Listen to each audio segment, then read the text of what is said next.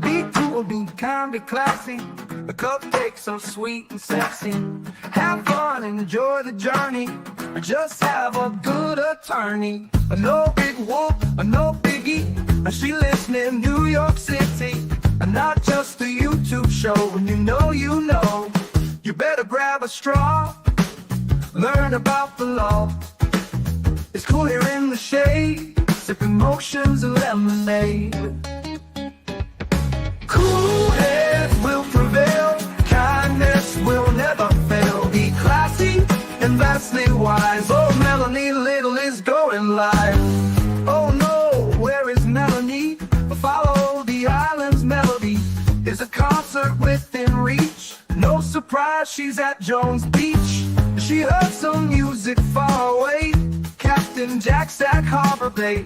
He sings and his piano plays. Not all sounds are waterways. Speaking Yiddish and Latin, it's not just for Manhattan. It's for Goethe and Machegas. Ridiculous that insanus. Oy vey, Marcus. Proset, that's for schmucks. Be cool, be kind, be classy. A cupcake sweet and sassy. And not just a YouTube show. When you know.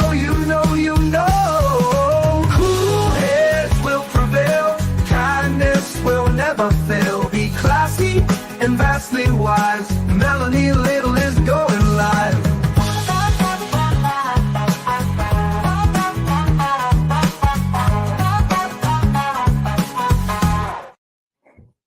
Good morning. Good morning, my friends. Today is Tuesday, May 6th of 2025, and we are entering day 10 of the re-persecution of Karen Reed. Welcome.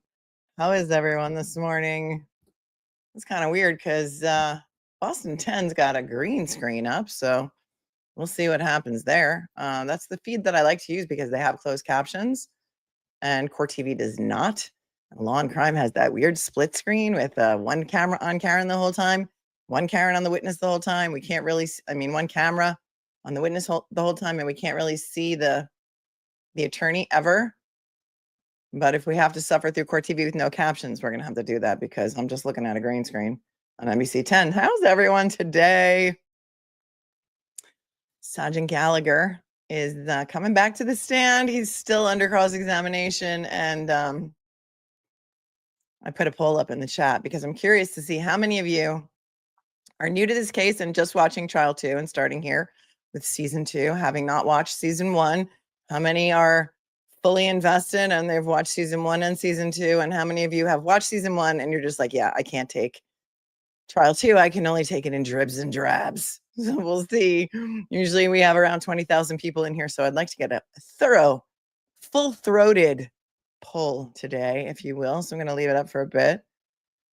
For those of you who are new, I'm so curious to know what you think about what you've heard so far with regard to the incredulously incompetent investigation of a dead police officer by the Canton PD. What I thought was interesting, Gallagher thinks he did such a good job. He's not finished though, right? They're still on cross with him. Alan Jackson still has a lot more to get to. I went back and I looked on Trial Channel, which I find is a great place on YouTube to go watch trial testimony because they break down each witness's testimony into a separate video. They cut out all the sidebars. They cut out all of the dead air and the lunchtime. And Gallagher's testimony from the first trial was only a total of less than 2 hours. It was like 1 hour and 55 minutes. He's already been on the stand for longer than that. So I think they're trying to get him to, hold the bag on this thing because he's retired now. He's got his pension. Looks like he's been playing golf every day in Florida. And he's here. And I don't know how happy he is about it, but too bad, so sad for him, right? Something else that's interesting that may come up that as I was listening, I listened to part, I had to take a drive this morning and there was a lot of traffic. And so I listened to part of his testimony from last year. And apparently Tully did interview him right before the last trial. And there were some things written in Tully's report that were not accurate. So it's going to be so interesting if he's going to, again, throw Tully under the bus. Tully's apparently been writing a lot of reports that have not been 100% accurate. Jen McCabe said that. And we'll see if Gallagher says that again today. I also refreshed my recollection with regard to the tent. In the first trial, he did say that he brought a pop-up tent from home, like a tailgate tent, an 8x8 pop-up. But it was windy, couldn't put it up. Here's the difference. In Tully's report, Tully wrote down in his report that Gallagher went to Canton PD and picked up the tent there.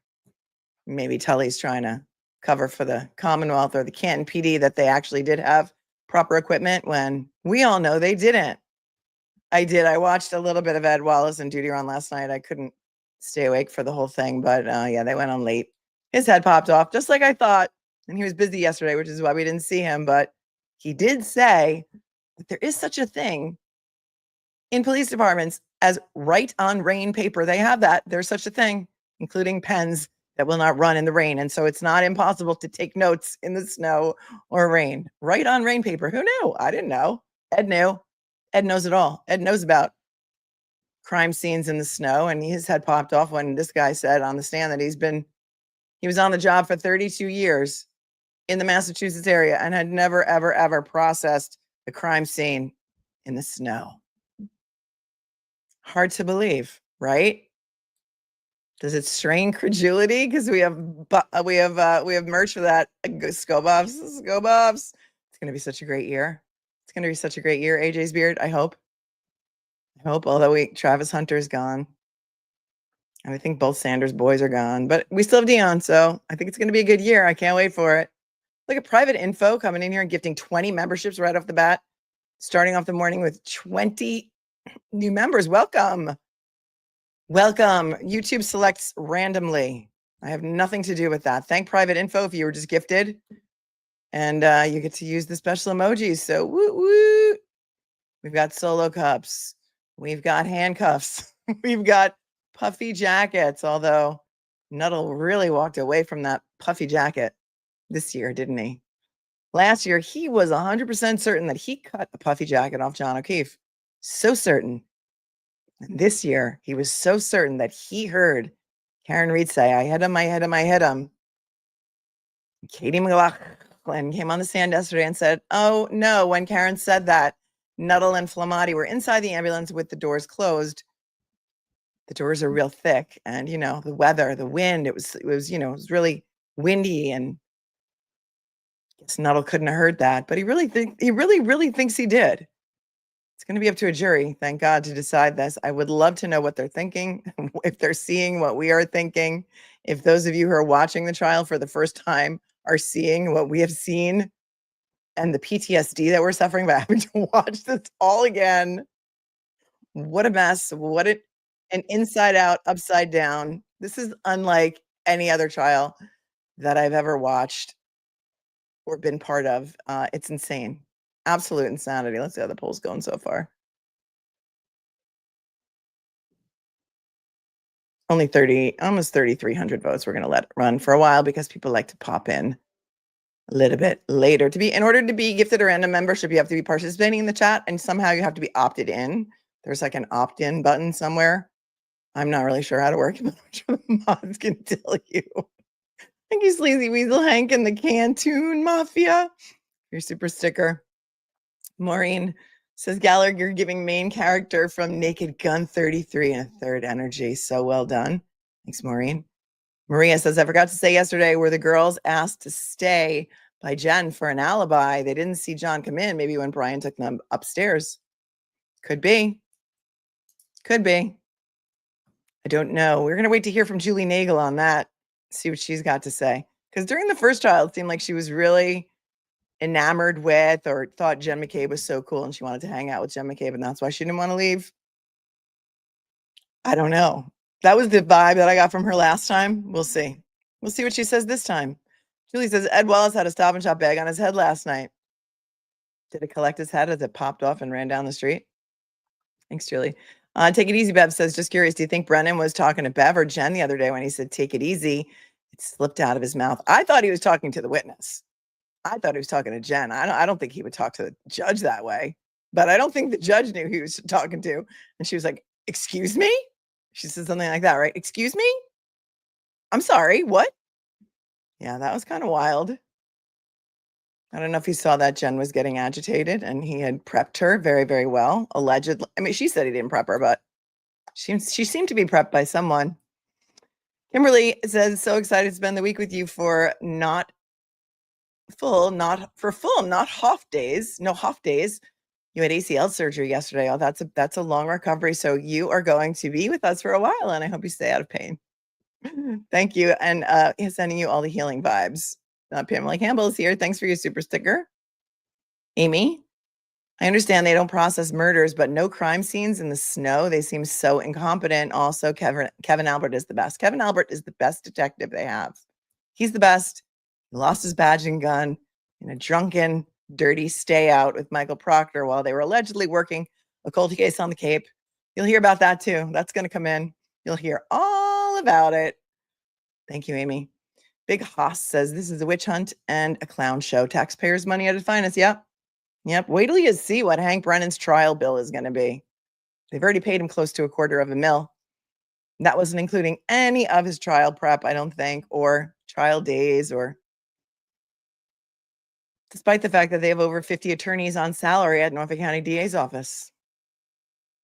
How many people here are from Norfolk County? From Norfolk County, if you're from Norfolk County, put an N in the chat. If you're from Massachusetts but not Norfolk County, put an M in the chat. I'm curious as to how many locals are here, because I know a lot of locals watch my channel, but they don't like to participate in the chat for obvious reasons. Canoni's Baloney says, I wish defense could impeach with trial number 1 video. Yeah, they can't, but they can impeach with, you mean the video of the testimony? They can impeach with the transcript. So good enough, right? Helene Smith, welcome. Thanks for becoming a member. And Hannah Elias, sorry. Thanks for becoming a member. Michelle, who thinks Jen went down to the basement, saw John on the floor bleeding out, busted face, and she asked Colin what happened, and he said, I hit him. Oh, wouldn't that be so crazy? As if, somebody said, I hit him. Just wasn't Karen. Therefore, the memory is there, and it seems like you're telling the truth. Well done, Michelle. Thanks on top for being on top of the super sticker. So early in the morning. Private Info says, good morning. Hugs. More of the Canton PD soap opera is about to start. Woohoo!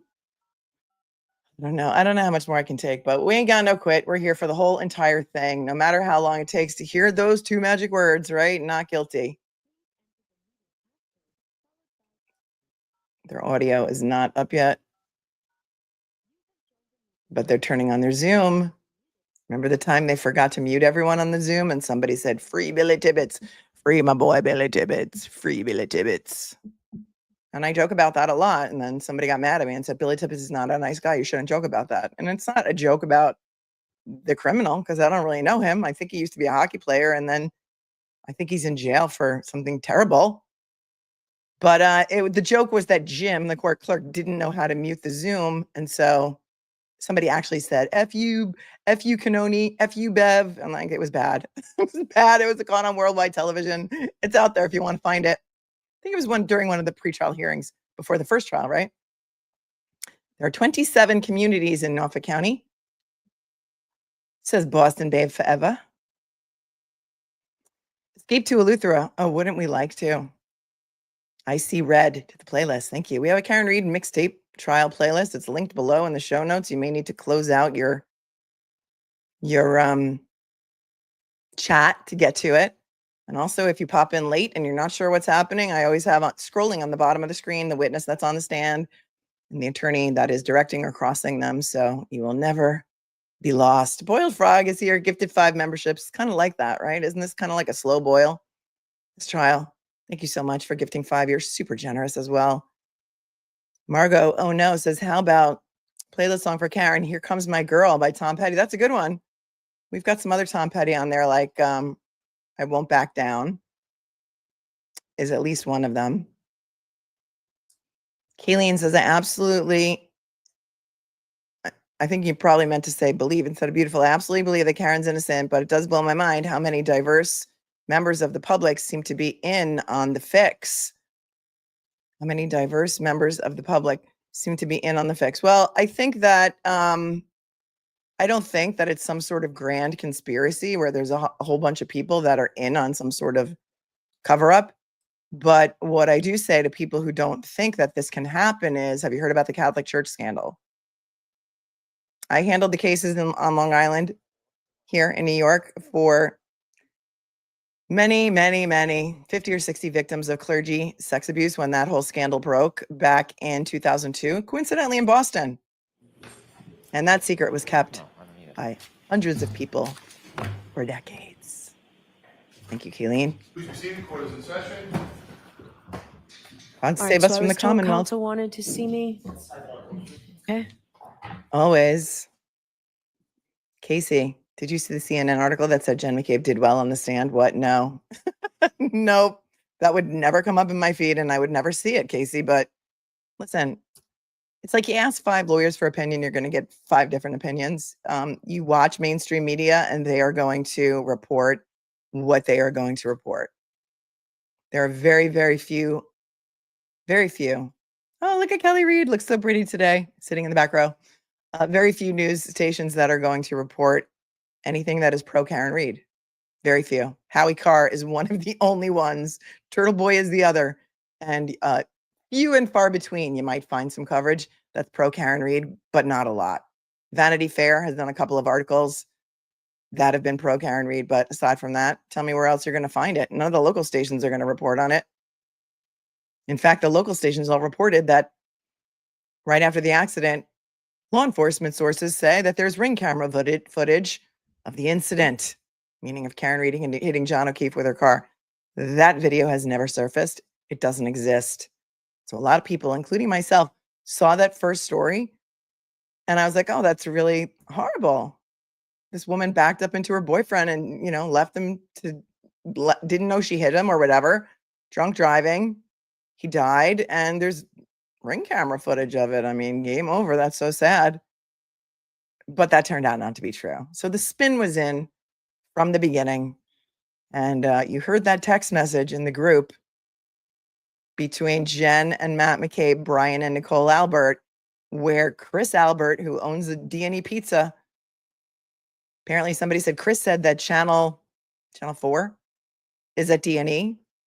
And then somebody said supposedly to eat, and the eat was in quotation marks, which I thought was odd. And then somebody said, tell him to get some information or something like that. Tell him the guy never went in the house. The man passed out in the snow. The guy unresponsive. Thanks, Lisa, for being here for 14 months. You're an OG. You're the best. Lisa Perez, thank you for your super sticker. Rochelle says, Nurse Kim was in court yesterday and says the jurors get it. They're with us. Oh, that's so great to hear. I did see a little bit of the live she did on her way home in her car, and she looks so pretty. And I forgot I was going to text her to say, I'm so glad you got to be there today. But that is good to know. Thank you, Rochelle, because I couldn't finish watching that either. After talking to you guys for 8 or 9 hours a day, it's so hard for me to watch other coverage, but I try and get little dribs and drabs from my friends and others. Private info, thanks for the 20. Dedham resident here.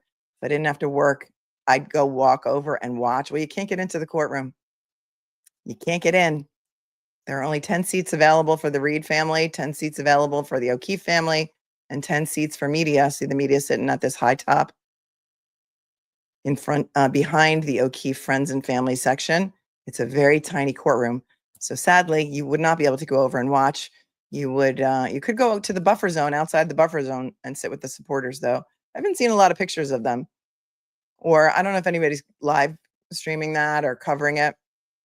I don't know if Tom CU has been over there. Like I said, it's hard for me to watch other coverage after talking to you guys for so long every day. Nurse Kim is there today, too. I see Jenna and Nick Rocco next to Mr. and Mrs. Reed and Esty. I see Kelly in the back row, and I don't see Nurse Kim today. Alba Gamer 82 is here, been here for 3 months, and is watching from Scotland. I have a very large Scottish audience, and I love that. I love that for us. Irish, too. Sandy says, love the collab you did with Tom. Would love him to join you on a trial watch. You work so well together. Thank you. Thank you. That's the plan. He has an open invitation whenever he wants to come on. Instead of screaming at his TV, he might as well get on camera and scream with me. Right? I like your dog, Mar says, can we add Up is Down by Hans Zimmer to the playlist? Take it under advisement. Thank you very much. Vincent became a new member. Welcome. Kelly said the nurse Kim was in the courtroom yesterday and the jury loves AJ. Oh, I'm so glad to hear that. Worldwide objection to Auntie Bev. Well done with the username. You guys are called the Snark Tank for a reason.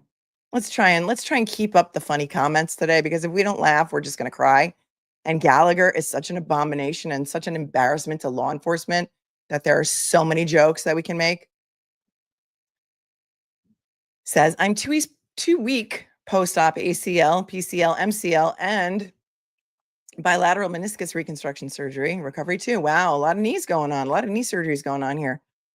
Honestly, Karen's retrial is the light in my tunnel working 24-hour shifts as a paramedic. Thanks for being my entertainment. Well, it's my pleasure to be here with you during your recovery, and I'm sure that you're ready to get off the couch and get back to work. Sending healing vibes to you as well. Kaylee Nicole, thanks for becoming a member. Classic Overthinker says Colleen Crawford was in charge of SB, meaning Sandra Birchmore video surveillance. That doesn't shock me. She's been in charge of their video surveillance department since at least 2015, when allegedly some surveillance video was doctored or proctored in the murder of Keith Boudreau. Paul Fahey was the defendant. We looked at some of those allegations, and she also had some companies with Trooper Fanning, some video companies. Isn't that interesting? Yes, Megan, the Benny Hill theme song is absolutely on the playlist, as is the circus theme song, because this is a circus. Whatever is worse than a kangaroo court is what this is. Catco said, Mel, I was not mad at you. I wanted to inform you. I have no idea what you're talking about. But I don't think that I thought that you were mad at me. I have no idea what you're talking about. Come at me. 913 says, Nova County here. Live in Stoughton. I'm not quiet about it. Good for you. I went to school with Farwell and Buchanan. Fun times. I work from home, so listening to you while I work. Oh, thank you for what you do. I'm glad I can entertain you. And you can be here and feel that you're not alone, because you're not alone. Stacy says, Rusted Root, send me on my way. Thank you, Stace. I can't read what this says. GRN. I'm from Fall River, Mass. Proctor thinks I'm scum. Yes, I have the Fall River accent. Oh, yeah, that's right. He was dissing the Fall River accent in his text messages to his buddies. He said something like, yeah, she's hot, but weird Fall River accent, though, and a flat ass. Oh, I don't even want to spoil Proctor's text messages for people who haven't heard them before. So I'll try and not spoil things too much. Gabby says, Karen's not guilty, watching from Germany. Waiting for the two Brian's testimony. Yes, Higgins and Albert. And of course, today's nonsense. We'll see. I don't know who's supposed to be on deck today. Maybe they'll bring in some more incompetent Canton PD, and we'll get them all done in one day. Stuart, thanks for becoming a member. Jules is here from Australia. Says 2 a.m. here. Love your work. Keeping it real. We have to. We got to keep it real. More people need to know about this. More people need to be outraged about this, because Karen Reed could be you. Karen Reed could be me. Karen Reed could be your sister, my sister, your daughter, your what. Karen Reed could be any one of us in the United States. And if that could happen, if this could happen to Karen Reed, this could happen to any one of us. And you should be outraged. Everyone should be outraged. Hollyana says, new to your channel. I appreciate your hard work, insight, humor, and the playlist. Thank you. Thanks, Holly. I'm so glad you like it here. We like having you here. Proctor's dishonorable discharge with the Chaka profile picture. Yep, Chaka is our mascot sometimes, because we find ourselves often in the land of the lost. There he is in the upper right-hand corner. Those of you Gen Xers who remember the land of the lost, Chaka was that weird pet that they had. And that picture is especially disturbing because it was from an episode where Chaka was possessed. Proctor's dishonorable discharge says appalling. The witnesses refer to Officer John O'Keefe as John O'Keefe. Thank you for tuning in from Canada. Also, I think that they are not allowed to say Officer John O'Keefe. We noticed that during the first trial. It made my head pop off every single time. In all the pre-trial, he was never referred to as Officer John O'Keefe. I was personally offended by that. I still am. But I don't think they're allowed to refer to him as officer. And also, another ruling of this judge is that any law enforcement who either come in to testify or sit in the gallery are not allowed to be in uniform. She doesn't allow it. Yinzer says, folks, please donate to Karen's Defense Fund online. That link is also down below in the show notes. Thanks for the reminder. These experts are very expensive, and all of her attorneys now are working for free. She's $5 million in debt to her attorneys. She had to sell her house, liquidate her 401ks. Her life has been turned upside down for this ridiculous sham of a prosecution that does not involve a motor vehicle accident. It just doesn't. Joanna Goddess says, I saw the media for the first media story as well. I said, oh, they have video. I saw John O'Keefe's arm. I knew it was a dog bite. Yep. Epic. Thanks for your 10. Says, this is my first watch. And also, I only knew a little bit before the trial started. And to be honest, I'm so confused. What is the Commonwealth trying to say happened? Everyone changing testimony and timeline. Yes, they are trying to say that Karen Reed, in a drunken rage, because she was so jealous and angry at John O'Keefe, backed up into him 60 feet in reverse at 24.2 miles an hour, slammed into his arm, his right arm only, hit the taillight. Taillight exploded into 47 pieces, made those marks on his arm. Then he did a pirouette, smacked his head on the frozen ground that was hard as a rock, and cracked his skull open. That's what they're trying to tell you. And you know, that's so interesting that you're watching this for the first time and you don't even know that this is allegedly a car accident. Like, we're on day 10 and we still have no idea what happened. And well, we know if we watch the first trial, they say it's a car accident. You ever try and do 24.2 miles an hour in reverse? Turtle Boy did an experiment once. It's virtually impossible. I do 4 miles in reverse, 4 miles an hour in reverse out of my driveway, and the beeper is going off in my car. Slow down, slow down. 4 miles an hour. Cat's meow. Need a strong coffee to brace myself for this morning. Love the playlist. Thank you. All right, we're starting.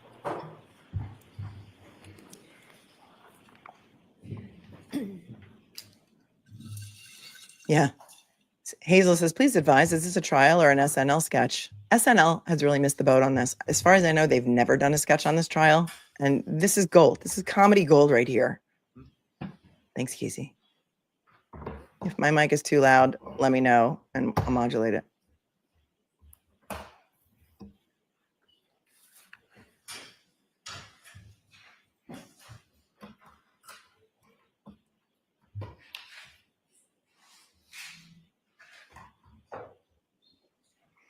Lieutenant Gallagher has retired since, well, now he's just Mr. Gallagher, I guess, right? Since the first trial. He retired coincidentally in August of 2024. He's very tan. They didn't ask where he lives, but I'll bet you he moved to Florida. Good on him. Would be nice to play golf every day, wouldn't it? And have a major pension for the rest of your life. Kerry Ann lives for my man there's a man passed out in the snow. I just can't. Really? Your dear friend of a decade, John O'Keefe. You don't say, officer down, send an ambulance. No. Is a man passed out in the snow. And then her second call was, there's a guy unresponsive in the snow. Gallagher also did say in the first trial that originally he thought it was at Meadows. So found that interesting. I forgot that he said that the first time. Thank you, Carrie Ann. Hazard Fish says, I wonder if they're going to have, if they're arguing to have Mike Easter come in. Yes, I think they should. I think they should renew that motion. Has Gallagher opened the door? Well, let's see if he denies. Let's see if he admits, rather, that improper police procedure was used, because he has basically said that he thought that the use of the leaf blower was innovative. and wonderful. And he thought that those red Solo cups contained the blood terrifically. Terrifically. They hold liquid terrifically. He had zero comprehension that they were contaminated, that they were not covered, that they were put into a used Stop and Shop bag. He didn't even understand the difference between a regular evidence bag and a Stop and Shop bag because he said, you know, they're made out of the same craft paper. Same thing. You wouldn't know if it was upside down.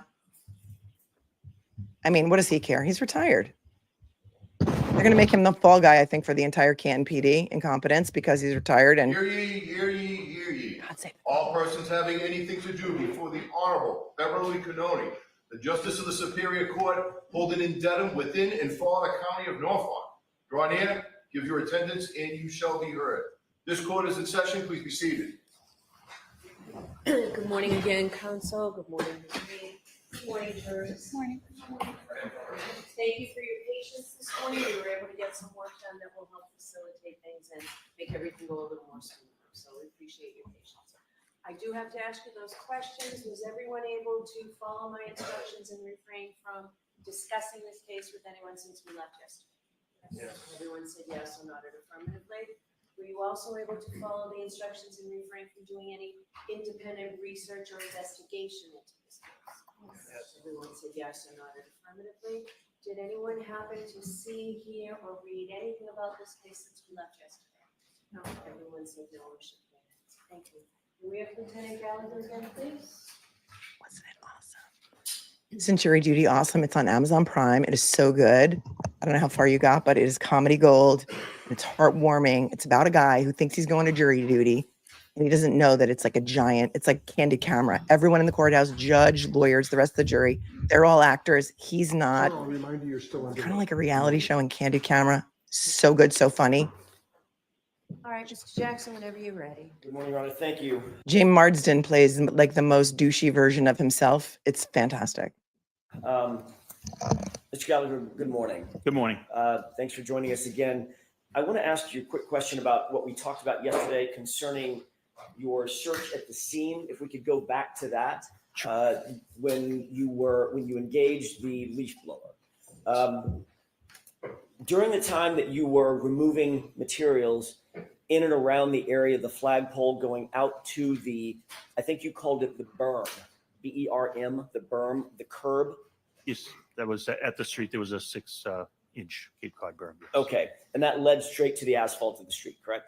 It's basically a curbing. It's Okay. where the property line, the grass, the lawn meets the street. And you were searching the area where you believed Mr. O'Keefe's body to have been found, all the way out toward that curb or berm area, correct? Yeah, we did not go out to the berm. We did about approximately 6x6, 7x7, about 50 square feet. 50 area. square feet. Okay, fair enough. But you did say at some point, I think on direct examination, you said that you exposed the berm Yes. just to give you some orientation as to where Cape Cod berm has entered the chat. It's a Cape Cod berm.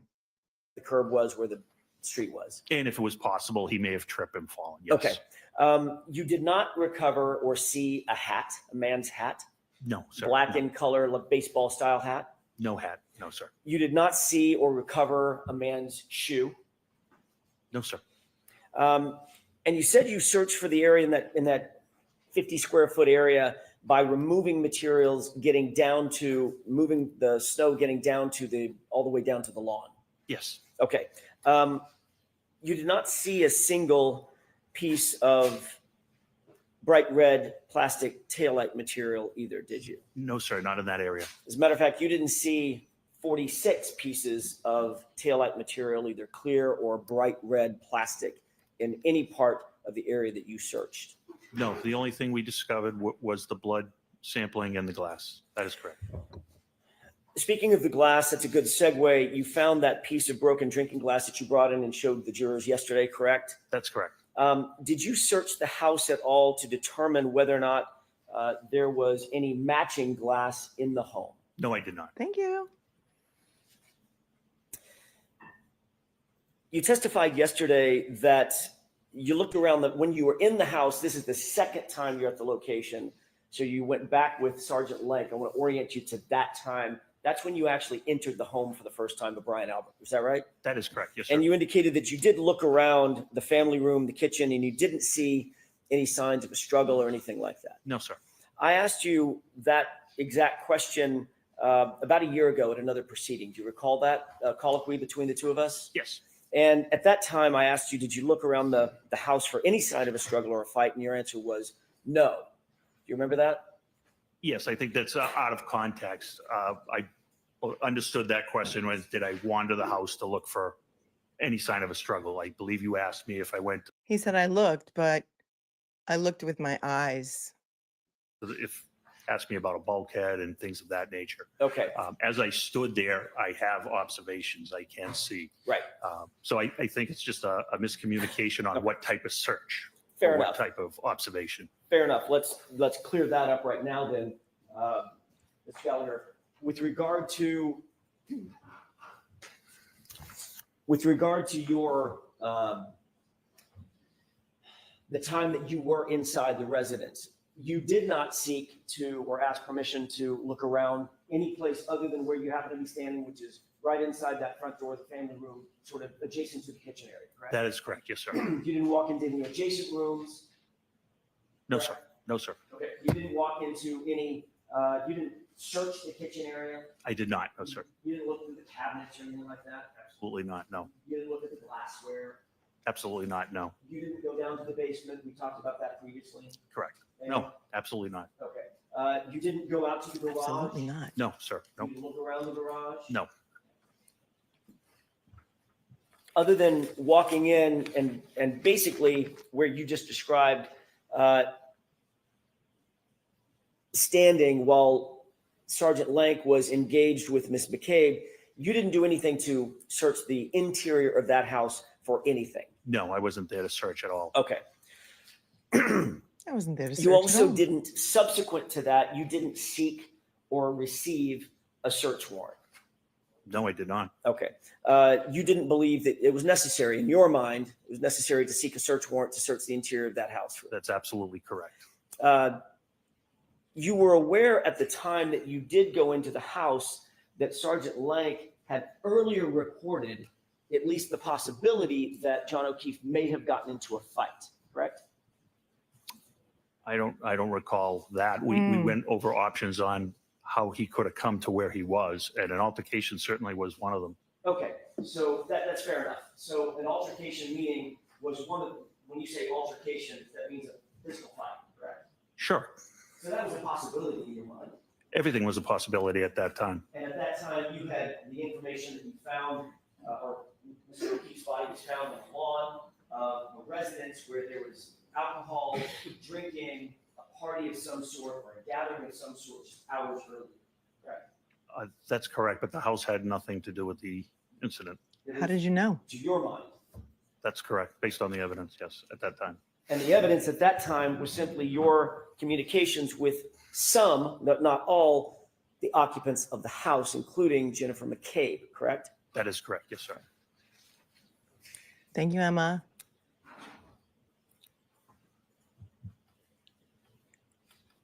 You didn't separate any of the witnesses that were, or any of the occupants that you saw inside the house, or you came across inside the house, for instance, by taking them to the station, putting them in separate rooms so that they couldn't coordinate testimony, things of that nature? At that time, At that time. so Detective Sergeant Lank was there to speak with Jennifer McCabe only. Okay. But there were others in the house. There were others in the house, yes. I'm just trying to figure out whether or not you took the added step of separating those witnesses, asking those witnesses potentially to join you down at the station, putting them in separate rooms, separating those witnesses. You did not do that. Not at that time, no. Okay. At any time, did you? No, we shortly thereafter, we were removed from the investigation. We removed ourselves from the investigation. And before you were removed from the investigation, you just left the house after the conversation that Sergeant Lank had with Jennifer McCabe, correct? Yes, after he took Jennifer McCabe's statement, we left the house, yes. Is You there, removed yourselves from the investigation, but you're still the one who is there when they came to the Sallyport, and you're hanging around in the Sallyport while they're, processing the alleged murder weapon, the vehicle. So, did you really take yourselves out of the investigation or not? Or was it just for witness interviews? I don't think you recuse yourself on just one aspect of an investigation. but I know Judy, Ron, and Ed are here, and they can answer that in the comments if you guys are here in the chat. I mean, because I am being gaslit right now, right? The reason that you didn't seek a search warrant or separate the witnesses or ask any of the potential witnesses to join you down at the station, did that have anything to do with your knowledge the homeowner was a police officer? Absolutely none. I've actually executed warrants on police officers' houses in the past, including police officers I personally worked with and had to charge some of their children. So that absolutely would not factor into a reason. And it didn't factor in this. Did you charge any of the children that were involved in the house construction destruction melee where they caused something like 100 or something like $25,000 in damage to a high school girl's house recently? Did you charge any of those police officers' children? Because my understanding is that you didn't. What police officers did you ever search? Hold on a second. Farwell? No, ruled that quickly as suicide. Homeowner was a police officer. Absolutely none. I've actually executed warrants on police officers' houses in the past, including police officers I personally worked with and had to charge some of their children. So that absolutely would not factor into a reason. And it didn't factor in this case. Absolutely not. It didn't factor into your decision making that Brian Albert was a police officer. Absolutely not. He didn't get any special treatment because of that. Not by me. Absolutely not. Okay, not by you. Not by me. I can only speak to my personal knowledge. You were aware that, and you indicated yesterday that the reason that Canton PD was removed from the investigation, or at least the interview section of the investigation, was because of a relationship of one of your detectives. You indicated your best detective, Kevin Albert, He was the correct? best. That's correct. Or you gave Mr. Albert or Detective Albert very high praise, He's a very good detective, yes. and you were his direct supervisor. I was at one point, yes. Okay. You're aware that Kevin Albert was disciplined by the Canton Police Department for an incident occurring in July 2022, correct? I am, yes. Do you stand by your testimony knowing that Kevin Albert is your best detective or was your best detective? He's an excellent detective, yes. Dude, where's my gun? You indicated that you contacted your deputy chief, Gallagher, and ultimately secured some solo cups from Deputy Chief Gallagher across the street, correct? That is correct, yes, sir. You were aware at the time that Deputy Chief Gallagher's house was adorned with a Ring video camera just over the front door, facing out toward the street and facing across the street, which would be facing 34 Fairview, correct? That is incorrect. He does not have a Ring camera. I know that his system is an Arlo camera, and I have personal knowledge of that because we've discussed cameras because we bought them approximately the same time. My mistake. Arlo camera, ARLO. I believe so, yes. Okay, that's still, although it's a different brand, it's still a home personal surveillance camera, correct? Yes, but And you're aware that those are motion activated cameras designed for security to capture images of things that may be going on outside the home. that is correct, yes, sir. May I approach, Your Honor, Yes. briefly? Yep, he's looking at the jury while he answers. He's a professional witness. He's done this many, many Shelley, times. just take a look at that photograph that I just handed you. Yes, What's it marked for ID? It is marked for ID, and Mr. Gallagher, if you could read that for me to save me a trip up to the stand. I believe it's a 5, Exhibit 5. Could it be an S? It could be an S, yes. I think it's S, Your Honor. I apologize. But, it is S. Okay, thanks. Thank you, Mr. Gallagher. Do you recognize what's depicted in that photograph? I recognize the camera in the door. Okay. Is that a shot of Deputy Chief Gallagher's, sorry. That's okay. I know what you're asking. Is this a shot of Deputy Chief Kelleher's front porch? It appears to be. Okay. Does that front porch face 34 Fairview? We need a time frame. I'm sorry, Your Honor? We need a time frame. Sure. Did you see that Arlo camera so situated when you went over there on January 29th, 2022? I knew it was there, yes. Okay.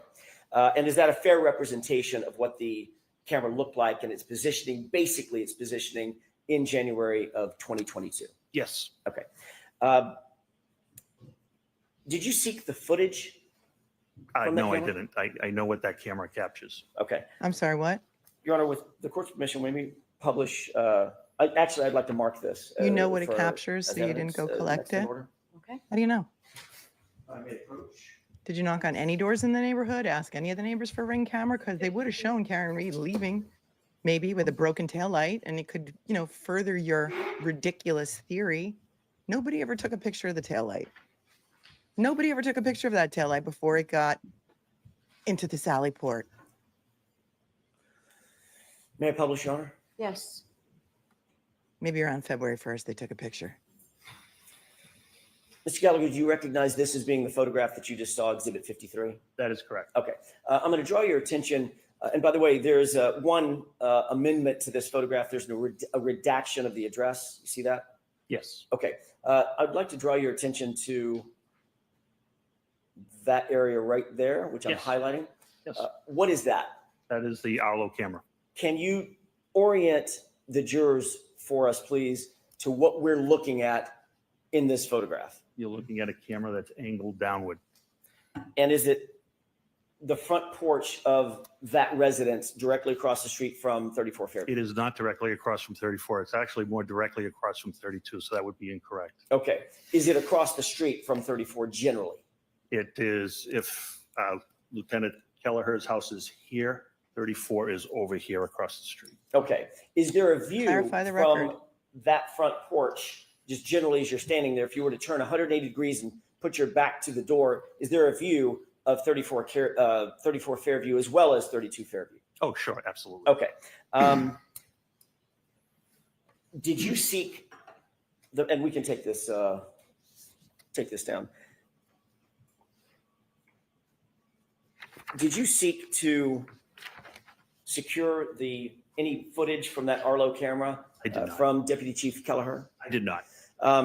Did you No. talk to Deputy Chief Kelleher about that footage?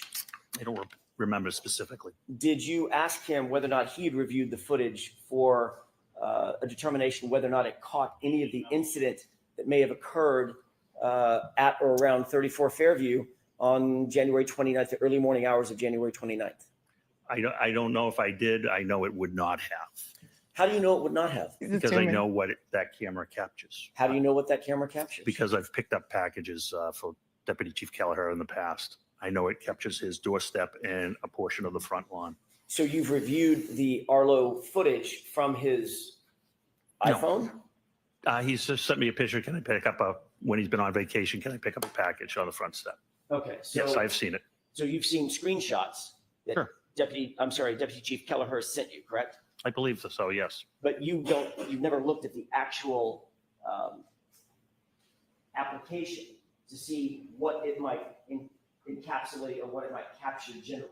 We've compared what we have our cameras set up as. We had communicated about security at our houses multiple times. I know it captured the front door and a portion of the front lawn. Do you believe that Why is he defending Kelleher to the death? Why? Really? They better call Kelleher to the stand. They better. He sent you a picture of a package on his front stoop and said, pick up this package for me. Why would he need to send him a screenshot of a package on the stoop? Why wouldn't he just say, can you pick up a package for me? It's outside my front door. This is so ridiculously coached, scripted. They knew this was coming, and wow, he's got a whole story. would have been best practices to go ahead and secure that footage so we don't have to take anybody's word for it? We could actually look at the footage ourselves. I didn't do that. Do you think that would have been best practices to do that, just to have belt and suspenders? So there's no question about whether or not Belt and that camera suspenders. that's facing, at least it's facing directly across the street, might have captured something of interest on the morning of January 29th, 2022. To me, there was no expectation that it had captured anything. So I didn't think it was practical. So You, because sir, of- are a moron. You are incompetent. You're a moron. You're protecting your friends, and now the whole world knows it. You are a bumbling fool. 32 years on the job. You retired as a lieutenant. You're a bumbling fool. I don't think you're supposed to make assumptions when you're investigating a potential homicide that he said he didn't even think was a crime scene. But in the first trial, because I watched a little bit this morning, like I told you, he said that Goody called him and he knew he was responding to a potential crime scene. So were you lying then or are you lying now? your expectation, you didn't seek the footage and you didn't secure the footage. Because of my knowledge and expectation, yes. And you now know that that footage is gone. It's I would, overwritten. I would assume so. I'm not familiar with how long Arlo keeps footage. But you know So you're everything else. familiar enough that you decided that it wasn't important to capture the footage, but you're not familiar enough to know whether or not the footage is actually saved onto the Arlo system? I don't know anything about, I don't have Arlo cameras. So I don't know anything about So the you don't, system, but okay. I have both. He's got selective expertise. He's got expertise when he knows he's got to cover for his buddy. They even set up their security cams together. That's how tight they are. Link. So we've compared our systems. So I'm not really sure what you're asking. So you don't have an Arlo system. I have blank, correct. You're not familiar with how Arlo works, correct? I thought he said they had You're the not same familiar with kind. the total array of where the cameras might capture versus what might be captured on your phone app, or that you can say, like, push a button that says packages or people, and it narrows the focus of the camera. You're not aware of that? I'm not aware of that, no. Okay. But you would have been aware of that if you had captured the footage and simply said to Deputy Chief Gallagher, I'd like that ring footage for that 24-hour period. Okay, it's not Ring. And I'm sorry, that Arlo footage for a 24-hour period. Sure.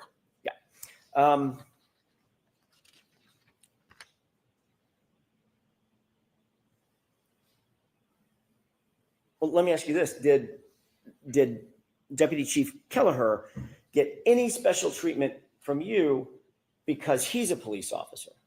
No, Did Deputy Chief Gallagher get any special treatment from you because he was your boss? no, absolutely not. Okay. Look at the furrowed brow, the furrowed brow. There's furrows on his brow. The 11s are coming out in full force. You know, you know.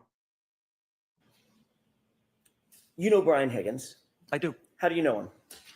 Brian Higgins is a special agent with the ATF. How long have you known him? I first became aware of Brian Higgins probably around 2016, 2017, when I was with the DEA and we were working a Title III investigation, which is a wiretap investigation into gang activity, drug distribution in the Boston, Brockton area. I never had any personal contact with him at that time. He was just an agent in the group I was working for. Ultimately, did that professional relationship seep into more of a personal relationship as well? It did. So I think it was 2018 or 2019, the ATF had a satellite office at Canton PD, and he was one of the special agents that was assigned, yes. So he actually officed in the brick and mortar location of Canton PD. Yes, he did. And did he maintain that office all the way through January of 2022? He did, yes. And during the course of your interaction with Mr. Higgins, did you become friendly with Mr. Higgins? I've become friendly with Mr. Higgins, yes. Oh. Most of my coworkers I'm friendly with. Is it safe to say that you socialized at times with Mr. Higgins? I have, yes. Okay. You've shared cocktails with Mr. Higgins? Yes. Shared meals with Mr. Higgins? Yes, Okay. So it is safe to say that you have both a professional and a personal relationship with Mr. Higgins, yes, I do. and you consider him a good friend. Yes, I do. You were aware, Mr. Gallagher, that he was at 34 Fairview on January 29th, those early morning hours, during the course of the time when John O'Keefe went to 34 Fairview. I'm sorry, can you repeat that Sure. question? You're aware that Mr. Higgins was at 34 Fairview in the home at the time that John O'Keefe went to 34 Fairview on January 29th, 2022. By the time I became aware of it was afterwards, yes. Okay. That's what I mean. I know Yes. you weren't aware of it at the moment, but Right, okay. you became aware of it. Later on, yes. Okay. When did you become aware of it?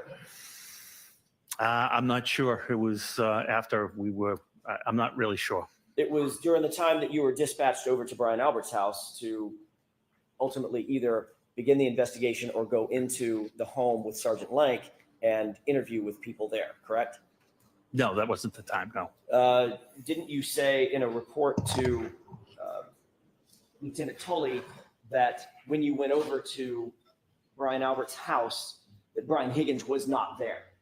I don't recall Brian Higgins being there. Right. So what I'm trying to register is whether or not you knew at the time that you went to Brian Albert's house, at least that second time, that you might or might not have expected to see Brian Higgins there because you knew he was at the home when John Keefer arrived there the night before. Can you rephrase that question? I'm not following you. Sure. He's not When that you went smart. back to, in other words, during the time that you were investigating and joining Sergeant Lank Yes. back over at Brian Albert's house, you knew that Brian Higgins had been somehow in that home the night before. I don't believe I did at that time. When do you think you learned that? Sometime afterwards, probably when I saw the list and reviewed the narratives of the officers. Would that have been days or weeks later? No, it probably would have been, within 24 hours or so. Okay, within 24 hours of your involvement. Correct. Okay, yes. that's what I was trying to get to. Okay, Thank I you for that. apologize. My bad. No. Bad questioning on my part. So within 24 hours of your involvement, which would have been, your involvement was the early morning hours of January 29th. That's correct. Correct? Within 24 hours of that, you knew Brian Higgins was somehow tangentially involved or collaterally involved as a potential witness, if nothing else. I'm not sure he was a witness to anything. I was aware that he attended the house at 34 Fairview after they left the bar. Right. And you said, well, I'm not sure he was a witness to anything. The one way to figure out whether or not someone is a witness to anything is to actually formally interview them, correct? That's absolutely correct. Which you did not do. We were removed from the investigation before I found out Brian Higgins was involved. Okay, so you were So removed. I wouldn't be interviewing him. You were removed, and then it was within a few hours of that you realized that Brian Higgins was somehow involved. Not a few hours. No, I said it was within 24 hours probably. Okay. You're aware that Mr. Higgins not only had a office at Canton PD, he also had a key card for Canton PD. Yes, he did. Explain for the jurors what a key card or an access card at Canton PD means. What is that? What is a key card for Canton PD? So it's a secure building. I think we've all seen it. You have square boxes with the red light. The key card allows you access into the building. And depending upon.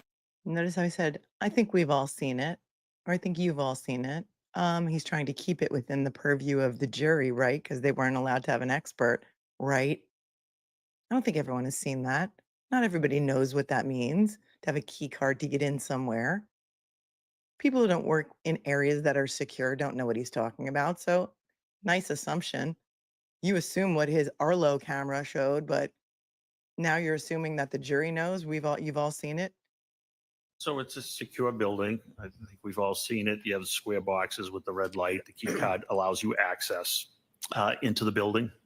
And depending upon your rank, you have different rights. Each individual has different rights to enter different areas.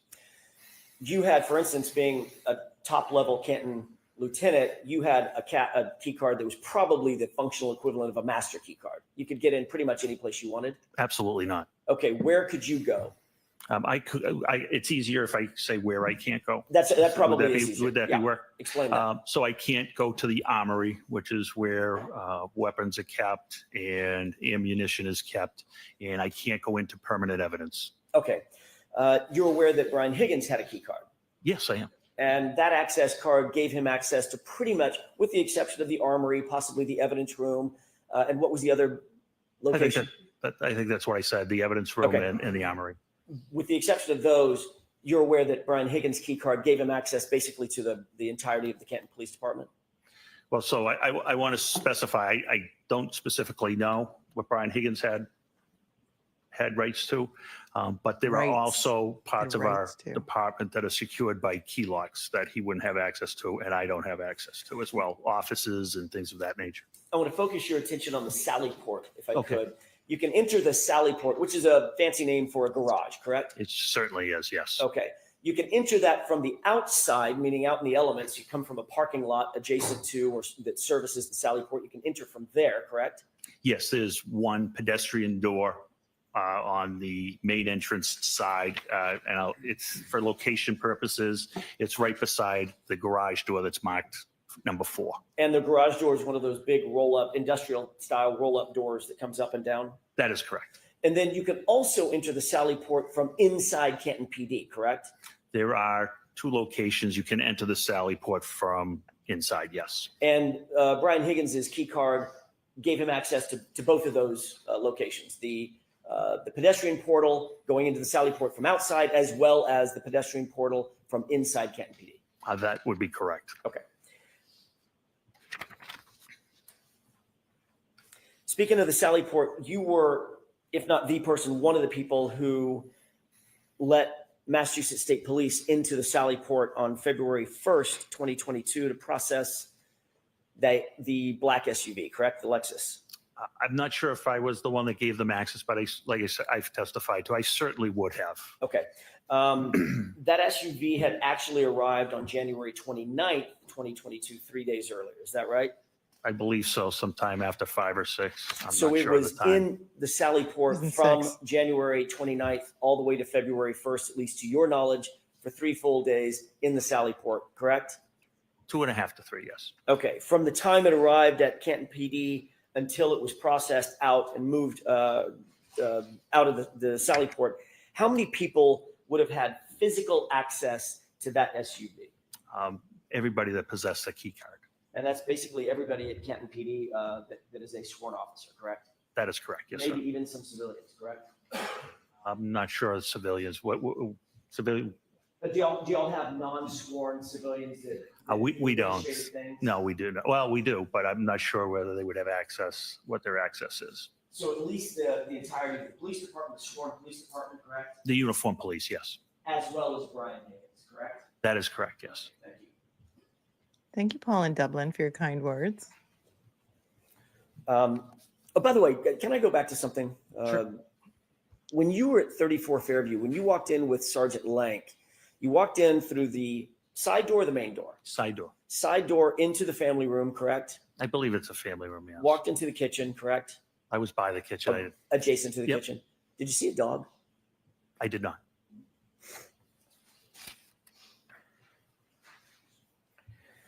No dog. No dog. Second witness to say no dog in the morning. No dog. Where was Chloe? Speaking of the Sally port, I want to move back to the Sally port. I apologize about Consciousness of bouncing guilt? around a little bit. Perfectly fine. Moving back to the Sally port, you indicated that basically all the uniformed officers, every single uniformed officer at Canton PD would have had access to that Sally port, as well as Brian Higgins. They also would have had access to everything inside the Sally port, whatever was left there. Yes, The SUV and other stuff, for lack of a better technical phrase, correct? yes. Okay. Did you photograph or did you cause to be photographed the SUV when it arrived on January 29th in your Sally port? We had been recused at that point, and I wasn't working when the vehicle arrived. So I thought you said that you were recused only from doing interviews. Yes. He said from that. doing investigative interviews, but I wasn't present when I wasn't working when the vehicle came in. Oh, quick, change your So story. you could have taken photographs of the vehicle had you wanted to, or caused someone to do that had you wanted I had no idea that vehicle was coming to Canton PD, sir. to. Okay. Wow, you really once are a you got know-nothing to- moron. Thank you, Duty Ron, for your 20, for thanking me for my amazing cover. Duty Ron in the house. As the lieutenant in charge at the scene, was it important to you to know that a seminal piece of evidence had been moved into the custody and control of Canton PD? It wasn't important to me. It's the state police investigation. Even though it Again, was on Wasn't your me. property, in your Sally port, with access through your key cards. that's up to my chief. That's not up to me. I see. To your knowledge, let me just ask it this way. To your knowledge, did anybody seek to photograph the vehicle when it arrived at Canton PD on January 29th, 2022, to your knowledge? I have no personal knowledge of that. Have you ever seen a photograph of that vehicle that was taken by someone in law enforcement on January 29th? I'm going to give you 3 days: January 29th, January 30th, January 31st, sorry, 30th, or February 1st. I have seen photographs. I'm not sure what days they were taken. The photos were taken.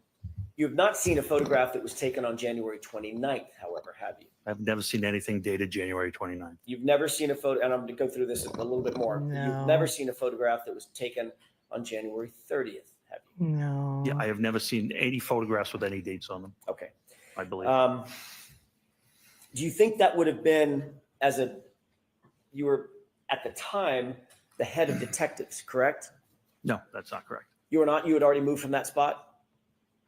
I had, In January of 2022, I may be wrong. I thought You are wrong. as the It's, lieutenant, you were also the head of detectives. no, that was Lieutenant Gallagher at the time. I know you keep, it's a mix up. So we've had promotions since January 29th, and I think that's where the mix up might be. Everyone got promoted for so their he was a When you lieutenant at the refer to piece of Deputy shit Chief Gallagher, he was investigation. actually Lieutenant Gallagher, and he was in charge of detectives at that time. At some point, had you been in charge of detectives? I became in charge of detectives in June of 2022. June of 2022. Yeah, approximately 6 months later. Understood. You had been a detective previously, however. That is correct. He was rewarded for a job well done. 6 months after this, look the other way. Promotion, promotion, promotion. When he retired, he was making upwards of $323,000 a year for this stellar investigative work. Okay. As a detective, do you believe that it would have been important to photograph, had you had your druthers to do it, it would have been important to photograph that vehicle when it came in so that it could be memorialized and documented the exact condition that that vehicle came in on January 29th, 2022. So this is important to know that unfortunately John O'Keefe was deceased at this time. Once John O'Keefe becomes deceased, it becomes the state police's investigation, the Norfolk County District Attorney CPAC investigation. That's why it is not our investigation. It's up to the investigating agency to make those decisions. Even something as uninvasive as taking photographs. Yes. Okay. CPAC stands for Crime Prevention and Control. That was the unit, and they had specific troopers assigned to the Norfolk County DA's office, many of whom we've heard about already, including Proctor, Tully, Buchanan, and others. You would agree, as a former detective and former head of detectives, that there are protocols for securing evidence of all types, correct? Correct. Those protocols dictate that not only is evidence properly secured, once it's seized, it needs to be properly secured, and it needs to be separated from other evidence to avoid something known as cross-contamination, correct? Correct. And you would agree with me that that is paramount in evidence handling in any investigation, correct? Yes. And that's because once evidence is cross-contaminated, its integrity basically collapses, right? That's correct.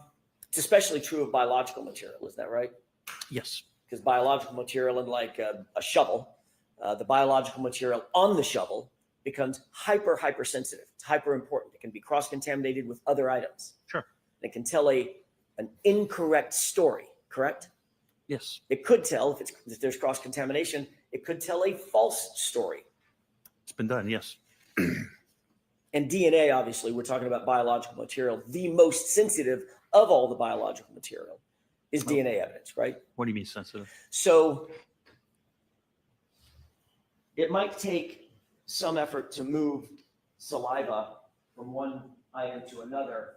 It takes almost no effort to move DNA from one item to another and to detect it. You understand what I'm saying? The sensitivity of the detection. No, I don't understand what you're saying. You understand that I could touch this podium and you might not get my fingerprint off of it. Correct. Might not, correct? Might not. What do you think about getting my DNA off that podium that I Yes. just touched? You're absolutely going to get it, right? Yes. That's what I mean by sensitivity. Okay. You would agree that DNA. How is Alan Jackson and any member of the defense team supposed to be able to cross-examine the law enforcement witnesses on the piss poor investigation and what proper procedure is when he doesn't even understand questions about DNA? How?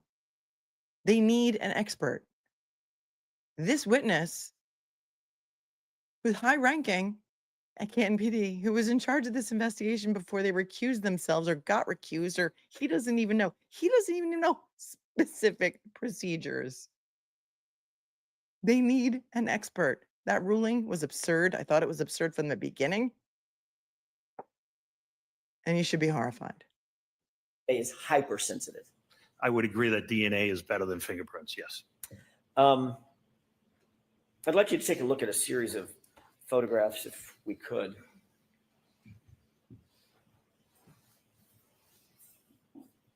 That's a good one, Maureen. Are you counting how many times he says absolutely? She says it's his audible answer loading wheel. Thanks, Maureen. There are 4 photographs, Gallagher, that I'd like you to look at briefly and familiarize yourself with if you can.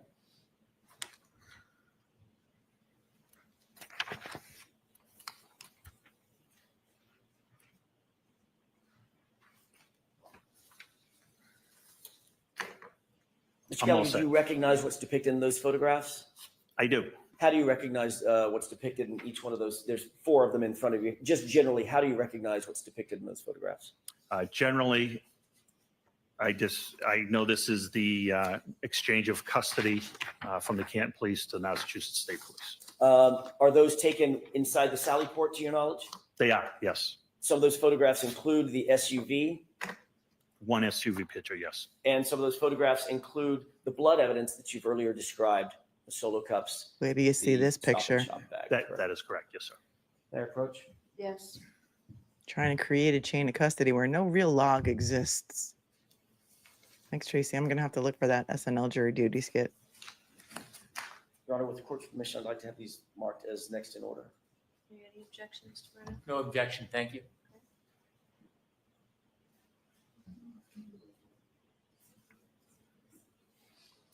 I'm a little scooch behind, so while she marks those exhibits, we will FF. Do you recognize what's depicted in this photograph? Yes, based on the location, the vehicle, the broken taillight, I believe that's Miss Reed's vehicle. And do you know when this photograph was taken? I do not. Do you believe it was taken between January 29th and February 1st? Yes. But you don't know when it was taken? No. Look, they found the crime scene tape. They found the crime scene tape and they put it up around the car in an interior location in the Sally Port garage at Canton PD. I don't have personal knowledge, no. I just want to draw your attention very briefly, just to orient us to this area on the bottom right-hand corner. Do you see that, what looks like a white rag on the ground? Yes, based on the pictures, I think it might be a paper towel, but yes. Okay. If we could look at the next photograph. See on the to which the is right. 55. And just in case you weren't looking at your screen, come to look at your screen for a second. If you're not driving, there's a rag or a paper towel right underneath what is you're looking at your screen, the right rear tail light. The bumper on the ground of the Sally Port. It's either a rag or he says maybe a paper towel. Okay. If we could look at the next photograph, which is 55, looks like a paper bag.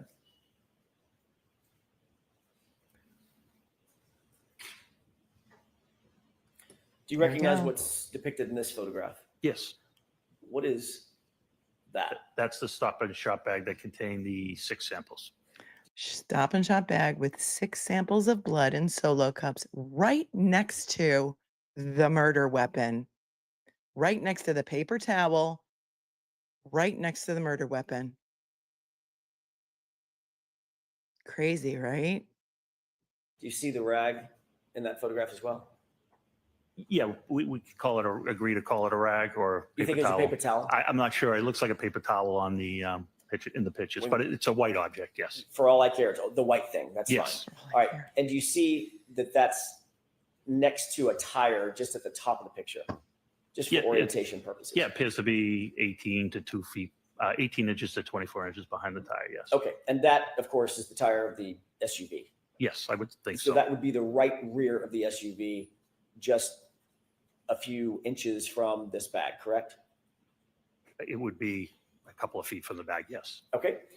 If we could take a look at the next Thank you, photograph. Midnight Mike, for gifting 5. Appreciate you so much. This is exhibit 56 for the record.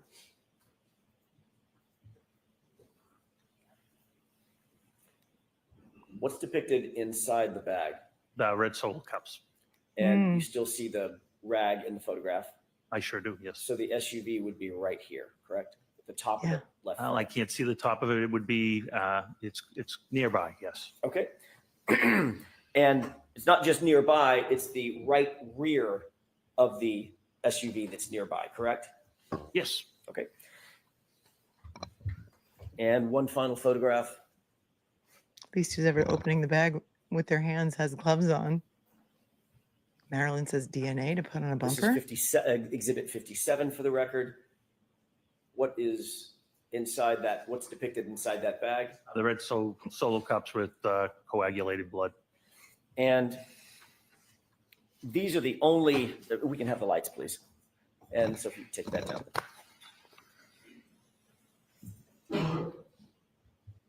Yeah. If you just These are seen the this for only the first time, photographs welcome.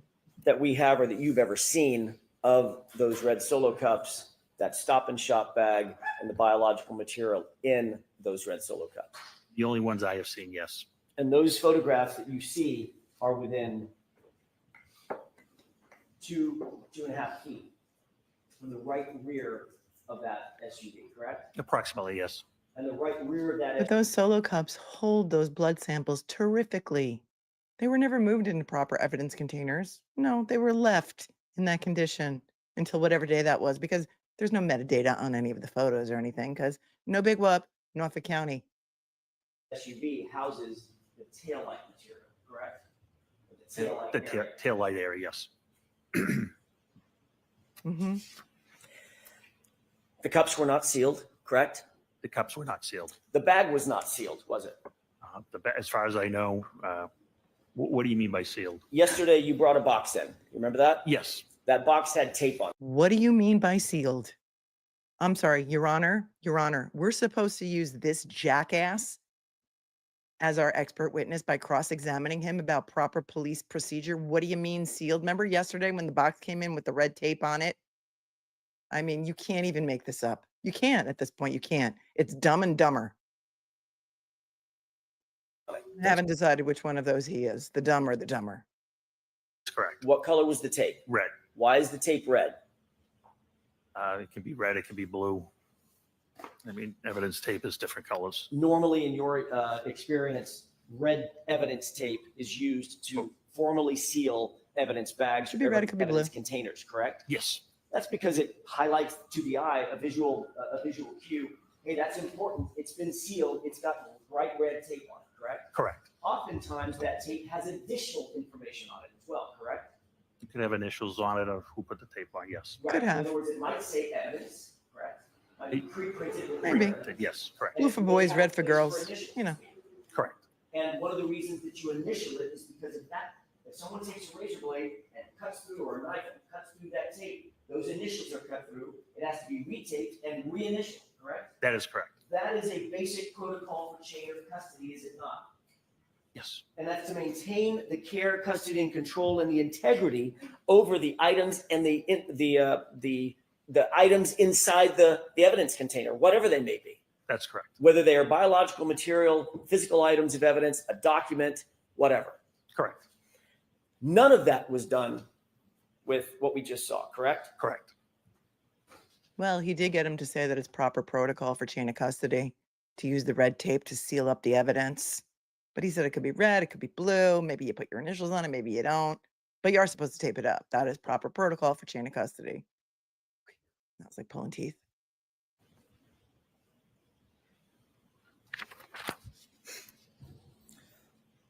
We've agreed already that the blood was stored in non-sterile Solo cups, correct? Correct. We've agreed that those cups were not sealed. The cups themselves were not sealed. There was no cap. There was no plastic, plasticine, saran wrap, nothing put over the cups, correct? That is correct. So they were open.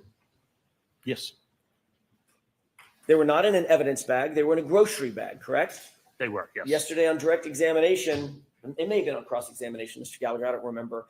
You said, I have no idea where Sergeant Lang got that grocery bag, correct? I don't know where the bag came from, no. Could have come out of his back of his Out of his car ass. seat, correct? I'm assuming it came out of one of the cars, yes. No idea what had been in that bag previous to those cups. How badly did Alan Jackson want to say it could have came out of his ass? Hold on.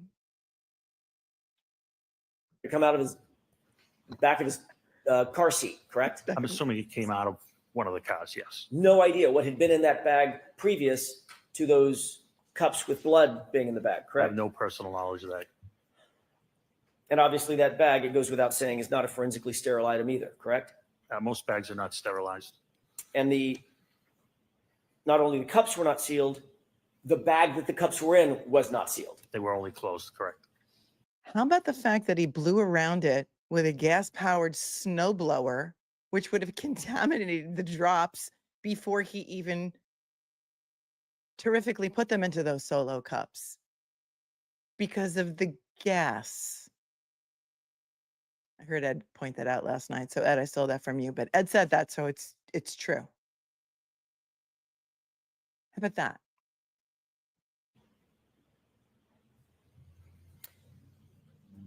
You will agree that having unsealed and unsecured biological material, specifically blood material, situated right next to the right rear quarter panel of that SUV would not be within normal protocols for securing evidence, correct? This was in the hands of a criminalist. It was an exchange of custody. I don't have any issue with it. You don't know, you have no personal knowledge of where that bag had been or where the cups had been previous to that photograph being taken. Correct. You will agree that having unsealed and unsecured blood right next to the right rear of the SUV is a recipe for cross-contamination, wouldn't you? Not in the hands of a trained criminalist, I wouldn't know. Well, generally speaking, there were other people there that weren't the trained criminalists, right?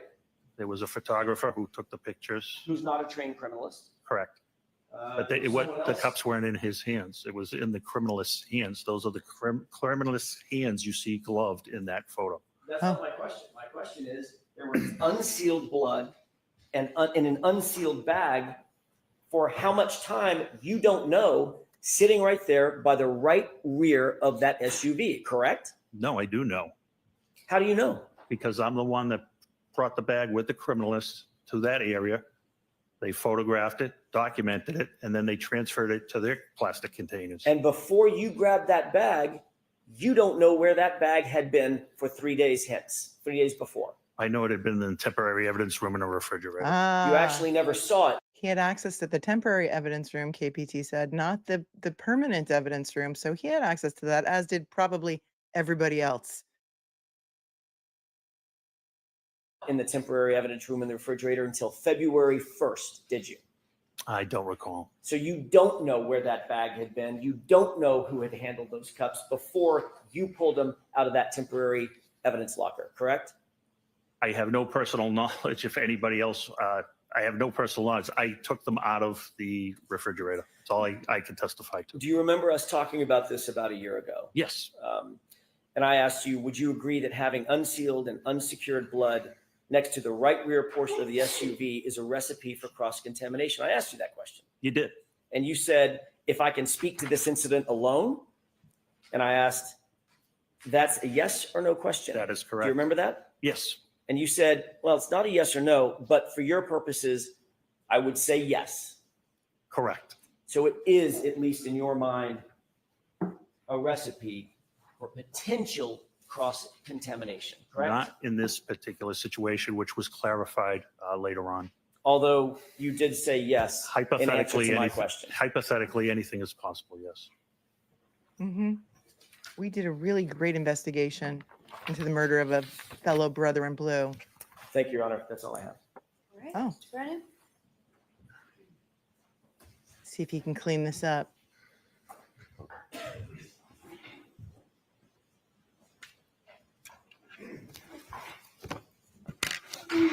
May I? Right ahead, yes.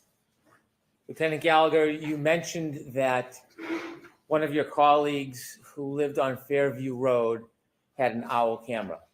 Had an Arlo camera, yes. That day or that morning when you went to Fairview and looked around where Mr. O'Keefe's, where you were directed Mr. O'Keefe's body was, were you aware that that gentleman had a camera? Yes, You shared with us that you had familiarity with the angle of that camera. Do you have any information whatsoever that he or anybody on his behalf used a phone to change the camera angle? no, I don't. Do you know if that camera could even reach the street if you wanted to? I'm not sure.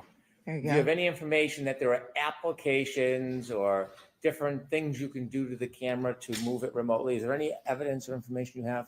No, When you decided not to ask him about the camera, was that based on anything other than your already familiarity and knowledge of the angle that camera was set? no, At any time he's ever shown you, you've ever seen clips from that camera, were they consistently showing the same area or did it change over time? I'll allow it. they were the same. I'm sorry, In what? your mind, why didn't you? I got to hear that question again. Wow, he's going to let him like try and say that he knew the way that this man's camera, the deputy chief's camera, was set up because he'd seen a couple of videos. How does he know that the screenshot of the package he sent him didn't come from Amazon? The Amazon delivery guy takes snap because I can't with this. I can't. At any time he's ever shown you, you've ever seen clips from that camera, were they consistently showing the same area or did it change over time? I'll allow it. They were the same. In your He's a mind, why? Cop. He's a cop. Do you think he only had a camera that looked down at his front stoop so he could only tell who's at the door when they're ringing the bell? Do you really believe that? Didn't you go seek footage from that camera? In my mind, Yes. because I knew it wouldn't have captured anything. He just froze up. Divi- Hold on.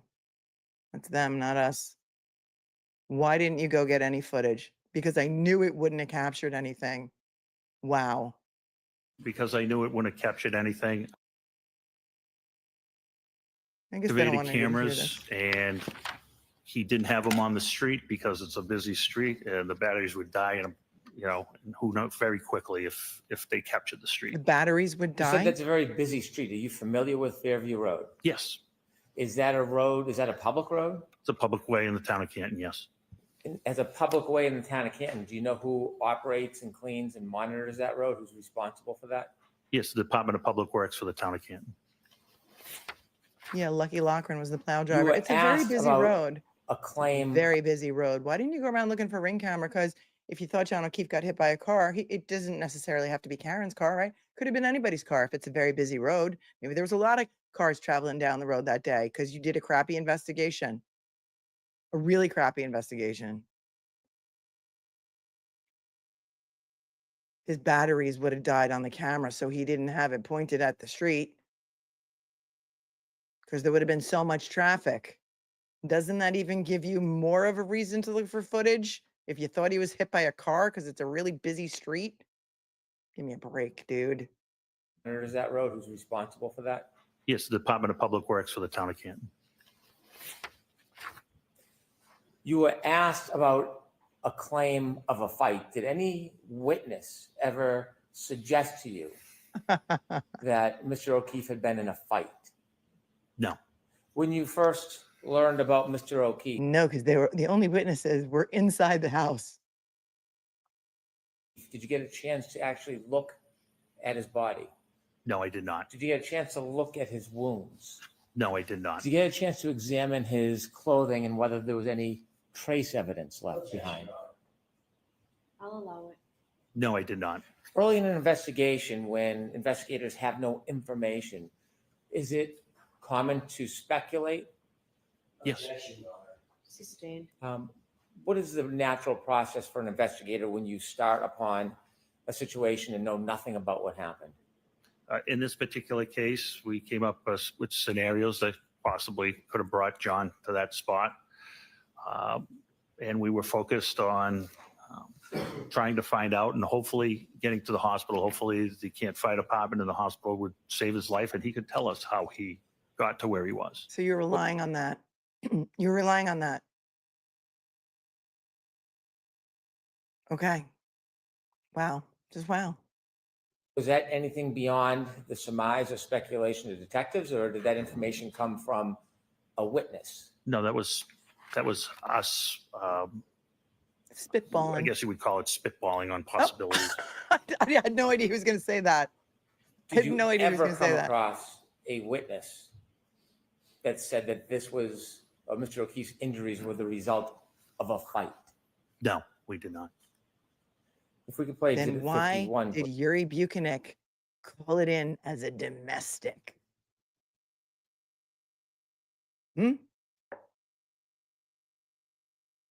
please. I want to ask you some questions about the area you searched where you were directed Mr. O'Keefe was.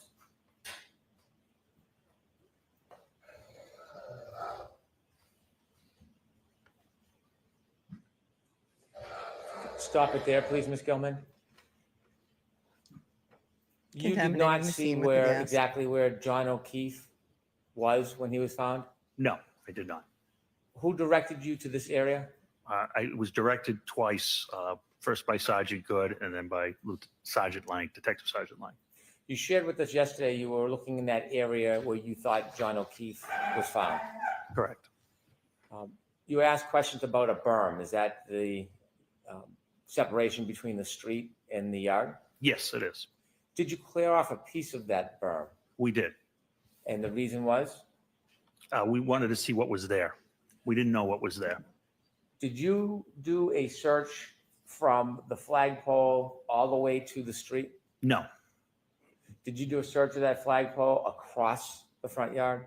no, Did you do a search from that flagpole all across the berm, all the way down the line? no. It was approximately 15 to 18 We inches. thought he would wake And up. why such a limited? We thought he would wake up and tell us what tell us what happened. We thought he would wake up. You know, we just thought it was a medical episode. You know, a medical episode. We just thought he was gonna, you know, wake up and tell us what happened. You didn't see giant pieces of red taillight on the white snow because you're really that incompetent, right? Good. But you saw little tiny drops of pink spots that you thought were blood, but you couldn't see the giant pieces of red taillight. Got it. Got it. Search. Because we had no other reason. And why such a limited search? From that Mhm. flagpole all across the berm, all the way down the line? No, it was approximately 15 to 18 inches. And why such a limited search? They only searched Because we between had a no other reason than it was a medical. They only did a 15 to 18 inch search. That's their entire search area. Many of you have driven by 34 Fairview. I have not. The yard is a lot smaller in person than it looks in photos. The jury has been there. You only did a 15 to 18 inch search. Hold on. Did you, by any chance, speak to any first responders that saw the condition of the body that could indicate to you what his injuries were? Or are you really a moron? Hold on. Did you do a search from the flagpole all the way to the street? No, Did you do a search of that flagpole across the front yard? no, Did you do a search from that flagpole all across the berm, all the way down the line? no. It was approximately 15 to 18 inches. And why such a limited search?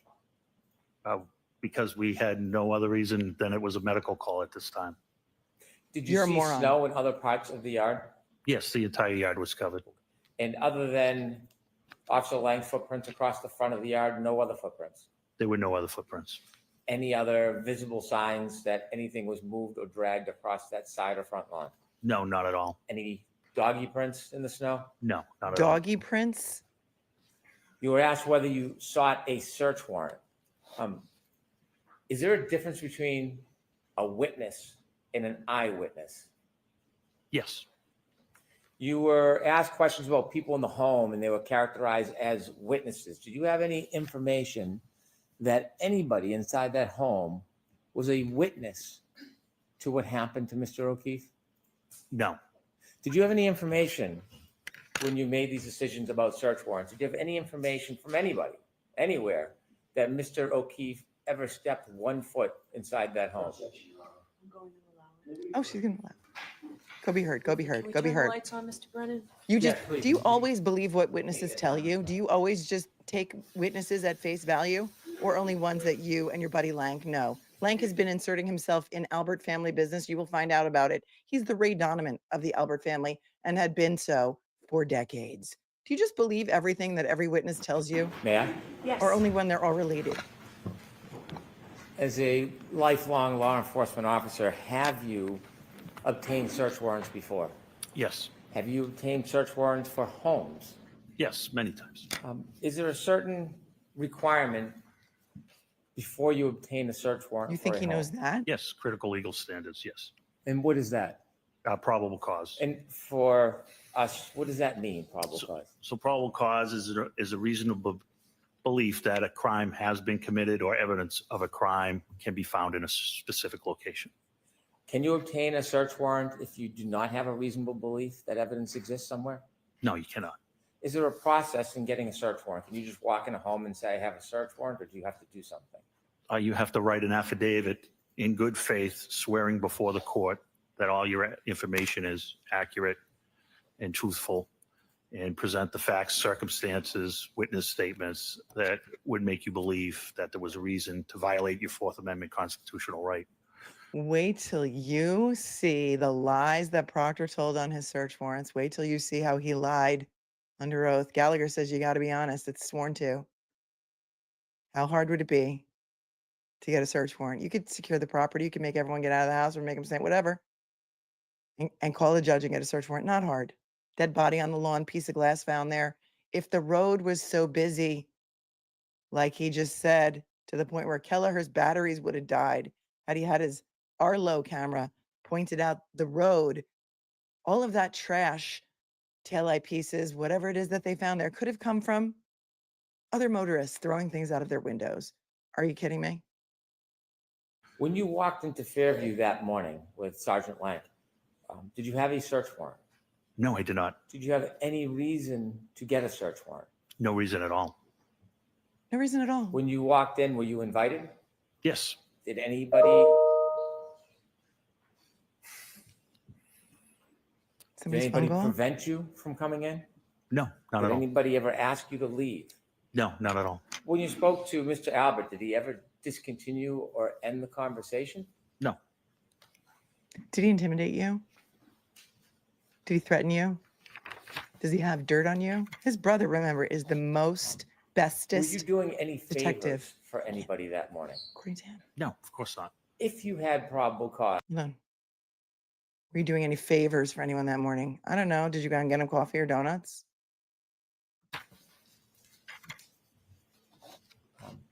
were you doing any favors for anybody that morning?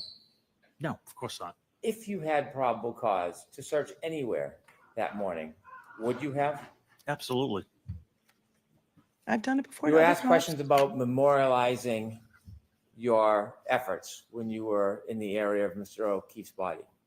And you were asked about written reports. Are there other ways to memorialize efforts other than writing a report? Yes, You videotaped, or you had Sergeant Good videotape your Yeah. search? that is correct. Who told him to do that? I did, Why did you tell him to do that? because I want it, in case it ever became an issue, I wasn't familiar with it being used before. I wanted people to understand how effective it was. Do you know whether or So not effective. the police He cars? thought he have- was going to be laughed at, so he wanted to show everyone how effective it was, except for the part where you're contaminating the blood samples with the gas from the leaf blower and then putting them into non-sterilized solo cups that may have been used for beer pong last night. Are you kidding me? And you have no idea where the Stop and Shop bag even came from. You're not corrupt. You're just incompetent. You wanted to videotape it to show everyone what a great job. Do you teach classes? Or are people going to use this trial in the future in police departments nationwide, as well as law schools, as what not to do? You are now the laughing stock of the world. Writing a report?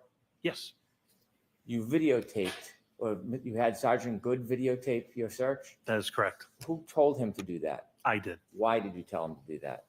because I want it, in case it ever became an issue, I wasn't familiar with it being used before. I wanted people to understand how effective it was.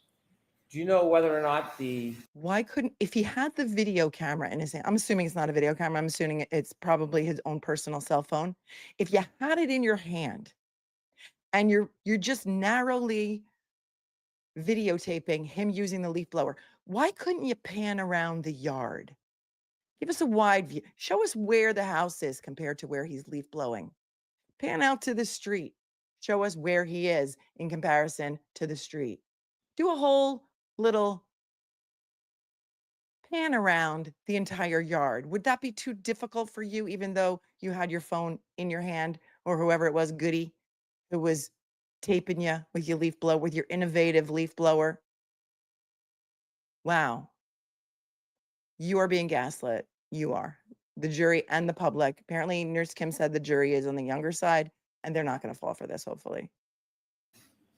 police cars have dash cams? They do, yes. Do you know if any of the police cars had dash cams that day? 3 of them did, yes. Oh,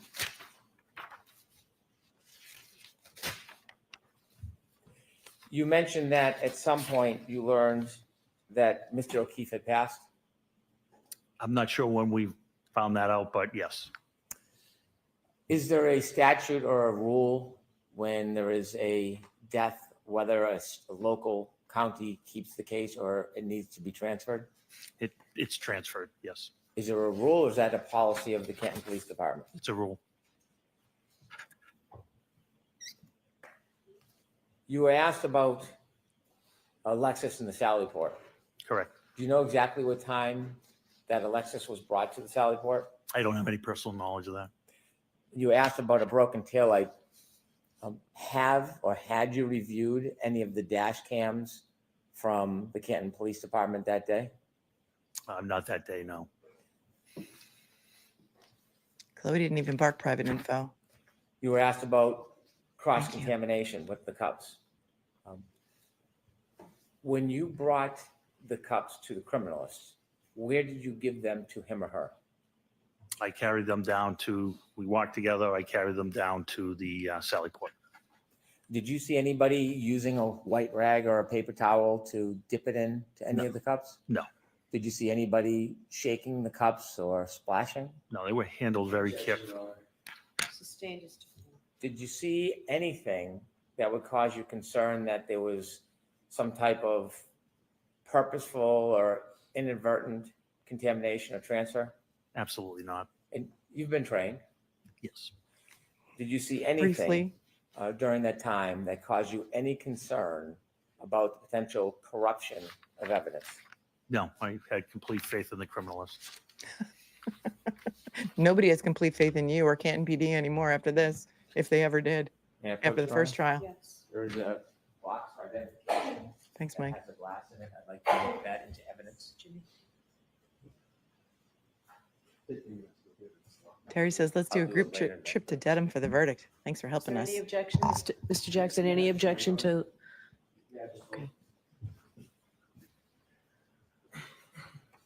Thank you, borderline. I feel like I'm going to have a borderline personality after this. Anytime then? No objection, thank you. All right, so we can put it in at any time then? And then when Mr. McDermott comes back Thank with it? The glass that you showed the jury yesterday, when you showed it to us yesterday, did it look any differently than when you recovered it from the ground where you were looking that morning? No. Did you have any information that that glass came from inside Fairview Road? No. Do you know where that glass came from? I have no personal knowledge where that glass came from. Because you didn't Thank you. I have no further investigate. questions. Very briefly, Your Honor, you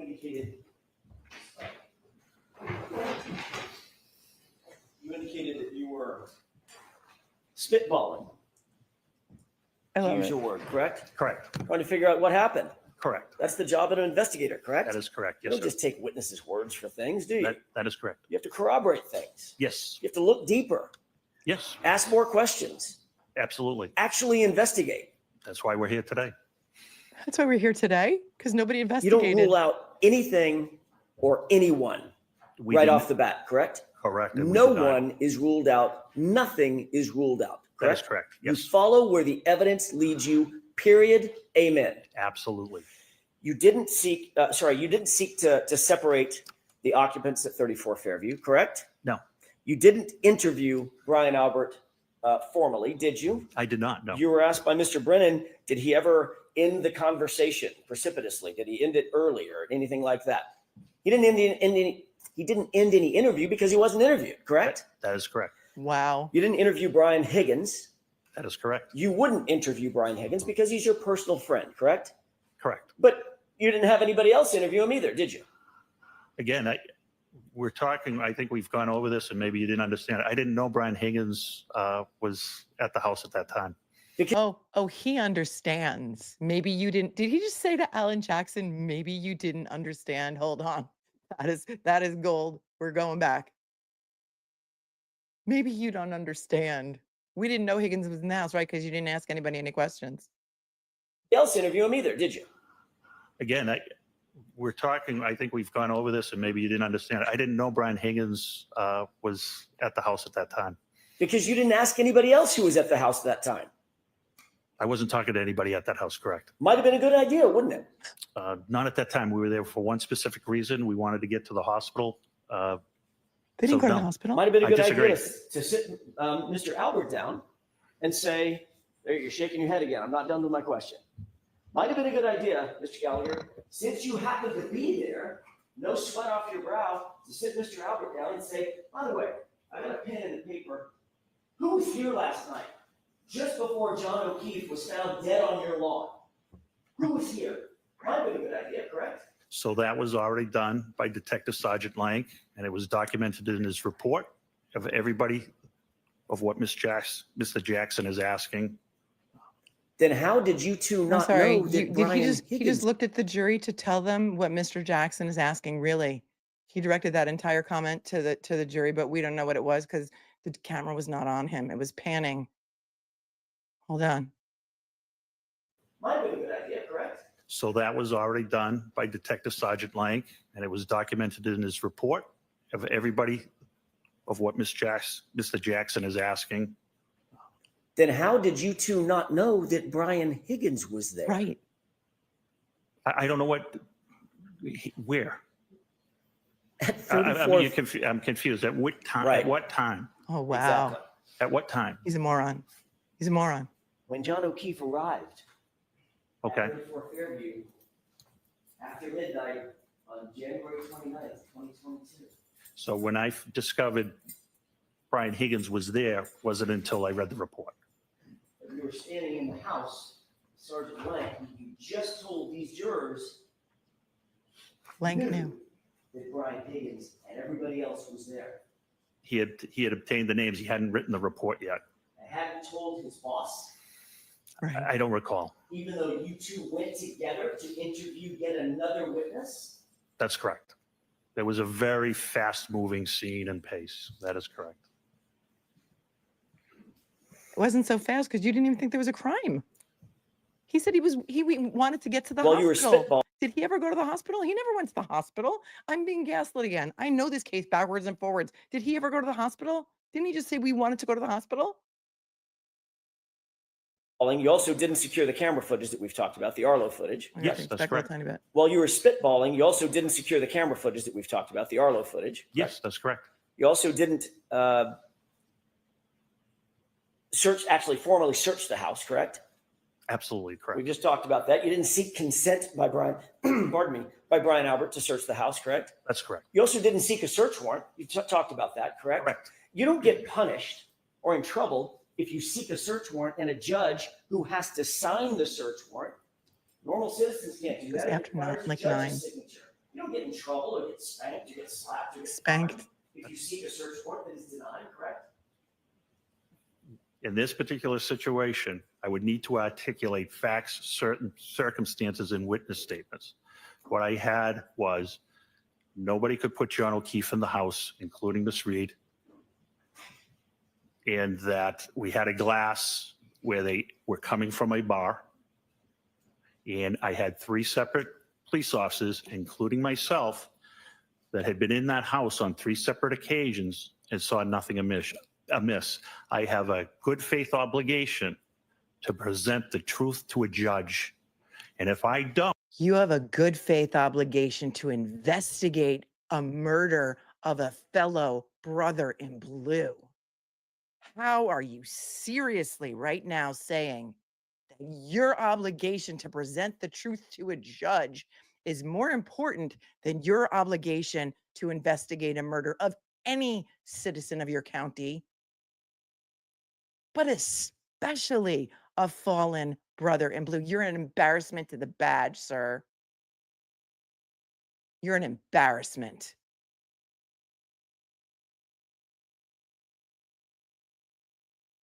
Every single investigation he's ever been involved in should be reopened. And if you are in prison right now because of an investigation by this man, you should be calling your lawyer.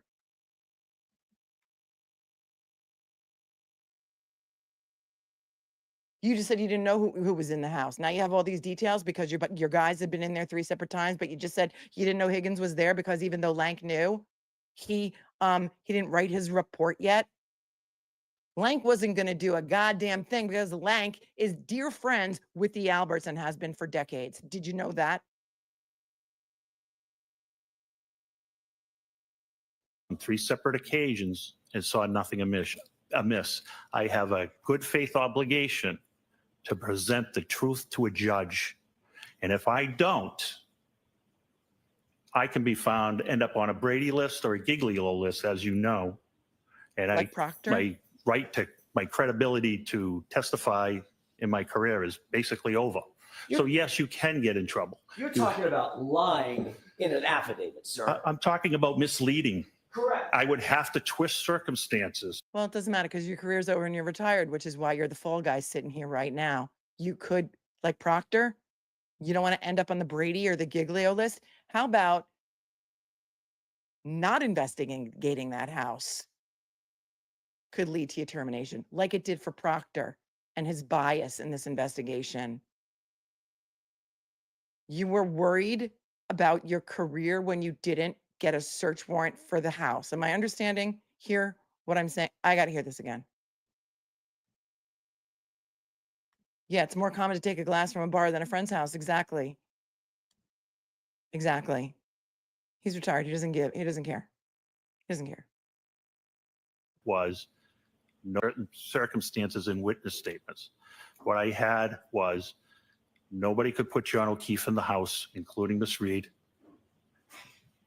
and that we had a glass where they were coming from a bar, and I had 3 separate.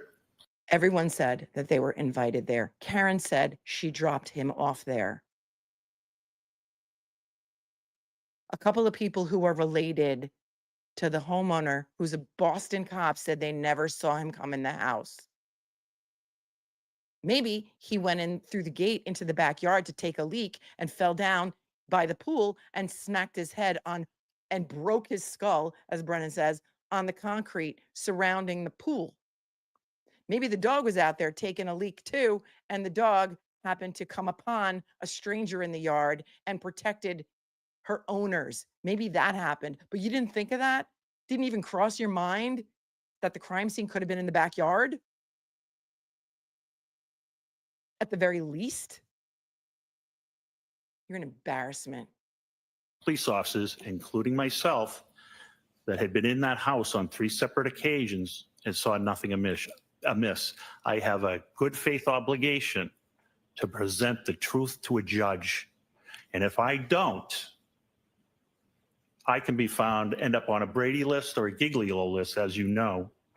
And It's the least of your problems. my credibility to testify in my career is basically over. So yes, you can get in trouble. You're talking about lying in an affidavit, sir. I'm talking about misleading. Correct. I would have to twist circumstances to have the right to search Brian Albert's house. We had no reason, and there's been no reason since. How about this? There's a dead guy on the lawn that looked like he potentially could have been in a physical altercation. How about that? Might that be of some concern to go inside the house and see if there was a struggle that started in the house? Yes or no? There's still no evidence to go into the house. You have a guy that's out on the lawn with no coat on. You think the coat might be inside the house? That might be a reasonable assumption? Yes or no? No, You got a not- guy Because Brian Albert's brother was my best detective. They would never do anything nefarious, Mr. Jackson. might be inside the house? That might be a reasonable assumption? Yes or no? no, You got a Not- guy outside with no shoe on. You think the shoe might be inside the house? That I- might be a reasonable assumption? I never saw Mr. O'Keefe. I wasn't aware that he Because you didn't didn't have his seek shoes. to find out the details. Other people knew every single fact that I just suggested at the time you walked in the house, correct? Objection. Sustain. The fact is you didn't seek a search warrant. I wouldn't, correct. I The wouldn't. fact is you never searched the house. That's correct. The fact is you never searched the basement. That's correct. The fact is you never searched the garage. That's correct. Backyard. That's all Did I he have. say that? Good, you Have you ever decimated learned him. one fact that would have justified searching that house? Not to this day. Objection, Your Honor. Not to this day. Sustain is to form. Strike it. You can put the glass in right now, Mr. Brennan. Thank you. Strike That his into evidence, answer. please. Not to this day. Exhibit 58. All right, Lieutenant, you're all set, sir. Thank you. You're all set. Your Did you next strike witness, that Mr. from the Brennan? record? I'd like to play clip 18, please. Oh, I'm sure he'll play another clip of Karen now. Thank Your Honor, leave it alone.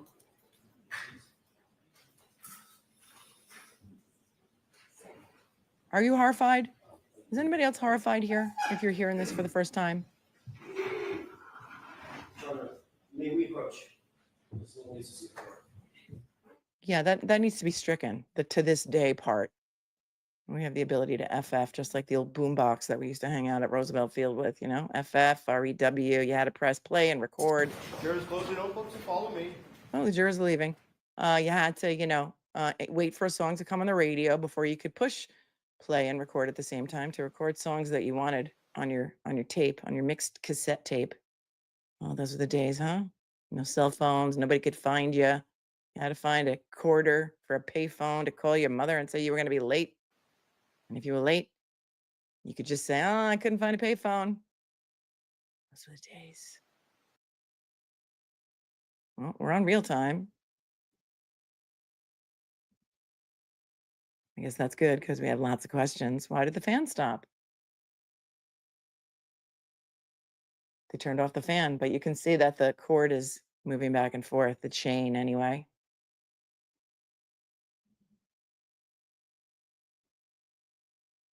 Everybody needs to take a better second dose of their blood pressure medication today because this is really, he's even more of a bumbling idiot than he was the last time.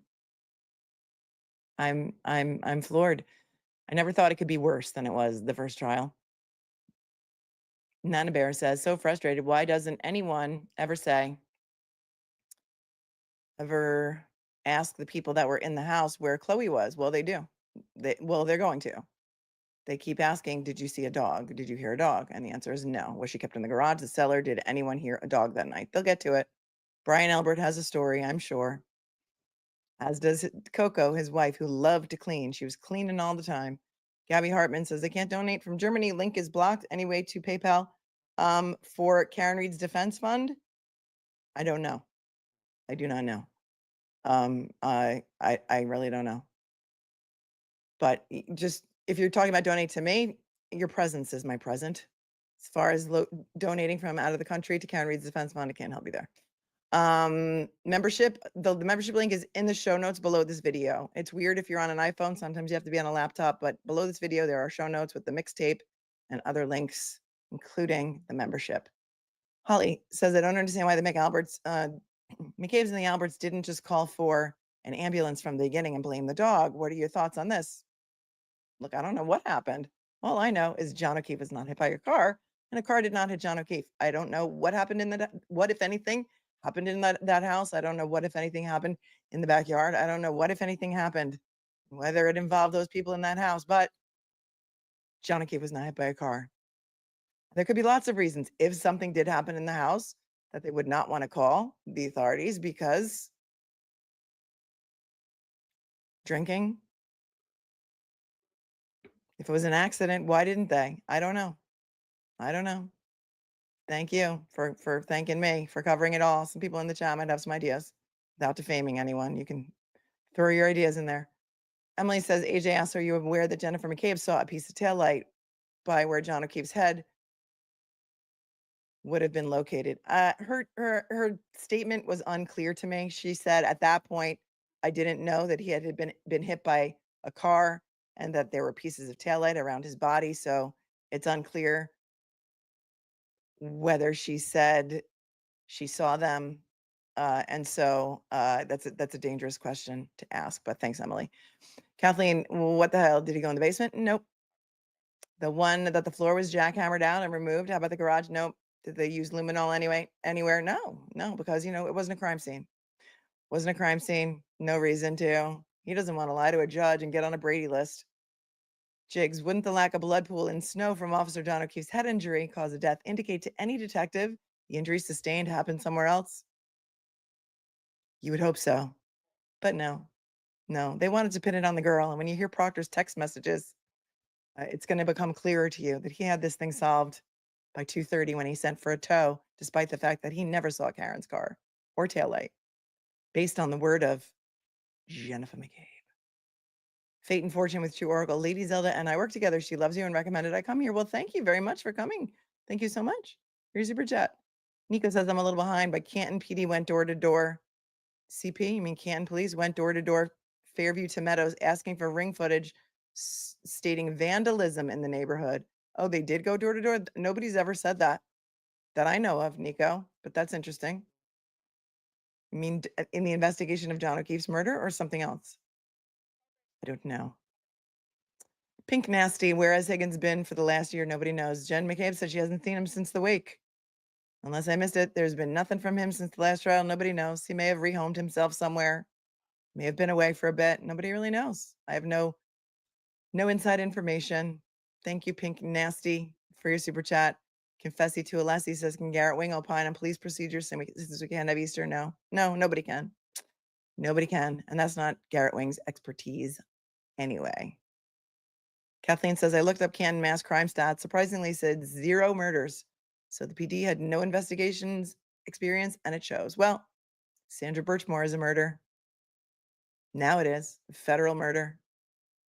I don't know if they've never had a murder in Canton ever, or that was for what year you were looking at. I'm not sure. And off the top of my head, I don't know the stats. Criminal Med, will this affect other cases he was involved in? Yeah, I think so. I think that would be a good faith basis, or maybe a good reason to have some defendants clanging on the jailhouse doors. Kimberly, that car should have been photographed before it was put on the tow truck. Yes, Kimberly. McNeil, have you ever had AAA come and tow your car? They take about 100 photographs of your car before they even touch it because they don't want to be responsible for the damage. And the tow truck driver is on the witness list. This time, he was not called last time. I don't know if he was uncooperative. Look, getting a tow contract with the MSP is probably a really big deal. And so he probably would not want to jeopardize that. However, of course, they're supposed to photograph it. And guess what else? Proctor and Buchanan both had phones in their pocket when they got to Karen's parents' house in Dighton, and the car was in the driveway, ass out, as Betterow likes to say. She wasn't hiding it in a garage. She didn't bring it to a body shop. You are unmuted. They didn't take a picture either. Strains credulity. All right, I'll see counsel at sidebar, please. Please be seated, court is in session. Lady Zelda Kelly is here for context. The Vice President of the United States makes $284,000 a year, and these jokers make much more, including Hank Brennan. That will make more at the end of this. Thank you for thanking me. Appreciate you. Cheryl, how does a town with a population around 25,000 have law enforcement paid $300,000 a year? It's insane, and I would be outraged at the incompetence versus the cost. Yes, you're picking it up. Thanks for tuning in from Canada. Midnight Mike said he wishes he could crawl into a solo cup and hide. Well done, Mike. MCTD Mama, if procedure was common knowledge, there would be no need for officers to be post-certified. This is insanity. Oh, it is. Welcome to the insanity. Slow Ride gifted a membership. Thank you so very much. Christine says, He said that they both had Arlo, and now he's saying that he doesn't. I thought that too. I thought he said we had the same kind of camera, and then he backed away from that. Interesting, right? Thank you, Mo S, for your compliment. I appreciate you. Let's bring them in, please. Bringing back the jury. This is real life, Allison. It really is. I know it feels like the Truman Show. Cross between Truman Show, Handmaid's Tale, Under Her Eye, Praise Be, and Jury Duty. Schmitty says, I think he asked the dumb questions to buy time to answer. Thanks, Melissa, for your super sticker. And thank you, Chelsea Work, for your super sticker. Who's next? Mustard Sandwich says, this is breaking my brain. My toddler does better pretend police work than this man. I am sure. Suspicious Albert Rock says, I wish AJ could show a case where proper investigation was done by Canton and compared to this one. We watched a trial. Dr. Harry Turk was on trial for the murder of his wife, Katie McLean. They know how to do that investigation. We've also been over the Brian Walsh case at length. Same investigators, they know how to do it. Actually, Turk was not Canton PD. I take that back. Same MSP investigators. Walsh, was Walsh Canton PD? I don't think it was either. MSP. Hank Brennan's faux outrage says, Bev, this is exactly why we need Michael Easter. Glamasu's, good morning. Says Gallagher guided Trooper Paul through the crime scene. Karen Reed's not guilty verdict says this is like a Three Stooges investigation. Oh yes, oh yes, oh yes it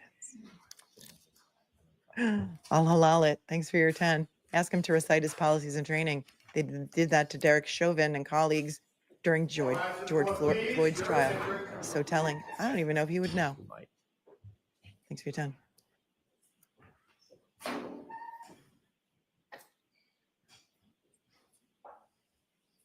MC, KT.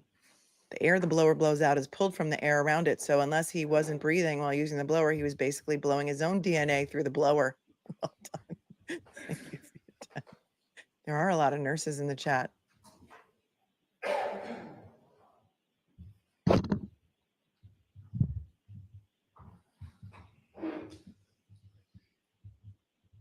I think Chloe left with Caitlin and Tristan, no bark.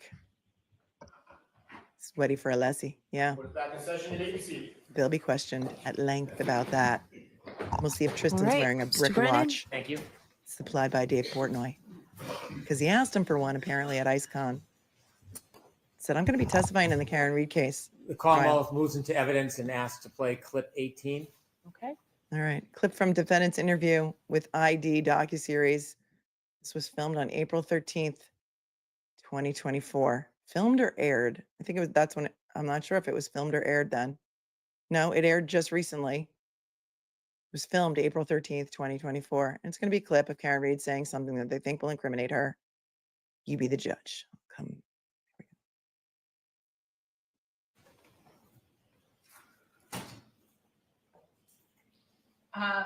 So when John got out of the car at Brian Albert's house, he took my full vodka soda, which is sitting in the cup holder. John took my full vodka soda when he got out of the car, which was sitting in the cup holder. I knew when I watched this documentary, that was going to be a clip that they would absolutely play.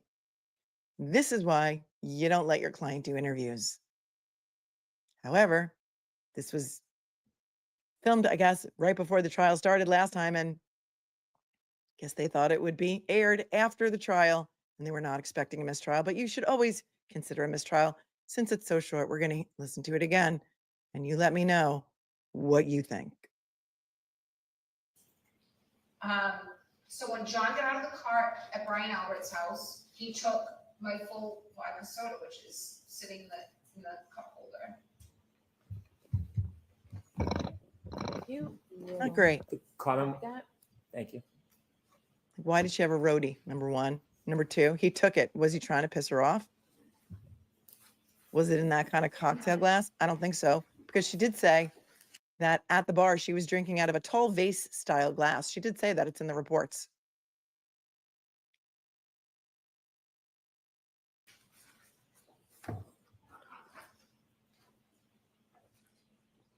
Because that's not the glass she was being served vodka sodas in, by the way. All right, your next witness. I don't even think that One more, cocktail glass please, would Your Honor. fit in The a cup Commonwealth holder. moves into evidence and seeks to play clip number 17, please. Okay.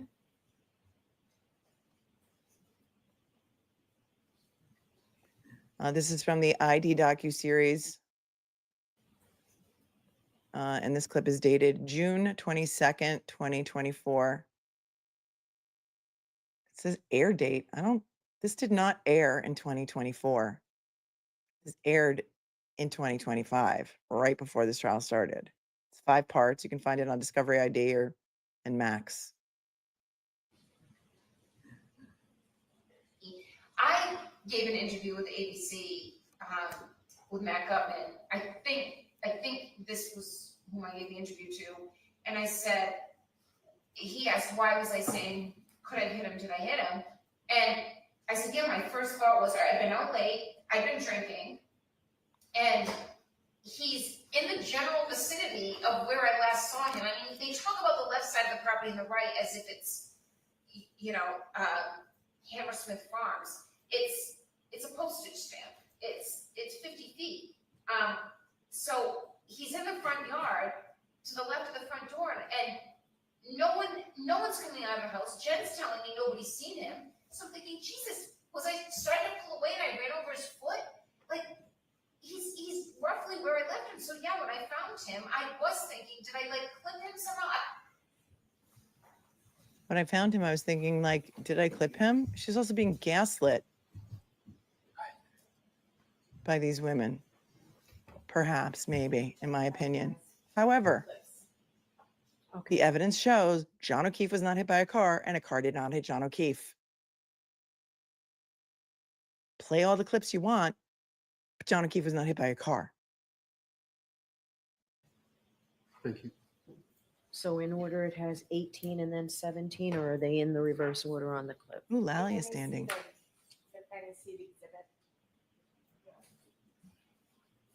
This one exhibit contains clip 12, clip 12A, clip 16, clip 17, and clip 18, all which were previously introduced. I think it's a normal thing to wonder too, because your mind would never go to somebody else did this. Friends beat the bejesus out of them and left them to die. Thank you. Put them out there. Your next witness, Mr. Lally. Yes, Your Honor. Commonwealth call Mr. Robert Gillman to the stand. Okay. Who's Robert Gillman? And Lally's back again. Lally's back. Tell a friend. We're Scooch behind. He's an expert. The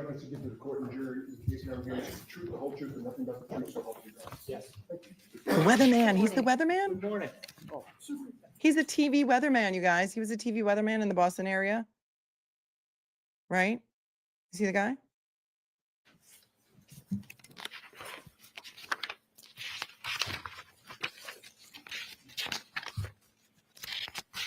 All right, Mr. Lally, whenever you're ready.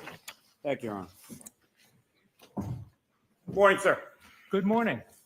Could you please introduce yourself to the jury, stating your last name, spelling your last name for the court? Good morning. My name is Robert Gillman, Gilman. And what is your occupation, Mr. Gillman?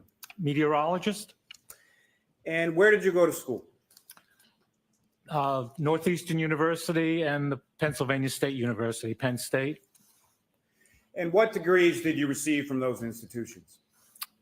I received a Bachelor of Science in Earth Science and in Meteorology.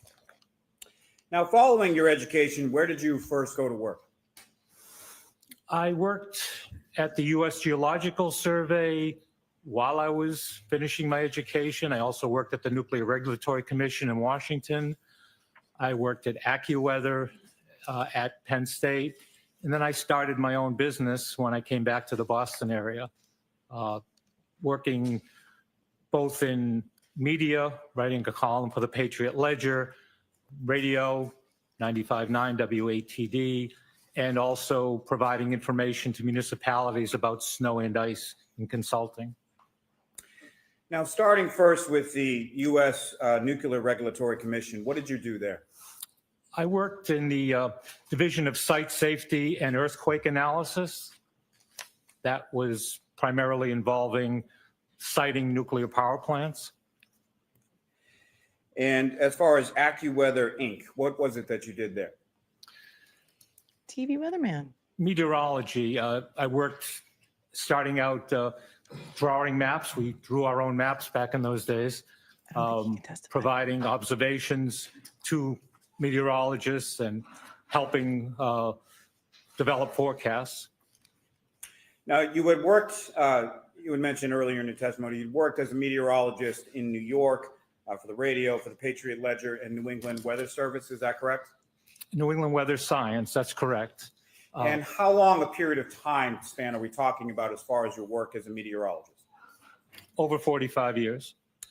Now, if you could explain to the jury just in general terms, what is meteorology?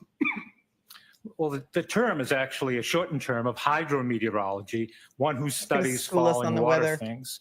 And it's a study of the atmosphere. Now, in your work as a meteorologist, what are the different types of data that you study and examine? Mostly measured data such as temperature, humidity, wind, precipitation, but also sensing data with satellites that orbit the Earth and with radar that shoots electronic beams out and comes back and forms images that we can analyze. Now, beyond the satellites and the radar, where does that other data come from? Well, the observing stations generally are at airports, for instance, but they're also at utilities, and there are private networks.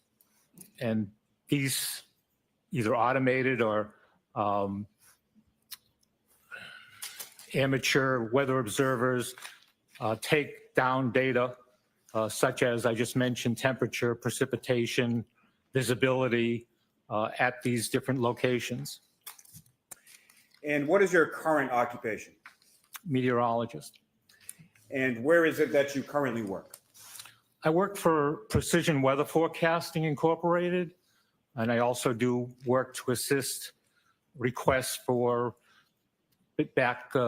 past weather data, both for clients of ours at Precision Weather Forecasting and other requests for weather data. And is that a company that you started yourself in conjunction with other people? Yes, thank you. It's a company that we founded, my partner and I've been working with meteorologist Bill Guile for 30 years. We're both local, and we found that we had a lot of interest together. I don't stay up 24/7. He stays up overnight a lot of times, and we work much better, on that shift kind of work during the day, answering questions of clients about snow and ice especially. So we formed our own corporation, a Massachusetts corporation, in 2016. And how long, even prior to the incorporation in 2016, how long have you been working in that capacity for building that company? Oh, I would say over 45 years, going back to 1979, 1980. And what type of service does your company provide to your clients? Precise snow and ice information. I own the website snowandice.com. Congratulations And on our getting that domain name, Clients sir. depend on very local, precise snow and ice guidance. It's for safety. It's for Snowandice.com has entered the chat. efficiency, environmental concerns of not putting down a lot of chemicals when snow is going to change to rain, that kind of thing. So we're giving very local, precise weather information to help anyone that has snow and ice management concerns. And if you could expound upon that just a little, sir, as far as what types of data or information is it that your company provides? Mainly precipitation timing. when snowfall might begin in a particular place, the intensity of the snow, whether it might be expected to change to ice or rain or go back to snow or ice to help with those kinds of operations. And where does that data or information come from? As meteorologists, we develop it ourselves. It's all in-house. We take a variety of different data from numerical modeling, guidance products, and observational information and develop the forecast specifically for the client. And as far as your clientele is concerned, to whom are you providing this data or information? We work for most of the towns and the city in Norfolk County. We work for the largest cities in Massachusetts, some of the largest colleges and universities and other facilities, hospitals. And what is the purpose of you providing that information to the clientele to whom you give it to?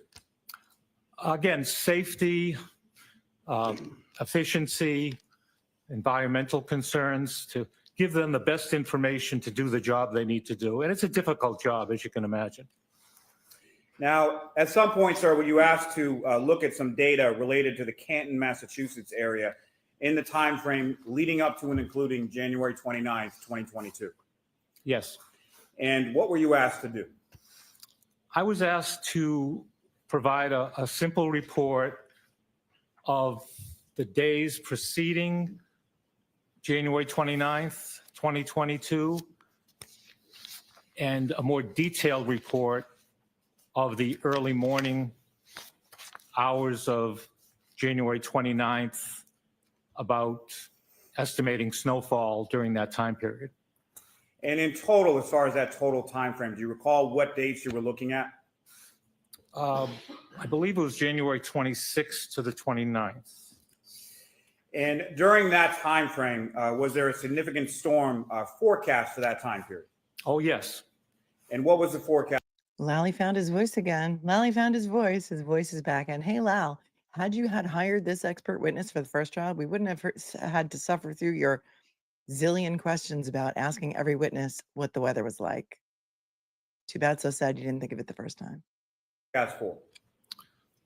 Well, the forecast for the first couple of days was dry and very cold to bitterly cold.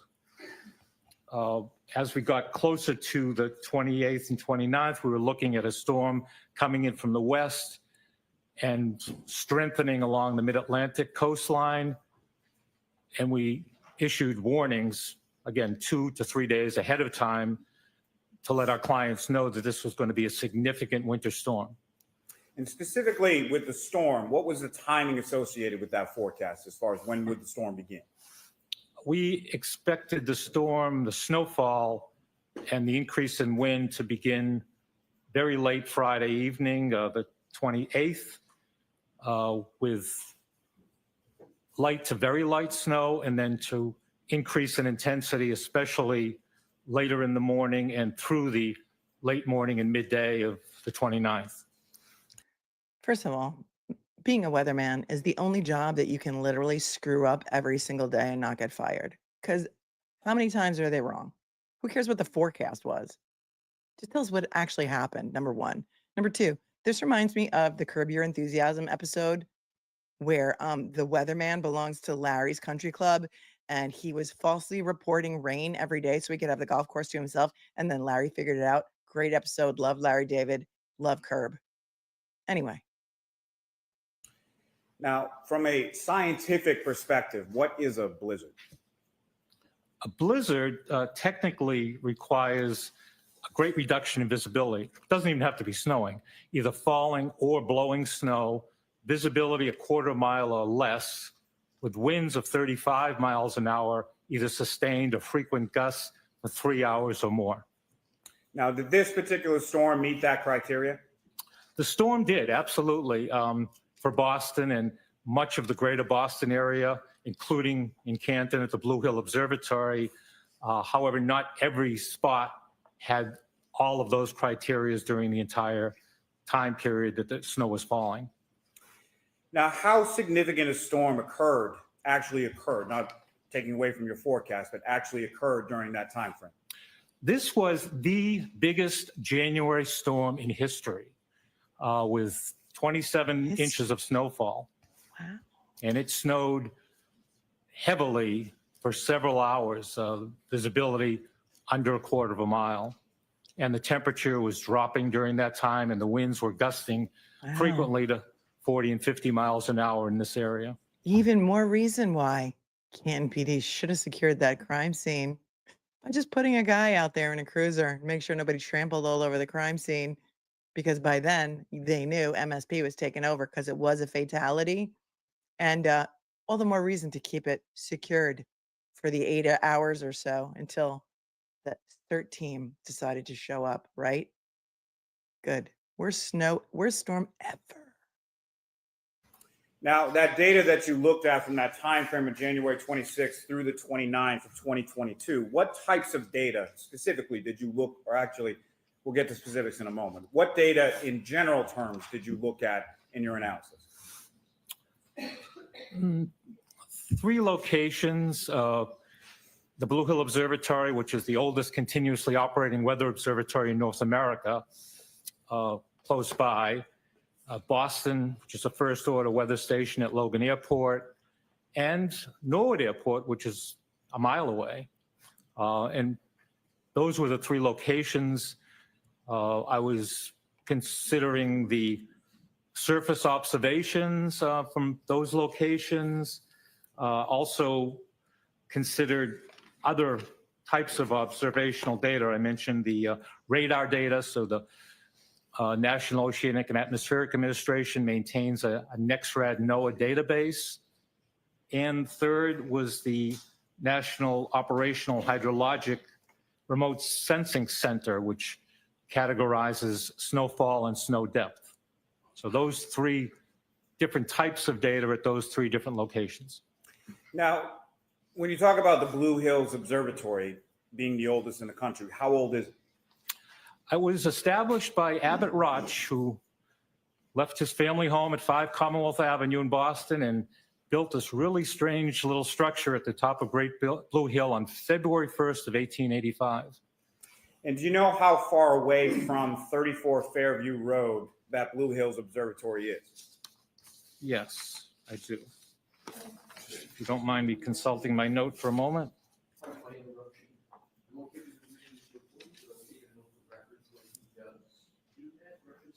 So what are you reading, Mr. Gillman? I'm reading notes I took on measurements from Blue Hill to Fairview, and that's. Has that ever been turned over to anybody? Yes, I'm okay with your honor, I just wanted the record to know. yes, that's why I asked him what he's reading. Don't be mean to Mr. That would be Alessi. 7 miles. And the Norwood Airport, how far again is that, or how far away again is that between Norwood Airport and 34 Fairview Road? 1 mile. Now, these measurements that you used in your analysis, are you familiar with how those measurements are taken or how they're done at each of those 3 locations? Yes. And can you explain to the jury sort of how those measurements are done or how those calculations or the data is collected? Sure. Boston, again, is a first order station. It's equipped with automated equipment. It's called ASOS, Automated Surface Observing System. And it takes measurements of temperature, visibility, wind, humidity at very frequent intervals throughout the 24-hour day. It also collects precipitation, which isn't easy if you think of Logan Airport being out in the harbor and trying to collect every raindrop in that environment. But they have a very sophisticated. I don't know how far Canton is from Boston, but I would say that the weather may be different in Canton than it is in Boston. I don't know. I'm just saying. I'm just spitballing here. Rain gauge system that actually does a fairly good job of collecting precipitation. Moving on to Norwood Airport, very similar. It's not as high a caliber a station as Boston is in terms of the frequency of observations or the complete set of data. Blue Hill Observatory is a special case indeed. Indeed. It had been manned for most of the day for many years. The former observer is still alive and well in Hingham, Bob Skilling. For the last Praise be. several years, 10, 15 years or so, it was an ASOS system that I just mentioned. But in recent years, that was cut back. So there are observers that are there and they take observations when they're there, and they take automated observations otherwise and take a record of that. They observe. But it's not on the, for instance, the FAA network, Federal Aviation Administration. Weather data, of course, is extremely critical to aviation, and they have a network of weather data. The Blue Hill Observatory currently is not on that network. Now, how the data is collected or calculated at each of those respective facilities, is that how it's standardly collected within the industry? Yes. And is it a routine both in your practice and in your meteorological industry as a whole, relying on that type of data and the way it's collected? Yes, there are standards established. I'm a member of the American Meteorological Society, the Professional Society of Meteorologists, and there are standards that are established on taking weather measurements. Now, may I approach, Your Honor? Yes. Lally's back with another snooze fest. Sales manager has grave concerns of Canton's ability to process a crime scene. Yeah, well done. Thank you. Gilman, Your Honor, may I remain here just Sure. a moment? Mr. Gilman, I'm handing you a series of, I believe, about 6-page documents. You recognize that? Yes. Back a little bit more so the jurors can see the witness, please. Wait, does he have the baby shark hairdo? You Hold on. recognize that, sir? Yes, I do. What do you recognize that? This is a local climatological data Wait, we have to sheet see if he's got baby for- shark today. Hold on. Come back, Lally. Come back. Come back. Come back. Can we get a good look at it? You remember when your kids are little and they're in the bathtub and they have the bubble bath hair and they make a little shark fin? That's Lally's hairdo of choice, or some may call it a hair don't. I think Lally thinks it's a hairdo. Let's see if he does. And all I can think of is baby shark. Remain here just a Sure. moment. Yes. Mr. Gilman, I'm handing you a series of, I believe, about 6-page documents. You recognize that? Yes. Back a little bit more so the jurors. There, can see he's the got a little witness, baby please. shark. There it is. Baby shark in full You effect. recognize that, sir? Yes, I do. What do you recognize that? This is a local climatological data sheet for January 2022 for each day. And I believe there's, as I look through it, hourly reports of weather observations, especially for January 29th at Norwood Airport. And this is published by the U.S. Department of Commerce, NOAA, the National Environmental Satellite Data and Information Service. And at least in part, is that the data that you were testifying about before, as far as the data that you relied upon in your study? It's one element, that's right. And again, I put a lot of strength to this data because it is in such proximity to Canton, to the location we're concerned about. Your Honor, the Commonwealth will seek to introduce and admit as the next exhibit. No objection, Your Honor. Exhibit 60. Again, how is it that John O'Keefe died? Can anybody tell us how John O'Keefe Your Honor, died? with the court's permission, may I return what's now been marked as Exhibit 60 to the witness? Yes. Thank you. Thank you to the viewer who pointed out that a younger jury will recognize So, gas Mr. light. Gilman, starting with snow accumulation, during the period that you were looking at, what is it that you found? The snow began to accumulate during this winter storm. And by the way, I think I can use the term nor'easter, blizzard, bombogenesis, bomb cyclone, winter storm, all referring to the storm event of the 28th, mostly the 29th. The first snowfall began late in the evening on the 28th and continued into the 29th. Just starting with that snapshot of the evening of the 28th, how much snow accumulated on the 28th before turning the page to the 29th? Very little, enough to track a cat, 0.2 of an inch. Enough to Now, track. with reference to the cat? 29th, were you able Like to? a cat, like a feline. Hold on. On the evening of the 28th, how much snow accumulated? 29th. Just starting with that snapshot of the evening of the 28th, how much snow accumulated on the 28th before turning the page to the 29th? Very little. Enough to track a cat, 0.2 of an inch. 0.2 of an inch. That's how much snow had fallen when they were leaving the waterfall, because that was still the 28th.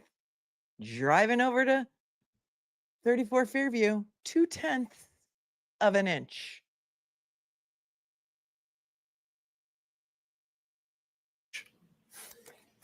Now, with reference to the 29th, were you able to determine from that data sort of the hourly snowfall as it came down? Yes, as the hourly precipitation data, temperature, and other information was reported, I was able to analyze it each step of the way as the storm progressed. And from your analysis, sir, could you describe to the jury, sort of going bit by bit, what was that hourly snowfall for the 29th? As I said in the report, it's estimated that as it began, it was on the order of 0.3 of an inch an hour on the 29th until 1 o'clock. And it stayed in that light range. And anything under an inch an hour of accumulation is termed light snowfall. So that by 3 and 4 a.m. we were looking. So by 1 a.m. it had accumulated another 0.3 of an inch. Somebody said, don't they measure inches in 16ths? I don't know. I'll take your word for it. So by now we've got 0.5 of an inch. It's been a long time since I converted fractions, but that is 1/2 of an inch before 1 a.m. 1/2 of an inch before 1 a.m. at whatever place he's taken his measurements from, the observatory. He was hit, remember, this time, according to the Commonwealth, at 12:31. Maybe not even 1/2 an inch on the ground.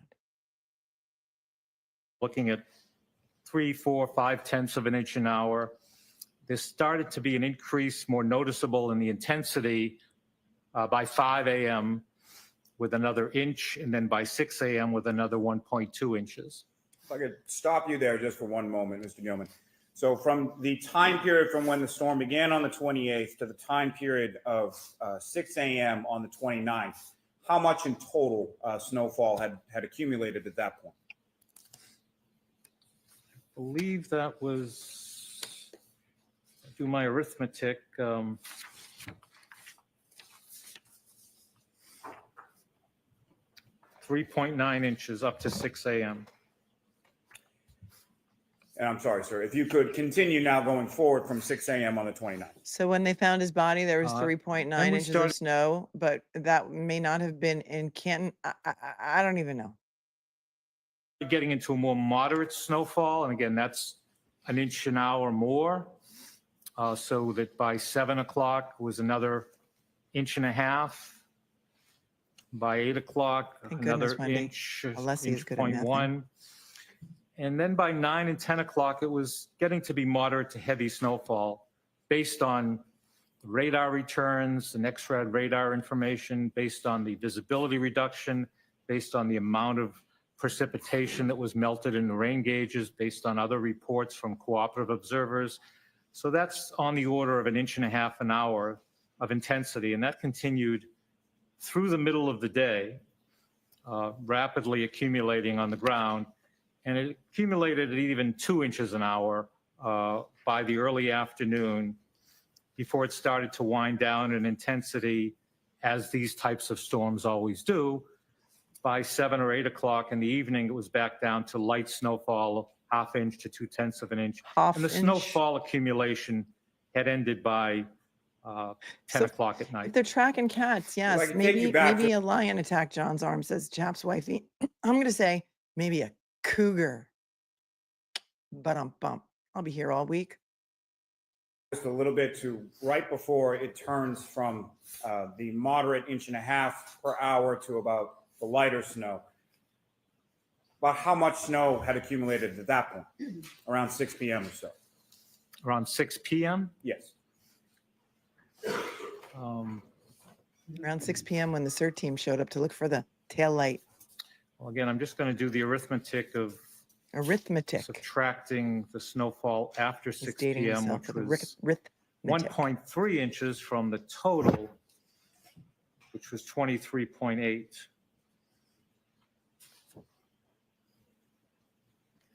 $23.8, right. Look at Teacup Kraken coming in with less than 2 feet by 7:45. That arithmetic. Really, you should have done your arithmetic 23.8 was the total snowfall. before you came to the And stand. 1.3, And the taillight pieces were sitting on top of the snow. 22.5 inches. So that's 22 and a half inches, just short of 22, excuse me, just short of 22 and a half inches by 6 p.m. Is that correct? That's correct. And what was the total snow accumulation from the storm in its entirety again? 23.8 inches. So just short of. Okay, so just in case you're keeping track, at the time of the accident day, the alleged MVA, we call it a PKD in the biz, pedestrian knockdown. At the time of the PKD, which was 12:31 a.m., there was less than a half an inch of snow on the ground. That's where those taillight pieces, if there was a PKD, would have been located, right? On top of perhaps a half an inch of snow. Then by the time it was something like 2 feet of snow, after the crime scene was left unsecured all day, all of a suddenly, as somebody like Brennan would say, supposedly, there was giant pieces of red taillight on top of 24 inches of snow. Make it make sense. Make it make sense. I bet you can't. I bet you can't. No one can. You're being gaslit.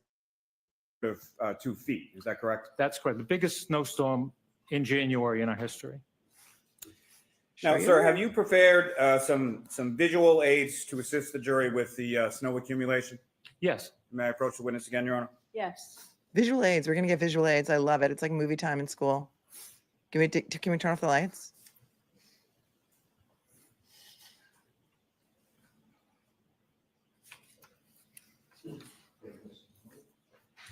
Mr. Gentleman, showing you 3 documents. Just ask you to look at those for a couple of finish.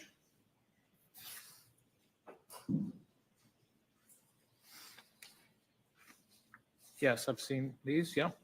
And what do you recognize each of those 3 to be? The first one is a storm warning report that was sent to our clients in this area regarding the upcoming snowfall, winter storm.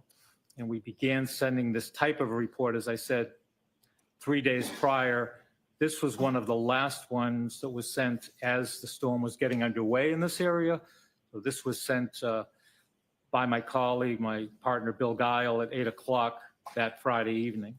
And it's a detail of when the snow is going to start, when the first inch will be on the ground, the total snowfall, the duration of the storm, and what's going to happen after the storm, which is also critical for our clients to know how to clean it up and what kind of post-storm conditions as far as temperature and other things to consider.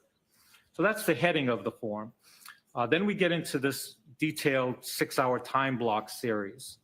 And of course, that begins at 6 p.m. to midnight, since this was issued at 8 p.m. And we talk about the weather conditions and how much, if any, snowfall. I don't mean to interject, but just you recognize what's on that, and that is a forecast that you sent out, correct? Yes. Our company sent out, my partner, Bill Guile, actually sent it. Where's Stormfield? Why can't Stormfield be part of your company? Where are my New York friends that remember Stormfield? Is he still a weatherman? I don't know. My mind is wandering because this is really boring. These are John O'Keefe was not hit by a car. I don't care how much images snow there was. taken from one of those 3 sets I talked about. The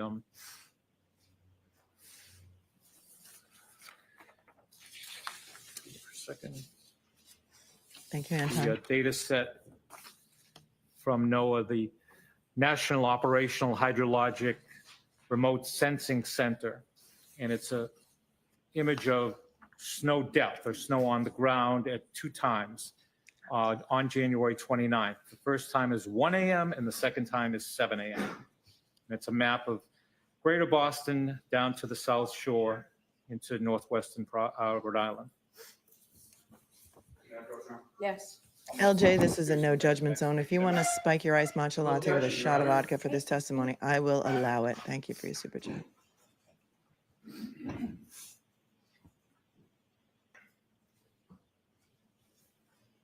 That's right, Cubert. Cubert knows. Only 2 to 3 inches of snow here in Canton at 6:30 a.m. Storm didn't get bad until noon. Thank you. 61, 62, and 63. And again, Your Honor, may I return those to the witness? Yes. Thank you.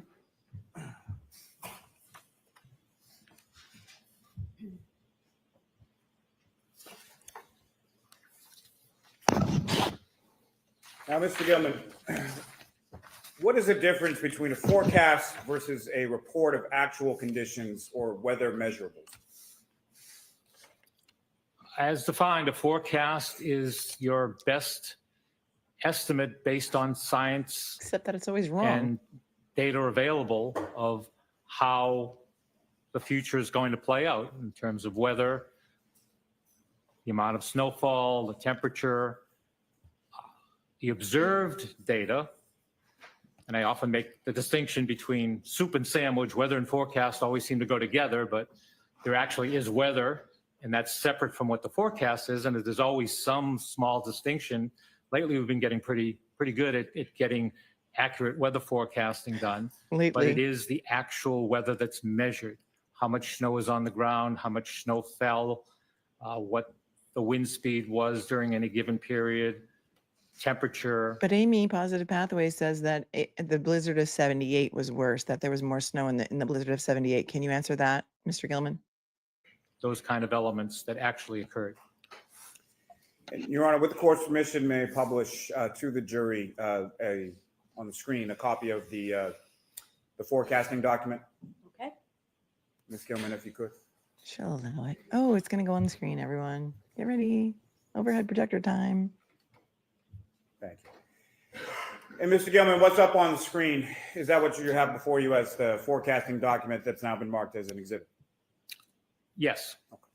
And if you could, directing the jury's attention from left to right as far as the columns go, if you could walk the jury through sort of what we're looking at in this particular area. Do they need Sure. snowshoes? So below the heading, I think I defined the heading just before, we have these 6-hour time periods. So the columns are the day, in this case, today being Friday in this forecast, the weather, the amount in inches, that would be of snowfall, the temperature, that's the air temperature, and air temperature is taken 5 feet above the ground in a natural surrounding.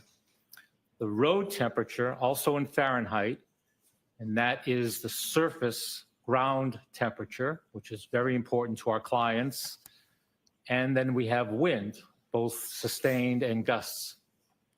Below that, we have special notes to amplify our message.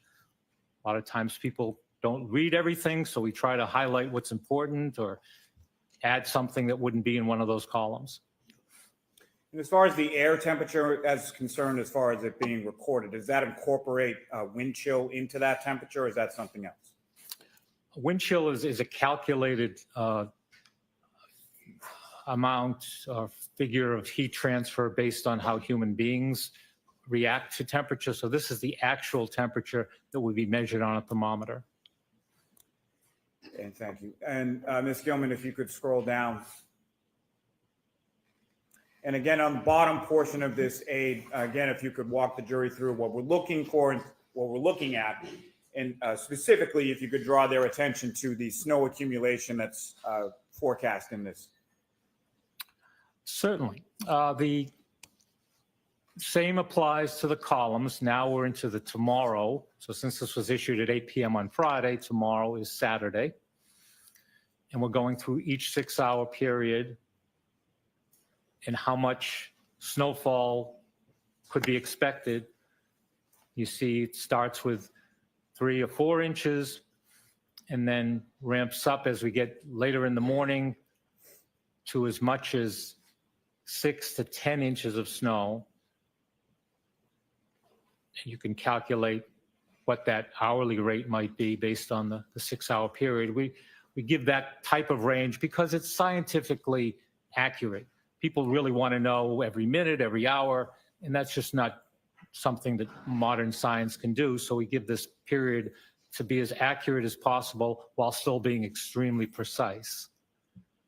7 to 9 inches during the afternoon period, and then it winds down to 2 to 3 inches toward midnight.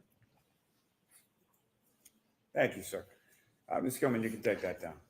Well, I'm glad we clarified that. Nodding affirmatively says he Now, said it was the biggest storm Mr. in Gillman, the snow- January, and the blizzard of 78 was in February. I'm so glad we cleared that up. Thank you so much. Can they ask him how long to die in cold? That would be actually probably the most important question here. And whoever said that, I wish I could give you credit, but the chat's moving quickly, even though I put it on a really slow speed. Well done.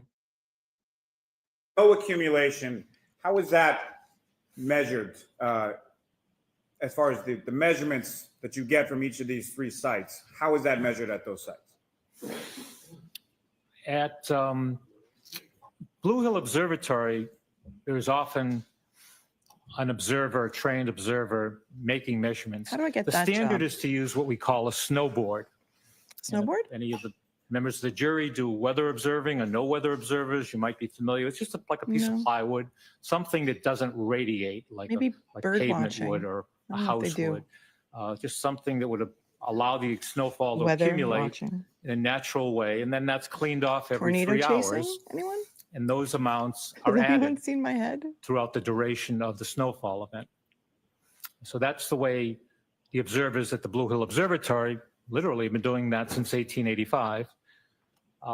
Is When it you still the come same to observers since Logan 1885? Airport, you don't have an Somebody find out how much they pay to be a weather observer at Blue Hill Observatory, because I need to know the answer to that question. Are they hiring? observer right there. There was Do you back just in stay the, awake all night? before the 70s, 80s, around that time period, before ASOS came into play.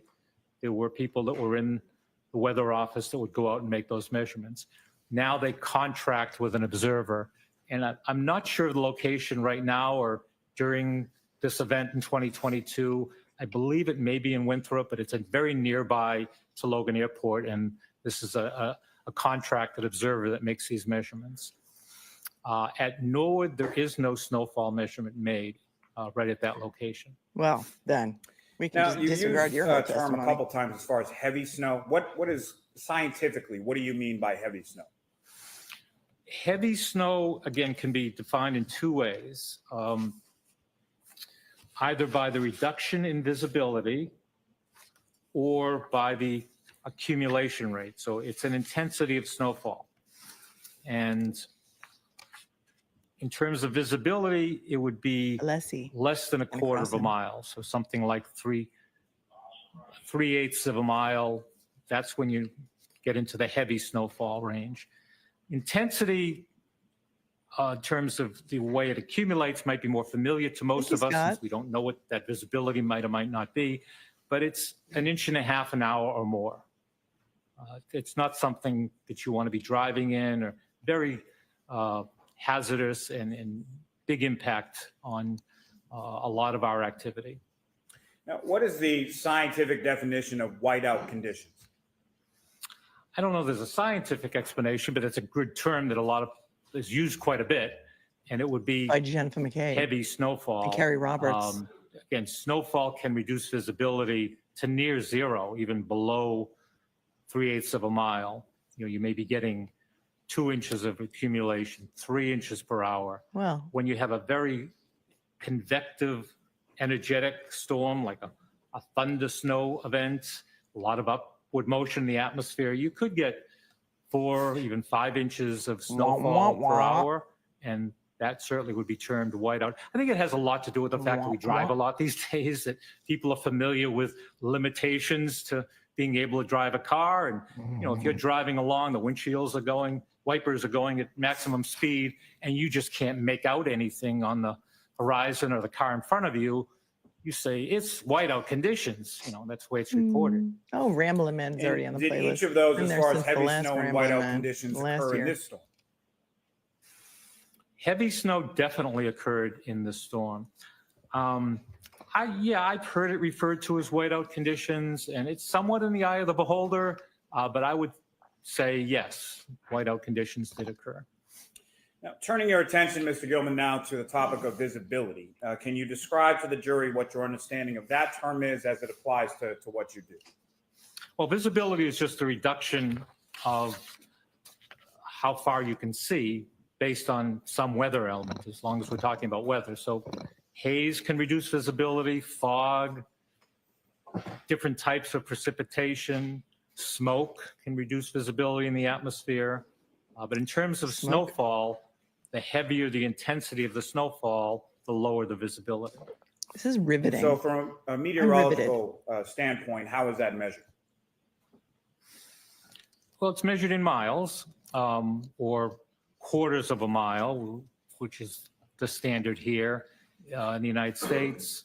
And Nothing, Dave. sometimes see it in eighths of a mile, but generally with these automated systems, it would be 3/4 of a mile or half a mile, or as the snow intensity lightened up quite a bit, it may go up to 7 miles. I've seen snow falling at 10, even 11-mile visibility, which you'd hardly notice if you were out. Personal anecdotes. We're That's not so much of a interested. reduction in visibility, but it can come all the way down to near zero.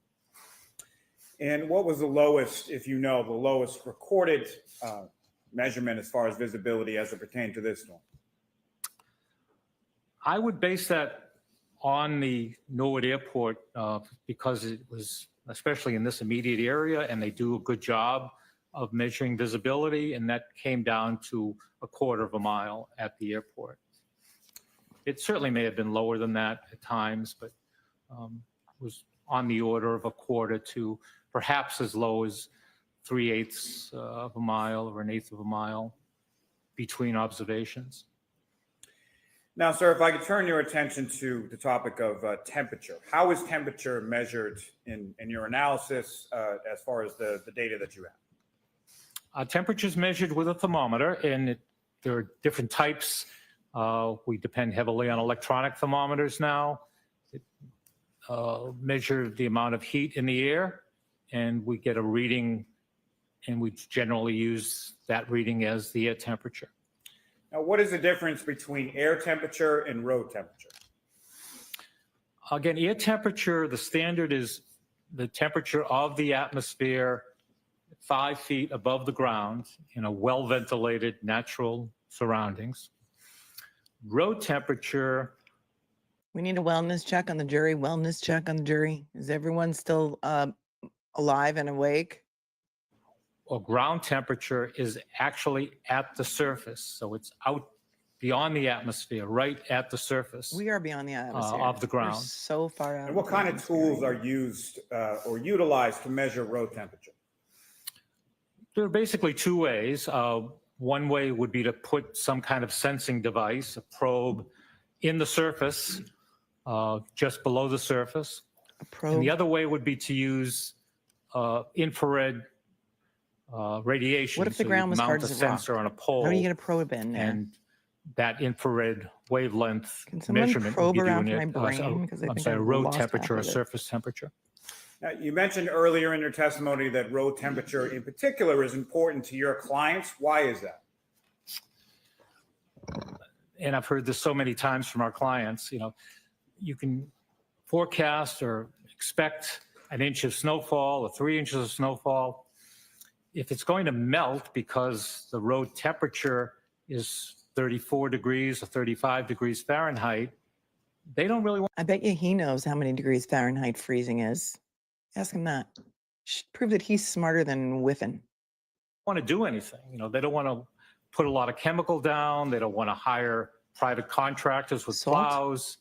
Whereas if it's going to accumulate, especially on the road surface, they need to be prepared. And there's so much demand now on having black pavement during winter storm events. There's so many automobiles on the roadways in this area that each of these municipalities is constantly under demand to make sure they do the best job they can. And in order to do that, they need to know what the road temperature is going to be or the ground temperature is going to be in order to best have snow and ice operations to meet those demands.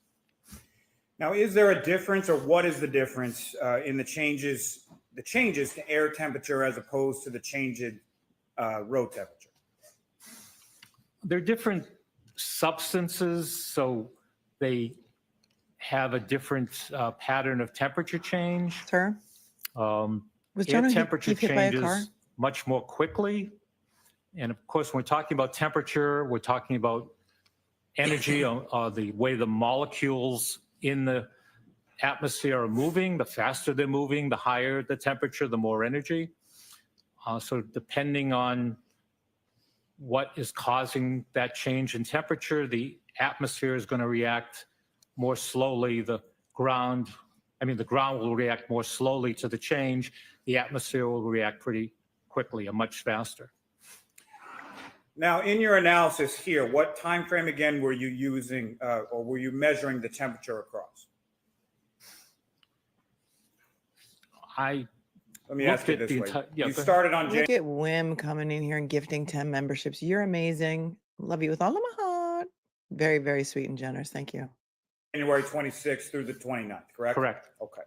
And why is it specifically with temperature that you started on the 26th as opposed to anything else? I was asked to start at the 26th, and I said that that's a good way to go because it establishes. Did anyone make a motion to speed him up? Granted. I'm going to do that sua sponte. Let's put him on, I don't know, 1.5 until we catch up to real time, which is only a couple of minutes. There's a period of seasonal freezing ground. It Seasonal typically depression? happens Seasonal in this affective climate disorder? in the midwinter that our ground It's real. freezes. So if you look a few days before, you get a good sense if that was the case. I mean, there have been winters, there have been months of January in recent years that we've reached 60, even 70 degrees, and nothing is going to be frozen during that time. This was not the case in late January of 2022. It was an unusually cold period, and it was important to record that. Now, can you describe to the jury or lay out for the jury the temperature readings throughout that period of time that you analyzed? Yes. I'll start with the 26th and just go without going through more than just a day high and low. A high of 28, a low of 12. On the 27th, the high was 27 and the low was just 9 degrees Fahrenheit. On the 28th, Friday, the high temperature reached 36 and the low was 22. And then on Saturday, the 29th, the high temperature was 29, the low was down to 15.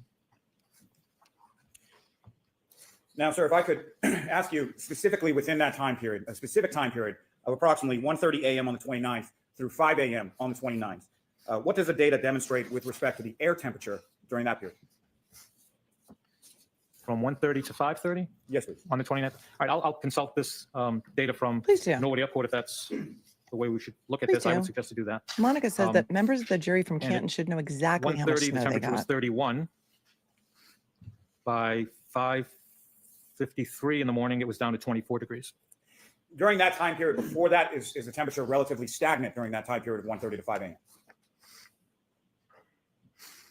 Before that time? During that time. Oh, during the early part of the time. Again, this is right at Norwood Airport. It might have been a little bit colder in Canton. It certainly was colder at the Blue Hill Observatory, but I don't have a lot of that, so I'm using this. Sure. So based on this, it was pretty steady through around 2 in the morning. And then because of the nature of this type of storm, it's deepening rapidly. It's low pressure offshore. So the wind tends to back from the northeast to the north-northeast to the north. And that backing wind starts to draw air rather than from the Gulf of Maine, the Atlantic Ocean, the harbor, more from northern New England and Quebec. So that's a tendency of all of these winter storms to tend to get colder as the storm intensifies. And that's what we see starting to happen as you get toward 2:30 in the morning, and especially 4:30, it's down to 28, 26, and then down to 24 degrees just before 6 in the morning. And that temperature sort of fluctuation or lack thereof, is that consistent with what you would expect in this type of storm? It's exactly what I would expect. And this is a classic winter nor'easter, and that temperature drop is part of that. Mm-hmm. And lastly, sir, if I could just take you back to the road temperature you were talking about before. How would you describe the temperature readings generally from the 26th through the 29th as far as what type of temperatures were recorded during that time frame that you just testified about?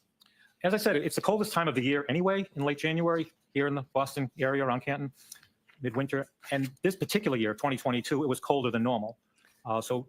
Exactly. And this is such a great point. Snowing is not common knowledge. The weather in New England and the county is not common knowledge for a jury, but police procedures are. Thank you, Collusion, not Collision, for pointing that out.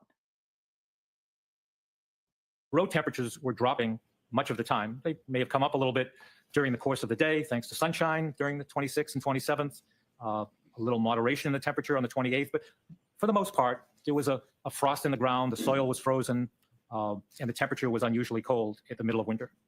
And what impact would that have on the hardness of the ground over that time period? Hardness of the ground. Well, again, the ground was frozen, the soil was frozen, and the surface of the ground was frozen. And it would have made the ground impenetrable, that hard. Really? As hard as too difficult. You wouldn't be able to dig in the ground.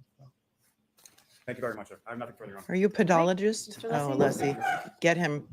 We call him Bobby Scissorhands Alessi because he's going to slice him up in a really nice way. Yes. Thank you. They're trying to say the ground was hard as a rock, and that was what caused him. That is what caused him With regard to, to break his skull. Those are Brennan's words. Break his skull. Mr. Lally and myself, we have agreed, I'd like to address the court with a stipulation and with regard to the document we stipulated into evidence. Yes, Your Honor, may we approach this very briefly? Oh, we're almost up to real time. Look at us. Here's the fan again. Thank you, Your Honor.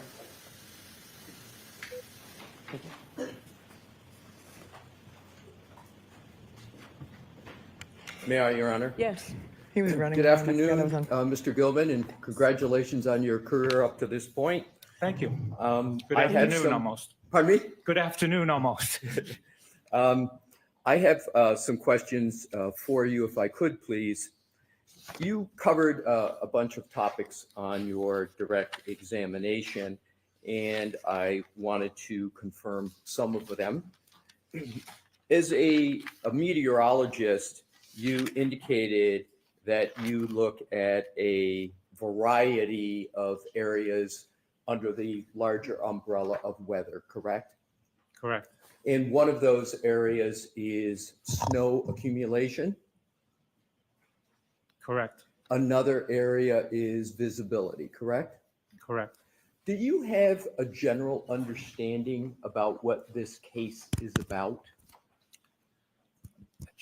Let me ask it this way, as He's repeated regards that. He's like, weather, a general understanding. Listen to the hot mic. a general area is visibility, correct? Correct. Do you have a general understanding about what this case is about? Listen.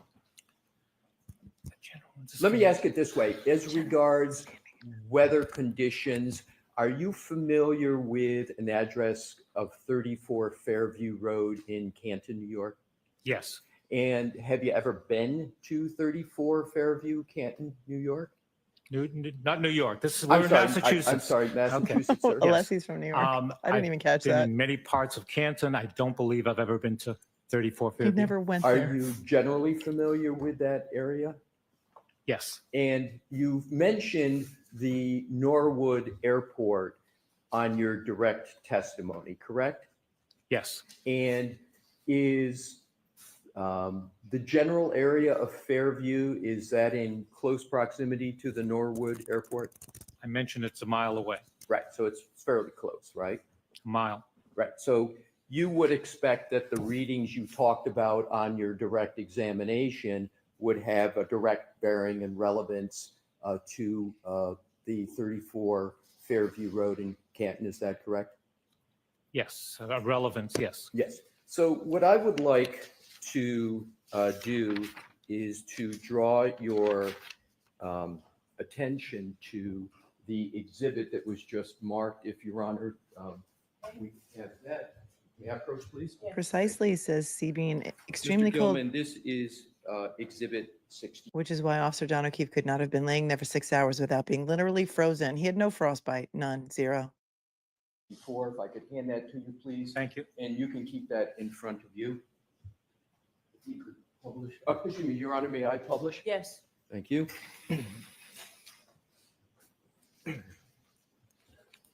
If you could enlarge, just, not the whole thing, just the chart up above, and make that as large as you could for the jury, please. Go, Bobby, scissor That's hands. very good, thank you. You see where we are, and Mr. Goodman, you can either look on the screen or look on the document, whichever is best for you. Thank you. You're welcome. So let's start with the top, which is estimated hourly snowfall ending at. This is for January 29th, 2022, correct? Yes. And what does not appear on this chart, but I want to make sure I can get this as accurate as possible, would it be appropriate to, before 1 a.m., to add a 0.2 for what you mentioned on direct for midnight? You mentioned there was a little bit starting and there was a 0.2. Is that correct? Did I hear that correct? If you want to get the total for the snowfall event, yes. Okay, so we'll just have, if you will, an imaginary 0.2 up at the top. We're And what I'm imagining going to lots do, of sir, things is I'm right going to now. go through the hourly snowfall, because there are times that you have on your chart that are relevant in this matter. So let's start with, and just do it chronologically by time. And what I'm going to ask you to do is to do a little bit of math as we go through. If you need a calculator, I think it's going to be fairly straightforward math for someone with your skills, but take your time when we get through it.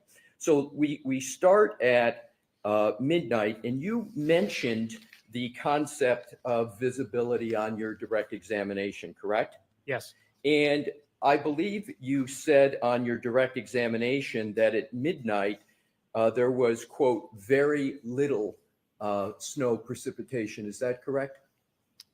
I believe I said there was very little snow on the ground. Very little snow on the ground, and I think you used the phrase "track a cat." Enough to track a cat, exactly. Right. In Cougar? so enough to track a cat, but a fairly small amount, correct? I don't know how to define it any better than enough to track a cat. Very good, sir. I'll go with track a Yeah. cat. That's as small as amount as you can get. And again, that would be on a natural surface, not necessarily on pavement. Right. And what would the variation be, if at all, on pavement? Oh, a lot of factors would come into play. Most importantly, since this was a forecasted storm event, the town may have pre-treated the road. That lowers the freezing point of the precipitation. So it would, even if it was 25 degrees, it might be melting on the road. So in terms of the factor you just talked about, for example, pre-treatment, that could cause the accumulation, the numbers here to be lower than what we're seeing on the chart, correct? Definitely, correct. But there's not a scenario where it could be higher, is it, at this point? Well, there are places, especially with this kind of wind and dry, fluffy snow, that you would have drifting. Right, but with just 0.2 inches on the ground, would you expect drifting?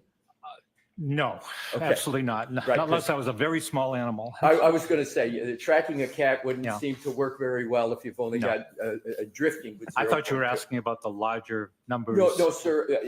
Good point. What I'd like to do is to just concentrate on the beginning here and midnight and 1 a.m. and then we'll progress down through. Okay. I Okay. want to snapshot it, if you will, starting at the very beginning.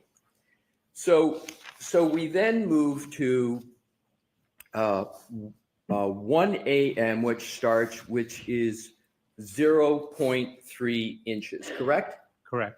Now, if you add, and it seems like to be most accurate, to each number here, we would add a 0.2 to get the total, correct? Correct. So if we go to 1 a.m. on January 29, 2022, we've only got 0.5 inches of snow per this chart, correct? Total so far, yes. And that could, on the road, that could be less because of municipal pre-treatment. If they pre-treated for the storm, they could have put some chemicals down that would have caused a melt and therefore less. That's a possibility. That's one factor. Another factor would just be the road may be warmer for a number of reasons. So that could be another reason why it might be less, another factor. Absolutely. Okay, so now let's go to, I want to go between 1 and 2 a.m. Let's assume a time of 1:45. If you're not watching the screen, you're missing all the really funny jokes. I'm busting out over here. Kindred Spirit says the Commonwealth calls the next witness Felix. I said Felix the cat. a.m. on January 29, 2022. is it correct that the accumulation would be less than 0.8 inches at that point, according to your chart? By 2 a.m., it would be less than 0.8, yes. Therefore, correct. Therefore, by 1:45, it would be less than 0.8, yes. Right. So, or equal to, if yeah. I'm sorry, I didn't mean to interrupt you, Less sir. than or equal to. Right. So you used 2 a.m., right? Which would mean that it was 0.8, correct? Correct. And then if you work back 15 minutes at 1:45 a.m., it would be less than 0.8, correct? If it was still snowing in those 15 minutes. Right. Yes. That's when Jennifer McCabe and Matt McCabe and Sarah and Julie Nagel left 34 Fairview and did not see a body on the lawn. So, but I just want to focus on the number. At 1:45 a.m., it's less than 0.8 inches, correct? It's less than 0.8 inches. Yes, Okay. right. Alrighty. So, Picking up what he's laying down. and that is, to state it another way, is it correct to say it's just 0.8 of an inch? Is that correct? 0.8 is 0.8 of an inch. yes. Right. Another way to say it. So in terms of the time now, and this may get a little more complicated, sir, but if you take just the time between 1 a.m. and 1 a.m. and 2 a.m. So you've got 0.8. You would have under at 1:45, is it correct you would have only 0.35 inches accumulated of the 0.8? You follow my math, sir? I'm not sure what I follow in that sentence. Did you ask me how much snow fell between 1 a.m. and 2 a.m.? That's another way of asking the Okay, question. between 1 a.m. and 2 a.m., 0.3 of an inch is the estimated snowfall. Right, very well. And so what I'd like to do now is to move down the chart to 3 a.m. How much snow has fallen or accumulated between 12 a.m. and 3 a.m.? It would be 1 inch. Right. And is an inch, and you're in the measurement business, about the size of a thumbnail? Yeah, I actually use the knuckle on my thumb to the end of my thumb as an inch. Right. So from the knuckle of one's thumb to Sounds the very end of the thumb scientific. is 1 inch. Right. Sounds very scientific. And under your terminology on direct, you had used the term very little. Would you consider from the knuckle to the top of the thumb very little snow? It definitely would require a comparison. 1 inch of snow has caused tremendous problems for people. Right. So I would not call it, just by the fact Tremendous of 1 inch of problems snowfall, I for would people. never say it's very little. No, so I'm sorry, maybe my question wasn't clear. I'm not talking about effects of 1 inch. I'm just talking a measurement of 1 inch on a measurement scale. Would you still consider that your phrase, track a cat, or would you be out of the track a cat? We'd be out of the track a All right. cat stage. Got it. So, but again, the 1 inch being from the knuckle to the top of the thumb. Yes. Maybe not Let's for now go everyone. all the way down to about another time is 3:30 a.m., which we're going to The focus Thumbelina on method. now. Well done, Jen 3:30 K. a.m. How much snow had accumulated All right, by come to your screen for a second. 3:30 I a.m.? mean, if you're a woman, you've been taught that this is 6 inches your whole entire life. Okay. So, I'm just saying. Well, we're going to have that inch we just talked about at length, and we're going to add the 2/10 from the previous day, the last few hours of the 28th. So we have 1.2. Now we're going to add another half an inch by 4 a.m. So somewhere less than 1.7 inches, less than or equal to. Wouldn't the number at 3:30 be 0.85 inches? You're including the snowfall from the previous day, the 2/10 of an inch? Yes. No. What would it be? As I said, Not men-shaming.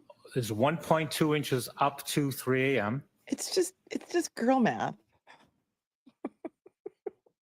And then we're men-shaming at adding all. some amount before 4 a.m. Unknown how that was distributed within that hour, but something like 1.7 equal or less than total. How about the accumulation between 1 a.m. and 3 a.m.? The rule of How thumb. much accumulation for that time period?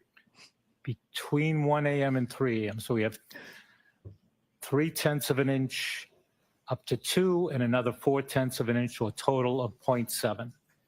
So between On your 1 thumb. and 3 a.m., there's Write it only down an on the glove on your accumulation thumb. of 0.7, correct? Correct. Inches. Correct. If you spit out your Diet Coke, I'm really sorry. Please get the hook. The Thumbelina method You has had entered the trial. spoken a lot on your direct testimony about the magnitude of the storm, a variety of other measurements. But what I wanted to draw really a line at 6 a.m., which you said was an accumulation of 3.9. What I want to do is to now move on to from 7 a.m. on January 29th until noontime. Was it raining men? Mr. Gillman, was it raining men? Thank you, Michelle And you Conley. can check my math, sir, but I get 12.5 inches total as of noon on January 29th. I can do the arithmetic if it sounds about right. Mhm. He was not in 6 inches of snow. He was not in 6 inches of snow. 8.6 inches fell up until noon, starting at 6 in that time period, which is about the amount we forecast. Canton PD had And their did you thumb ask about somewhere the else on total this going day. back to the night before, or Yeah, the Strong total night. starting at midnight, starting at midnight? right, going until noon. So it's a 12-hour period Mhm. of the same day, January 29th. So good, so good, so good. Hold on, wait. Hands Weatherman, a hospital bracelet. Well My done, quick Trooper Pulse Pirouette. calculation is 12.3 inches. Right, and then you'd add the 0.2 from midnight. Previous to midnight. Yes. Right, so 12.3 is what shows with all those numbers, but then you have to add the 0.2 from midnight, which would get you to 12.5, correct? Exactly. Yep. Good. So just to summarize the first column there, all the way down from 1 a.m. to 12 p.m. At 6 a.m., we've got 3.9 inches. And then moving down to 12 p.m., we're at 12.5 inches, correct? I believe so. He doesn't want to do the math. He doesn't want to do it. Puxatony Philadelphia says Gilman needs to phone a friend. I bet Whiffen is free. All he's got to do is call the Celebrite helpline, and Whiffen answers the phone. So it's a great idea. Fantastic idea. Where was all the taillight? Stu O'Connell. Sir, tell tweeted me when live. you're Yes, yes. so we're in alignment with those two numbers, 3.9 inches as of 6 a.m., 12.5 inches as of 12 Noon. p.m. on January 29th, correct? Yes. Yeah, I'm sorry if I wasn't sure if you wanted me to Under do all the my arithmetic thumb. again, Yes, but we I got to did put do under my that. thumb on the Yes. playlist. Okay, Thank good. you, Michael. Thank you. I appreciate you doing that. You talked about the concept of visibility. on your direct examination. In terms of visibility, did I hear you correctly that there's a correlation between the amount of snow coming down and visibility? The intensity of the snowfall, so the amount over time and visibility, right? Right. So the intensity or amount over time, how would you describe visibility from 12 midnight or 12 a.m. on January 29th until 1 a.m., that 1 hour period? How would you describe visibility? I really don't know exactly. I can look at the report from Norwood Airport. They measure the visibility. Could you do that, sir? Would that be easy enough for you to Because do? we want to know why Either way, nobody saw a visibility- 6'2" man's If we're going to do body more than one, I would. lawn But let's see if in- I can. Thank you, Your Honor. in And we were asked about 1 a.m. Is that Yes, visibility at 1 a.m. okay? Visibility reported at 1 a.m. was 1.2 miles in Oh. light snow. Well, And what does that mean of That's visibility of fantastic. 1.2 miles? 1.25 miles, 1.25 miles. That means that anything that was more than 1.25 miles away from the observer would be seen hidden by the snowfall. would be You wouldn't be able to see it. And what does it mean if it were, the visibility was less than 1.25 miles? yeah, stray And cats. as the visibility lowers, you can, your ability to see objects in the distance is reduced. So assume, Stray cat strut, and I'm sir, that somebody is 30 feet away from an object they want to see. And the visibility is 1.25 miles. Would they be able to see that object based upon your experience with visibility and your your career in that Yes. area? Yes. All other things being equal, yes. Like So a surgeon. Would it be fair to say visibility would be good This is so beautiful. from 30 feet if it's a 1.25 mile and beyond? And beyond. Can you answer that, Mr. Gilman? Who was the comedian that used to say, Um, I work at Bed Can I Bath and further Beyond, explain to the jury about in the visibility? Beyond Thank you. department? Uh, Name that comedian. You know, a term like good for visibility would generally apply more toward 8 miles, 10 miles is good visibility. So it's hard to say that anything under 3 miles. For instance, we go from calling visibility reduction in haze to fog once, it's really the same atmospheric phenomenon. This whole But thing is once you get hazy. below 3 miles, we call it fog Ding, ding, ding, ding. or dense fog. So anything below that, when you reduce visibility by fog, haze, snow below 3 miles, it's hard to call it good visibility. But if something is at 1.25 miles, there's visibility, correct? Of 1.25 miles, yes. There is. And again, John Monaco, you get me. It was Stephen Wright, right? Of course. Right. just again, if I could explain for the jury, a lot of this is developed for aviation. Right.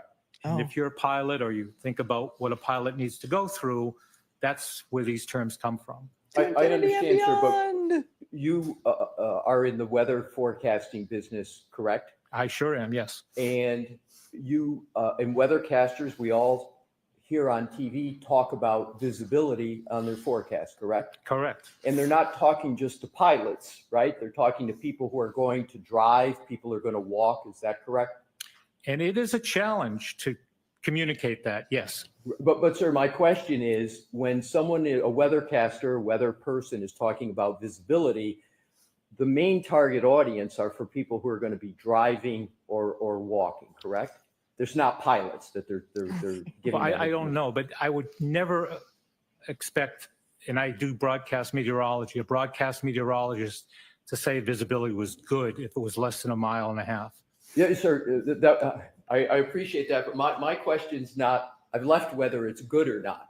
I'm talking about the purpose of weathercasters speaking about visibility. Yes. You had indicated in your earlier answer, you had tethered it to pilots, but there's also an application of the visibility concept for the rest of us in the world who drive and walk, correct? Yes, Isn't it useful for that? Absolutely. I'm trying to answer your question about whether the visibility was good. Right, but but I'm not asking that question anymore. My Okay. question is just, I only know what you asked me. All right, I'm I'll try sorry, it a Mr. different way. Gillman, but he's moved on. He's Alessi Scissorhands, and he has moved on, and he'll tell you where he's going and where he's been.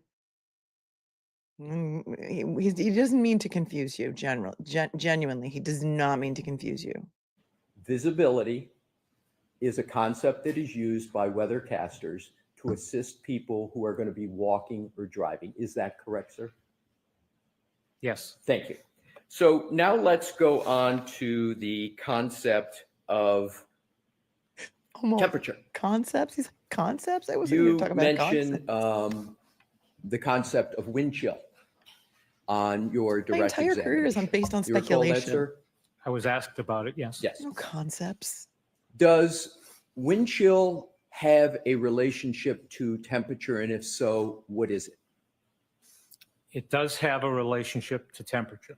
It's Are they a married? complex function that was developed by the U.S. Air Force in the Facebook 50s official? to help produce cold weather gear. And it was determined that wind had a major impact on our military in terms of what type of gear they needed. I mean, he is a really big deal around there, right? The weatherman, anchorman, he's a really big deal around there. He wants you to think. In addition to how low the temperature was. So it's a measurement of temperature to begin with, and then there's a complex function applied based He just on froze up. the wind speed to come up with how that air temperature, how that air is going to impact There's the a human glitch in the body. matrix. So is it fair to say that if you have a temperature, and what I wanted to do is to go to the temperatures that you frozen. gave on your direct It's so cold that examination, he froze on the screen. is it accurate to state It's so cold, that, he's literally frozen. for example, on January 29th, I believe I heard you say there was a high of 29 and a low of 15. Is that correct, sir? Yes, Captions that are still was going, my but he's not. report based on all those three He locations. turned yes. into a mannequin. And you had also testified about wind speed and wind gusts as well. And can you state if you have it in your notes? I do, yes. It was The in wind the speed? report, yep. Yep. And what was the wind speed? The- Average and then high gusts. Sure. 23 he's a miles nice an man. hour with I'm not making frequent fun of gusts of him. 47 miles an hour. So what does your number 23, how does that affect temperatures of 29 and 15? It makes that air feel much colder. So that air, that Yes, Ted Baxter. 20-degree air, did you say 20 and 29, sir, and 15 were Okay. the numbers you had given? that range for that day? Sure. Yeah. So it makes that air temperature feel colder, and it allows that air to take heat out of your body more efficiently and more rapidly. So it feels much colder, and we can calculate roughly how it would feel if there was no wind at all. And sir, thank you. You've gotten right to my next point, and I only have a few more questions left for you. So if you have the highest temperature on the 29th of 29, January 29, 2022, do you know what the wind chill factor would do in terms of a calculation number to bring that 29 Don't number confuse down? him Do you know now. what that number would Don't result confuse in, him now. applying the most conservative wind speed of 23? Oh, excellent. I didn't even wasn't check, asked to Grace. Thanks for calculate reminding me. that, no. Would it be less than 0? Just an estimate, Based on the 29 temperature? based on the 29. No, Would We've it I don't almost- be, believe so. would it be in We the have almost teens? 14,000 votes on Yes. our poll, so So if you the- wouldn't the- mind just taking a moment to smash the poll. The poll is this: are you new to the case with trial 2? So far, 9%. Fully invested, have watched trials 1 and 2, 83%. And fed up, watch trial 1 and only a little bit of trial 2, 8%. So we've got a 9% of 14,000 votes that are new to this case with trial 2. I thought it'd be higher than that, but if you wouldn't mind taking a moment, just hit an answer on the poll. That would really be helpful to my own personal research, which is more interesting than this guy. 29 would be in the teens. And then for the low of 15, approximately what number might that get down to?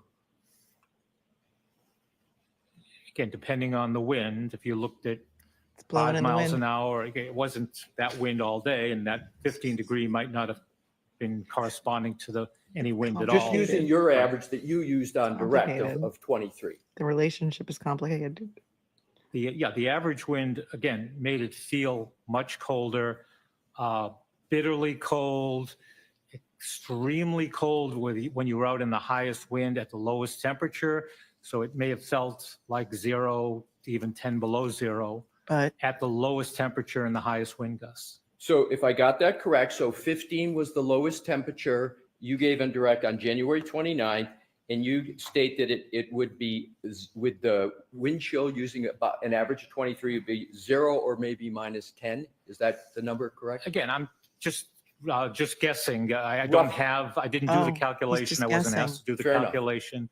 But based on my experience of reporting in this area for 45 years, I basically get the idea of what it's like when the temperature is that low and the wind is he that basically high. gets the idea. Right. And if we Basically. could please have the chart published back up, please. You can keep the lights on. You just make it larger. I want to make sure Mr. Gillman has some facile with his notes. Okay. So is it correct to say that if the total accumulation for the storm was 23.8 inches, that the vast majority of that accumulation came well after 6 a.m.? Yes. And as Where are my Canadian friends in the chat? Canadian friends, do you think this is cold? of 6 a.m., we've only got 3.9 inches compared to what the storm ended up at about 23.8. And then importantly, from midnight on January 29th until 3 a.m., we've got just 1.2 inches, correct? Exactly. May I have a moment, Your Honor? Yes. Thank you. Please bear with me a moment, Mr. Gillman. Pregnant pause. There we go. Thank you for answering my questions, Mr. Gillman. That's it. Thank you for answering my questions, Mr. Gillman. You're welcome. Anything else, Mr. Lally? Okay. Oh, Lally's never brief. He always says he's brief and he's never brief. It's one thing I do remember about him. Mr. Gillman, you were asked about the snowfall between 12 a.m. and 1 a.m. How much snow? The closed caption said, "You rap about the snowfall." I don't think he's rapping about anything, but it probably would be more interesting than his direct and cross-examination testimony. Again, was there during that time frame? During that time frame, about 3/10 of an inch. And during that time frame was probably the least amount of snow that was on the ground during the course of the storm, correct? During that hour or two previous. Yeah, there's really, in fact, I have this chart I showed, the graph, the map. It just showed a trace of 0. There was less than an inch on the ground. And we measure snow on the ground in whole numbers, so it would either be 1 inch or 0. And so that would be during what you've characterized as the track a cat stage, correct? Yes. And so it's during that track a cat stage that there's the least amount of snow between the frozen ground and anything that may come down on top of it, correct? Yes. Now, as quickly as it applies to visibility, Lally, when you were asked about this by the way. visibility in 30 feet, you said all other things being equal. What are some of the things that would make it unequal? A car in front of you, a building in front of you, a person, anything other than weather. And there are other types of weather that can lower the visibility So if you're walking out the front door and the body's right in front of you on the lawn, you still should see it, right? Yeah. Besides snowfall, including fog. So darkness, as far as nightfall versus daytime, that would have a negative impact on your visibility? Sustained is What about lighting? How would Lighting? lighting impact the visibility of an object? I really can't say that lighting, obviously, you need some light to see anything. That's really all I could say. And lastly, sir, as far as wind chill is concerned, again, could you explain to the jury exactly what is wind chill? What is it measuring? Again, it was developed for the military in the 50s to help design. It was actually done here at the Natick Labs here in Massachusetts Natick. to help design cold weather gear. Natick has Because entered the prior chat. to that time, during World War II, the Korean War, unfortunately, especially Air Force aviators were suffering. They had clothing that might have been adequate for the temperature, but because of the wind, they suffered frostbite and other ill effects. And so research was done, and the result of that was a wind chill temperature, the way it would feel to the human body based on the wind on a certain temperature. And so the wind chill is measuring the impact of how a person experiences the air temperature, correct? Exactly. I have nothing further. Thank you. Cobra Khan, Anything, our Mr. chat Alessi? is the funniest and best and nicest, and it's because of the mods. Thank the mods because they're amazing. You're welcome. Thank you for noticing as well. Do you have any the marked exhibits or identification? I have relinquished them to this nice young lady. Thank you. We work very hard at it. They work very hard at it. This is all to prove that Karen didn't see John. No, this is all to prove that the ground was hard, and therefore, that's how John O'Keefe split his head open. Thank you. The Commonwealth recalls Nick Technically. Guarino. Perjury. Oh, Garino's back. John, I'll inform this will be the last recall for Mr. Guarino. Thank you. He's probably going to read some more messages. Oh, that means that, are we going to get to hear cross-examination of Guarino today? That's going to be good. That is going to be good. Hold on.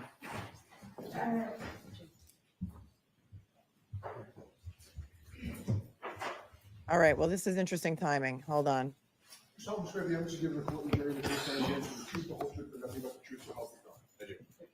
Hold on, because I have breaking news. Again, if you need to stand it in. I have breaking news. The Commonwealth made a motion, and this is important for this witness, to prohibit reference to unrelated death investigation regarding Sandra Birchmore. They made this motion yesterday, Cinco de Mayo. We can look at the papers when we break. The Commonwealth moves, and this is just their motion papers, to prohibit disclosure or reference to any investigations conducted by the Canton PD, Canton Fire Department, Massachusetts State Police, Norfolk District Attorney's Office, U.S. Attorney's Office, and/or FBI investigations related to the death of Ms. Sandra Birchmore. The circumstances surrounding the February 2021 death of Ms. Birchmore are not related or material to the death of John O'Keefe. If you do not know, I will tell you now that this witness, Nicholas Guarino, when he was examining the phone of Stoughton police officer Matthew Farwell, who had impregnated a woman named Sandra Birchmore, she was pregnant with her baby. She wound up dead. They ruled it a suicide very quickly. Canton PD did, and MSP. Today, the judge has just put a little scribble scrabble on this motion that says allowed unless the door is open. They cannot talk about Sandra Birchmore unless the door is open. They knew his cross was coming today, and they knew that they wanted to impeach him by not finding 32,000 text messages between Farwell and Sandra Birchmore on Matthew Farwell's phone. He was a cop in Stoughton. Canton PD was investigating because Canton PD, she died in Canton. She was murdered in Canton. It took the FBI investigation into the John O'Keefe investigation to charge, indict, trooper, whatever the hell he was, Stoughton police officer Matthew Farwell for murder. At the same time that Sandra Birchmore was murdered, Farwell's wife was in labor in a hospital. Farwell met Sandra Birchmore when she was 11 or 12 in the Police Explorers program took her virginity when she was 15. All of that was in the text messages between them. This guy, GUARINO, didn't find him. She died in Canton during another snow event. Yep. She allowed the motion to prohibit any reference to Birchmore unless the door is opened. Okay? We'll look at the papers on the break, but I wanted you to know that before the cross of GUARINO starts. I don't even know if her attorneys know that yet because she just signed it probably, I don't know, during one of her breaks. I'm sorry. I'm outraged and you should be too. May I proceed? Yes. Good afternoon. We introduced, last time you appeared, there were a number of extraction reports that we introduced into evidence. Do you remember that? Yes, I do. And just remind us briefly what an extraction report is. Outraged. It's the information from the cell phones that I pull up via cell phone. All right, so I'm just going to ask that this witness identify himself. My apologies, Your Honor. Could you please again introduce yourself to the jury, spell your last name for the record? Sandra's unborn child. I'm Trooper And Nicholas John's Guarino, born on his names. Yeah. G-U-A-R-I-N-O. You would explain what I don't know if an Kevin Albert was extraction in charge report of is. Birchmore at all, and I don't know if Mizzy's here, but somebody can answer this. But I think Trooper Fanning was in charge of that investigation. Quickly cleared his buddy Matthew Farwell. I don't know if Kevin Albert was involved in it. I don't know. I don't remember. We went over all the police reports. I have a whole playlist on Sandra Birchmore. Yes, it's the information in the cell phones. We can create PDFs or portable cases from information, whatever is specified. An extraction report, can it be general or more narrow? Yes, it can be. I want to introduce a few more extraction reports that we didn't get to last time. Okay. In this case, did you use Mr. O'Keefe's phone to create an extraction report that included all of his calls from the 28th and the 29th of January 2022? Fix is Yes, in. I did. May I approach, Your Honor? In my Yes. opinion, the fix is in.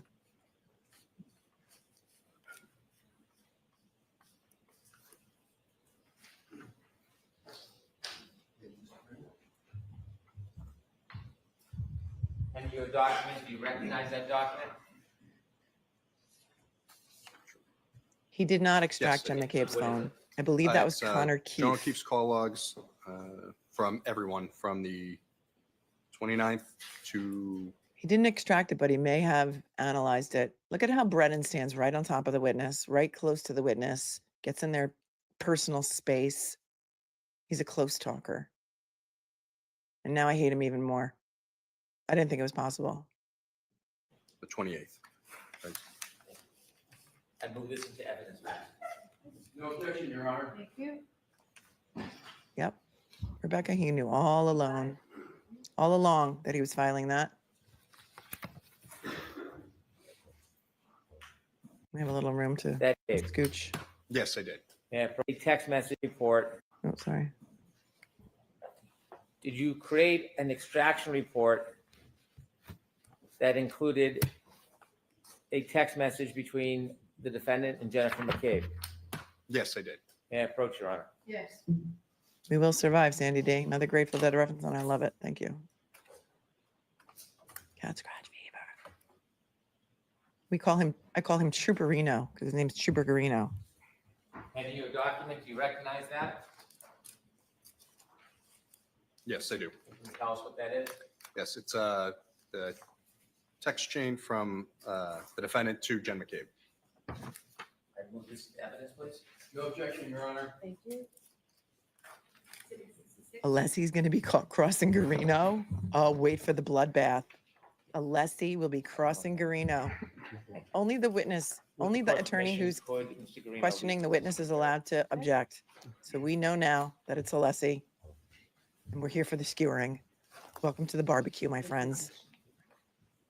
He'll kill him with kindness. Could you kindly read that and explain it to the jury? With all the information on it. Yes. This is from the defendant to Jen McCabe, 7:26:52 a.m. on the 29th. It says, can you send me Kerry's number? Thank you. Did you further create an extraction?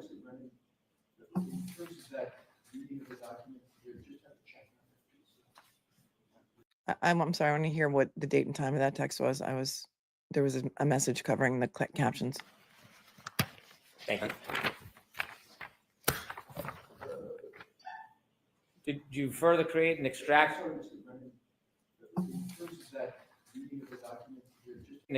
Can you send me 52 a.m. from the defendant to Jen McCabe, 7:26:52 a.m. on the 29th? It says, can you send me Kerry's number?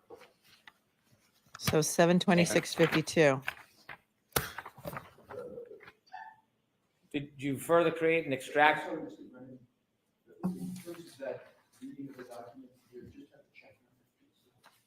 Did Karen not have her phone with her? I thought she had Kerry's number because she called her that morning. I'm confused. Alessi is crossing, yes. 9 to 12 inches in Colorado today, Bella's mom? That's insane. Yes. It's May. Some of the slopes are still open. I think Copper was open last weekend still. Thank you, Bella's mom. Let's go Buffs. Can you review that again? Yes. And do you see who that's from? And who it's to? I'm sorry, it's from Jen McCabe to the defendant. And what does it say? Can you send me Kerry's number? What time and date? Oh, That is 7:26:52 a.m. on April 29th, 2022. well, that doesn't help you, Brennan. Jen's already reaching out to Karen at 7:52 a.m. 7:26:52 a.m. Wasn't Karen still like in the hospital? Can you send me Kerry's number? Jen wants Kerry's number so early in the morning so they could start their timeline. That's not good for him. And GUARINO just misread it as from Karen to Jen. It's really from Jen to Karen. Thank you. Thank you, Mr. Brennan. Thank you. Thank you. Idiot. Did you do a further extraction report from John O'Keefe's phone with text messages between him and a person named Kaylee? Yes, I did. May I approach? Yes. The wheels started turning. Jen McCabe already wanted to reach Kerry before 8 a.m. You to recognize start that? getting the story straight. He said April?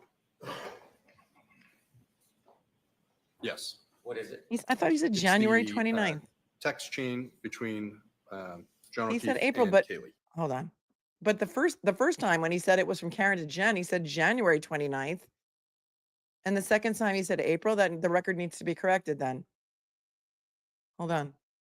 This is important. Yes, I do. And what is it?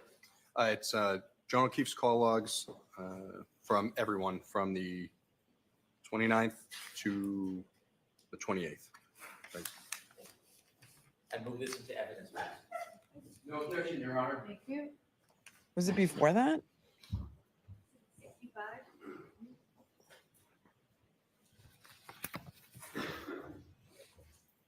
It was definitely January 29th. He was wrong if he said Create April. an extraction report that included, may I approach, Your Honor? Is between the defendant and Jennifer McCabe. Here it is right here. Yes, I did. May I approach, Your Honor? Yes.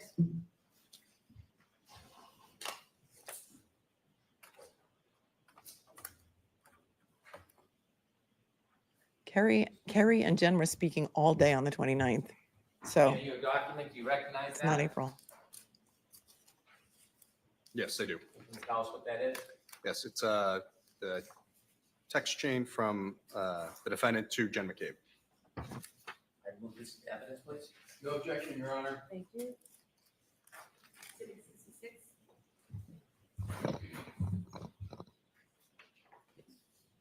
One moment. Thank you. With the court's permission, could Mr. GUARINO read this to the jury? Okay.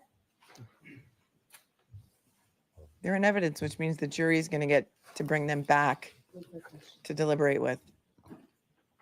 Could you kindly read that and explain it to the jury? With all the information on it. Yes. This is from the defendant to Jen McCabe, 7:26:52 a.m. on the 29th. It says, can you send me 29th Kerry's of what? number? Thank you. The 29th Did of you further January. create an extraction? He just said the 29th. And Alessi catches it and says, that's not from Karen to Jen McCabe. That's vice versa. Again, Yes. and do you see who that's from? Hank doesn't And who care. it's to? I'm sorry, Miss. It's from Jen McCabe to the Big defendant. difference. And what does it say? Can you send me Kerry's number? What time and date? That is 7:26:52 a.m. on April 29th, 2022. He said April Thank you. 29th. They don't have Jen's message. April 29th? Did you do a further extraction report from John O'Keefe's phone with text messages between him and a person named Kaylee? Yes, I did. May I approach? Yes. Kerry and Jen went to Lang's house the next Correct. day on the How's that? 30th. She had her number by then. He did it on purpose. It's not April. Yes. What is it? It's the text chain between John O'Keefe and Kaylee. The date? It goes, sorry, it's kind of faded. January 28th, 2022 to January 29th, 2022. Thank you. I move this into evidence. No objection, Your Honor. It's not April. Karen didn't even have her phone. She couldn't have been texting with Jen McCabe. She never spoke to her again after the 29th. Got to be, Alessi has to clean it up. I hope they heard it. The extraction was done in April of 2022? But he wanted the time and date of the Trooper Greeno, we're done message. with extraction reports. Okay. Did you have an opportunity to obtain phone messages, phone calls, and text messages There's the support. between the defendant and Mr. O'Keefe? Shout out to Dedham Fire Department. Thank you. Thank you, Your Honor. Trooper Guarino, did you have an opportunity to obtain phone calls, voice messages, and text messages from the defendant to Mr. O'Keefe's phone on the evening of January 29th, 2022? Yes, I was. Where did you get the phone call records from? From John O'Keefe's phone. Where did you get the voicemails from? Also from John O'Keefe's phone. Where did you get the text messages from? From John O'Keefe's phone.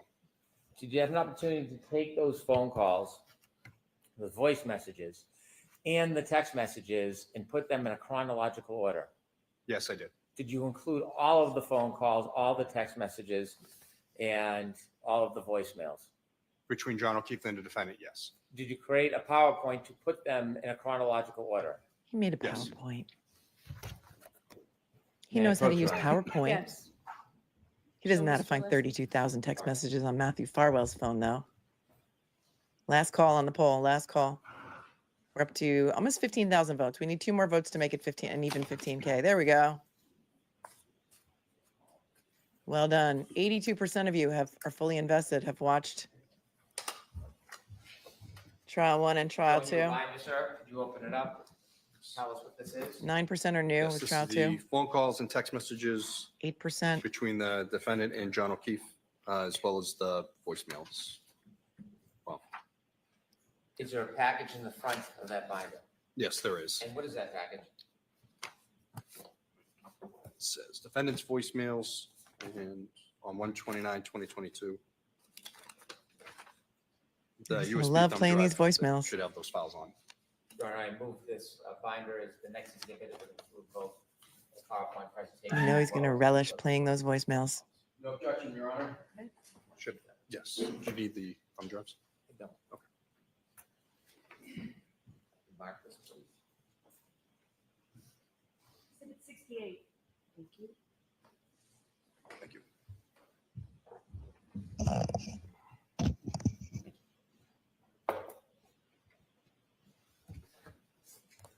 With the court's permission, I would ask that Trooper Guarino take us through the PowerPoint presentation. Yes. Thank you.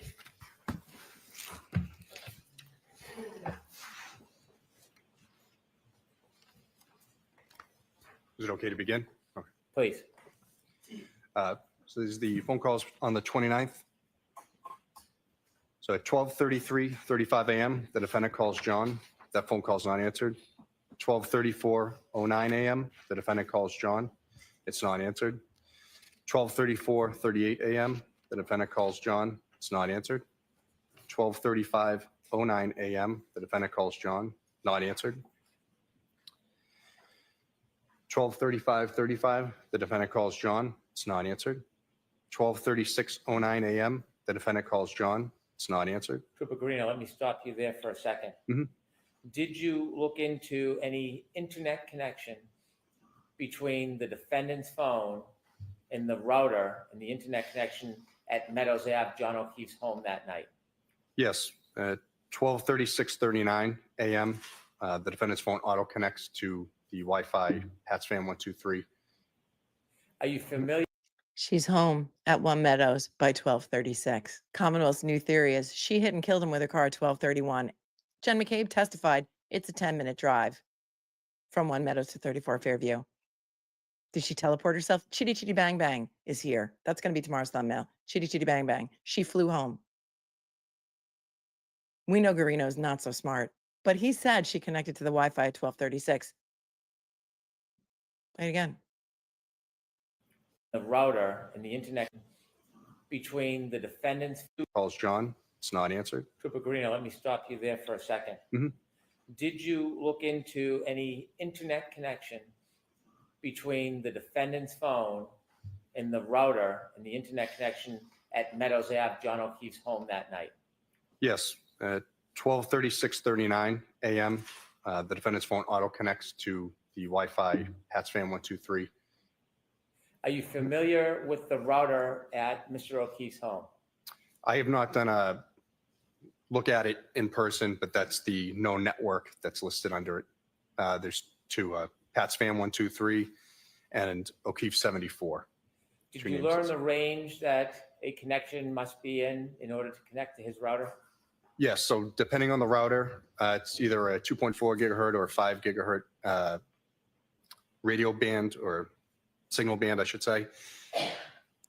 Depending on which one it's connecting to, which band, it's either 150-foot indoor range or up to 300 feet outdoor. So again, when you pull into your home, sometimes you can still be connected to your home Wi-Fi in the driveway. And again, can you give us the time You never examined the router.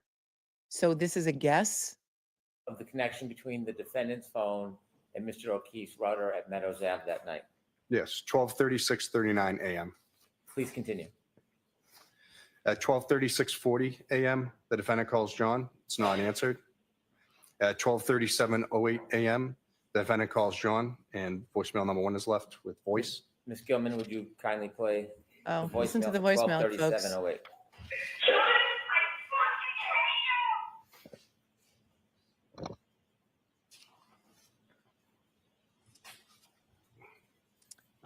A younger jury At pool 12:30, is going to realize how angry she is that she called him 7 times and he wouldn't pick up. She's mad. She's ramping up. Can you blame her? 12:38:26 a.m., the defendant calls John. It's not answered. 12:39:03 a.m., the defendant calls John. It's not answered. 12:39:37 a.m., the defendant calls John. It's not answered. 12:40:43 a.m., the defendant calls John. It's not answered. At 12:41:35 a.m., the defendant calls John. Voicemail number 2 is left. Some beeping noises, appears to be a butt dial or accidental call. Oh, a butt dial. Gilman, could you play Another butt dial? the voice message at 12:41:35?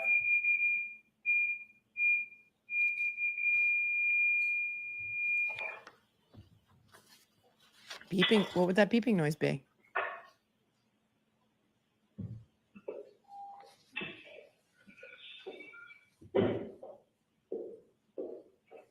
You could hear walking into the house or walking in the house. Footsteps.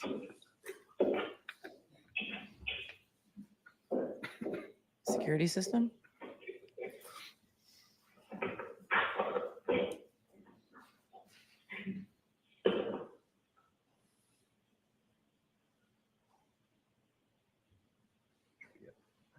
Entering a keypad, maybe? The defendant then texts John O'Keefe at 12:55:31 a.m. on the 29th, "I'm going home." The defendant texts John O'Keefe, sorry, "See you later" at 12:55:50 a.m. on the 29th. Trying to get a response. At 12:58:19 a.m., the defendant calls John. It's not answered. 12:58:47 a.m., the defendant calls John. It's not answered. 12:59:24 a.m., the defendant calls John. Voicemail number 3 is left with voice. This is right before 1 a.m. John, I'm here with your fucking kids. Nobody knows what the fuck you are, you fucking pervert.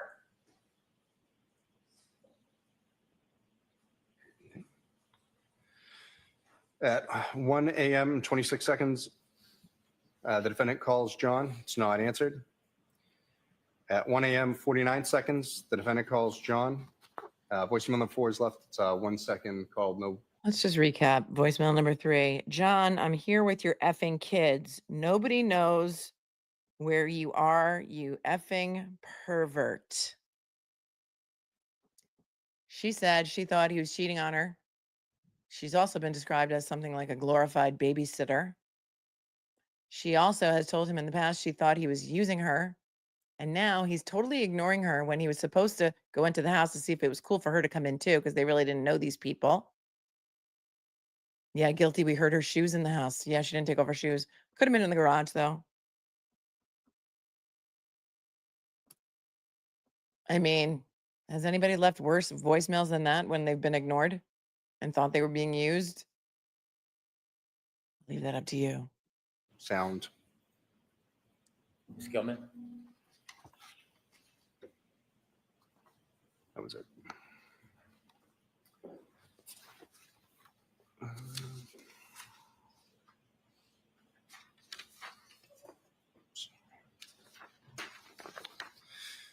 The defendant texts John O'Keefe, "Your kids are cucking alone," at 1:02 a.m. on the 29th.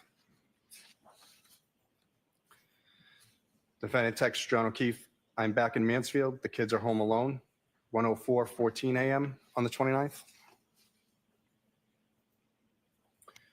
At 1:10:17 a.m., the defendant calls John. Voicemail number 5 is left with voice. Ms. Gillman? Yeah, it's 1 in the morning. I'm with your fucking niece and nephew. You fucking pervert. You're a fucking pervert.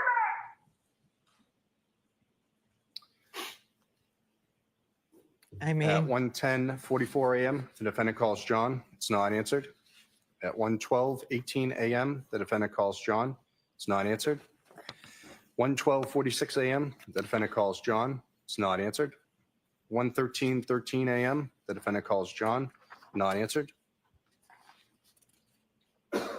remember the text messages from early in the day. She didn't want to stay that weekend. She wanted to go home. She had a plumbing issue. She had the plumber come and he's like, "I need you to come because if Kurt has to go home, I'm relying on you for a ride." And he begged her to come.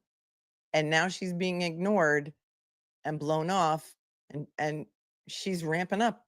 I can't say that I blame her. I don't think this helps the Commonwealth at all. If she killed him in her car, with her car, why would she keep calling and leaving voicemails? Wouldn't she leave nice voicemails like, "Hey, sweetie, just checking in. Are you going to be home soon?" Think about it.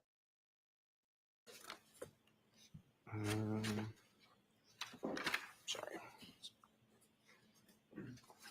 At 1:14:11 a.m., the defendant calls John. It's not answered.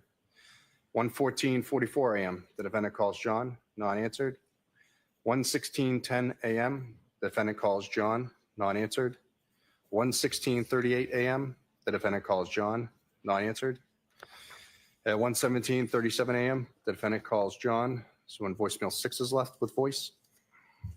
Ms. Gillman? John, I'm going home. I cannot babysit your niece. I need to go home. You are fucking using me right now. You're fucking another girl. He's sleeping next to me. You're a fucking loser. Fuck yourself.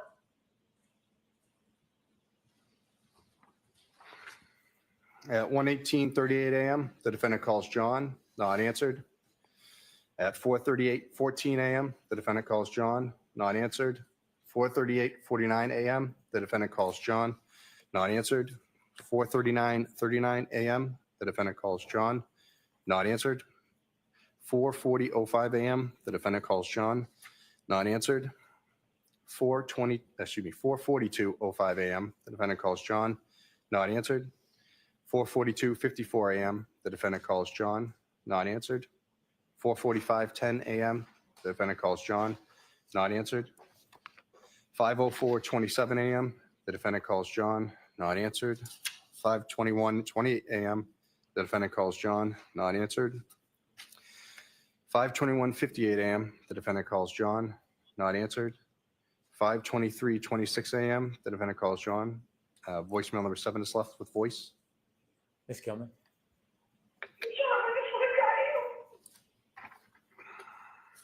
Where the F are you? That's 5:23:26 a.m. At 5:24:27 a.m., the defendant calls John, not answered. 5:25:28 a.m., the defendant calls John, not answered. 5:26:14 a.m., the defendant calls John, not answered. 5:28:16 a.m., the defendant calls John, not answered. 5:28:43 a.m., the defendant calls John, not answered. 5:29:21 a.m., the defendant calls John, not answered. 5:29:46 a.m., the defendant calls John, not answered. 5:30:15 a.m., the defendant calls John, not answered. 5:30:52 a.m., the defendant calls John, not answered. 5:31:21 a.m., the defendant calls John, not answered. 5:36:29 a.m., the defendant calls John, not answered. 6:03:02 a.m., the defendant calls John, and voicemail number 8 is left with some voice and noise and background. Yeah, listen to Gillman, this could you one. Play that, please. If you haven't heard this, listen to this. She's leaving him a voicemail when she sees his body on the lawn, drops her phone in the back seat of Kerry's car, and it records. Listen to her screaming. Tell me if you think it's genuine or fake and she's acting, and listen to hear if you can hear Jen McCabe whispering in the background.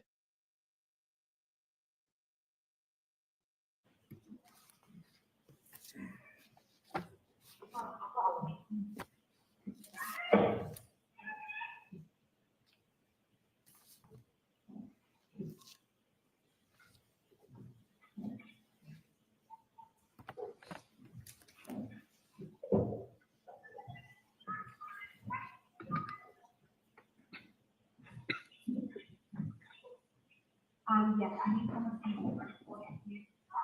34 feet of clothes, get mask, your baby and top notice now.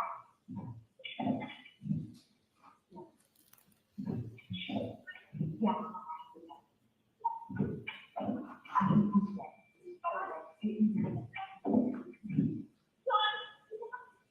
Okay, I know.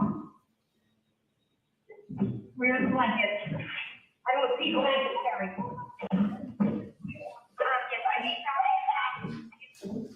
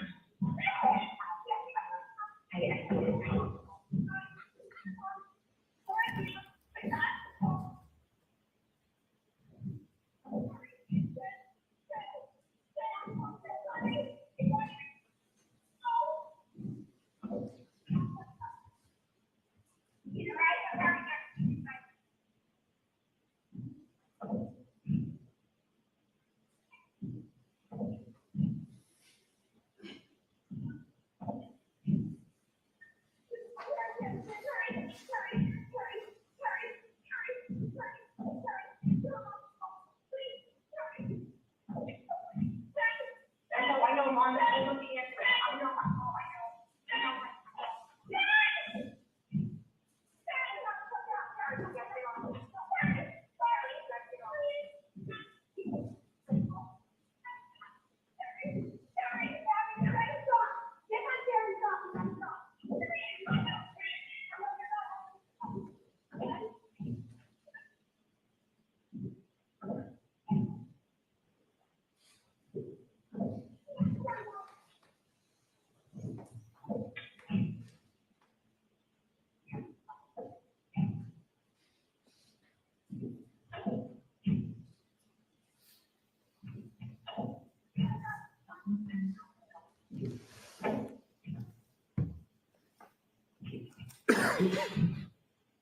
They coughed right at the part.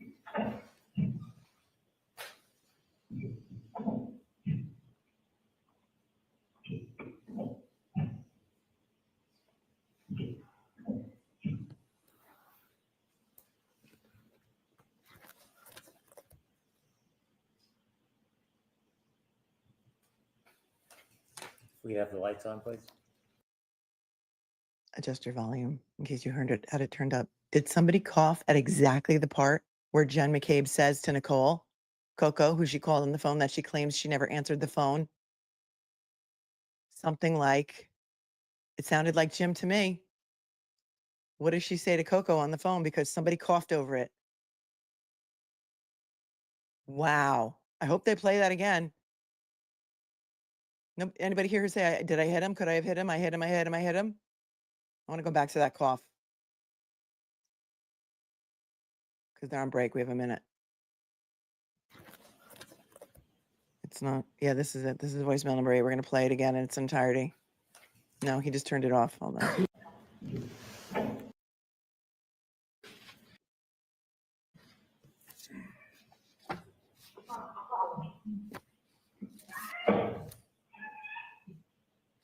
Turn it up on your end, and I'll be quiet.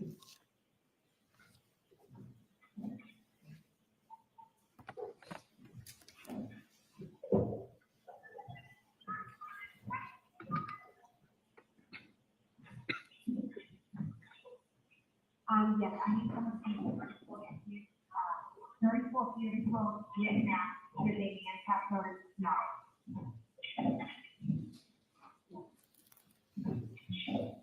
Yeah.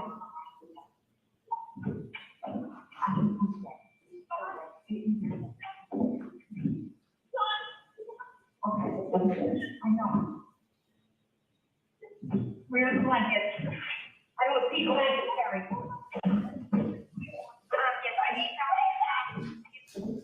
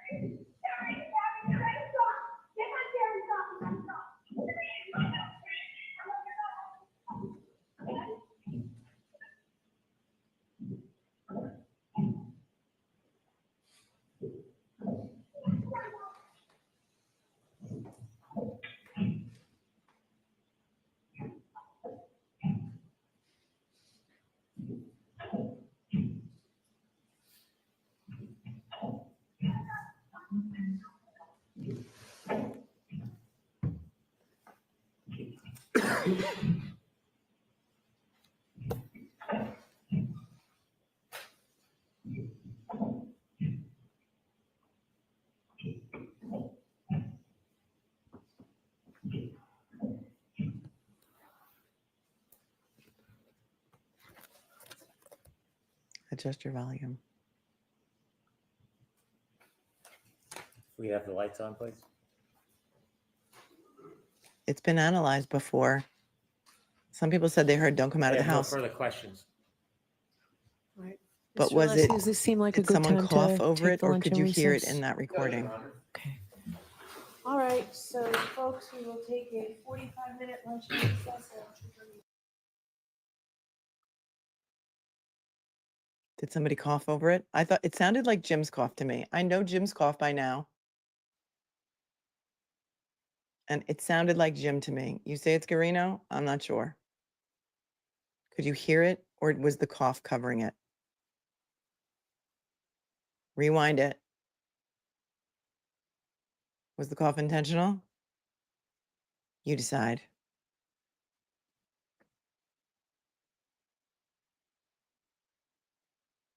They're at lunch until 1:45. I'm going to, I gotta go grab my lunch off the porch. So let's take 10 minutes. Everyone go get something to eat, refill your drink. Court is on break until 1:45. I'll be back in about, we'll come back here at 1:30, all right? All right, everyone, go. Come back at 1:30. I'll see you in a few.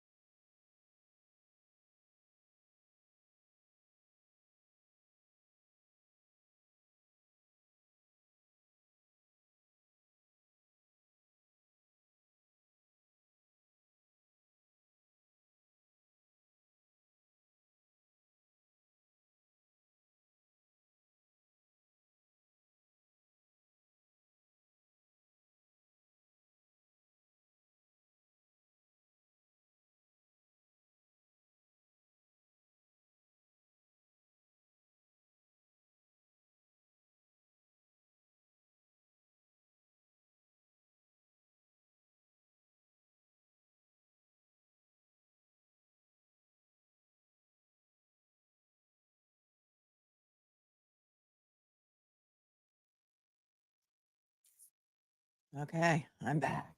Did you miss me? Did you miss me? Let's get to some questions from Venmo. Terry says, thanks for all the free Karen Read.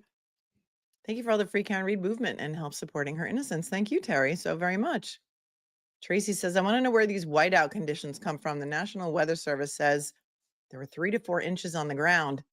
Maybe Canton PD should change their wipers. They might be able to see better. Well, what was interesting about the last voice message that we listened to is you could hear the windshield wipers, right? Remember, Kerry Roberts and Jen McCabe, I think both said that Jen was standing outside the back of Kerry's truck with the tailgate open when she made those 911 calls. I don't know about that. Maura, thank you for your Venmo. She says, because we're all irate. Love you too. Susie, thank you for your Venmo. Just says thanks. Maureen says, Mo from Cape Cod, testimony that John was seen in Karen's SUV as their truck allowed them to turn onto Fairview before their truck did. Yet when they left, John was not in Karen's SUV equals John went into the house and Karen never hit him. Thank you, Maureen. You're picking it up. You're picking up what we've been screaming about for more than a year over here on this channel. Kelly said, thank you, Kelly says, Gallagher said yesterday he went to Meadows before going to Fairview. How? No one knew it was him yet.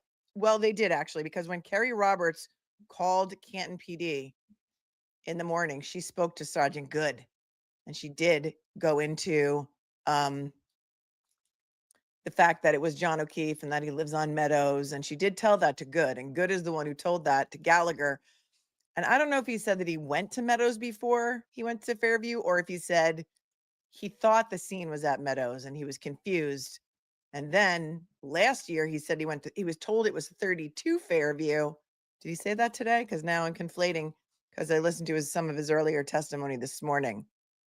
But that is a great point. However, Kerry Roberts did tell Sergeant Good that when she spoke to him in the morning, when she called Canton PD after Karen called her, and she really didn't seem very upset or worried, did she? If Karen said John's dead. JH, thank you for the Venmo. Says a big thank you for everything you do. Love your channel. Shout out to my friend Lisa for introducing me to you. Shout out to Lisa from JH. Thank you so very much. Says this is the only way to watch this trial. Oh, you're the best. Thanks. Lisa says we're being gaslit by everyone and they need to think it's to be believed. Crazy. I need to change my name from Goldie to Goldie Gaslit. Well done, Goldie. Thank you for the Venmo. John Keene says, Ms. Vito, what is pause attraction? Oh, I know what you're talking about, John. My biological clock is ticking. It's a free, my cousin Vinny reference. Lynn, thanks for your Venmo. Just says free Karen Read. Sandra says, thanks for being here for us and for all you do. Hope you're resting in between these long days. I try. I try. But you know, it's a busy life. Thank you, Yvette from last night. Said, trained in leaf blowing. You make me laugh out loud. Well, I'm so glad you guys are here with me because otherwise I'd be screaming at my TV. Paula says, last recording on Officer John O'Keefe's phone is where the story, as Jen called it, was born of Jen. Jen says, I know. Thank you, Melanie. She says everything in threes. One of my thumbnails one day was Jenny 3 times. Jenny 3 times because she says everything 3 times. And it's almost as if she says it 3 times, she'll make not only herself believe it, but the worldwide audience. The world is watching. Heather says, love watching this trial with you. Can you please teach some about objections? What are the laws or rules on how to properly object? I could do an entire episode on the grounds for objections. But in this trial that we're watching, the judge does not allow the attorneys to state grounds. If you hear a question that you find objectionable, you're supposed to object before the witness starts to answer. A common problem that we've seen in this trial is that the attorney will object and then the witness will continue on and answer.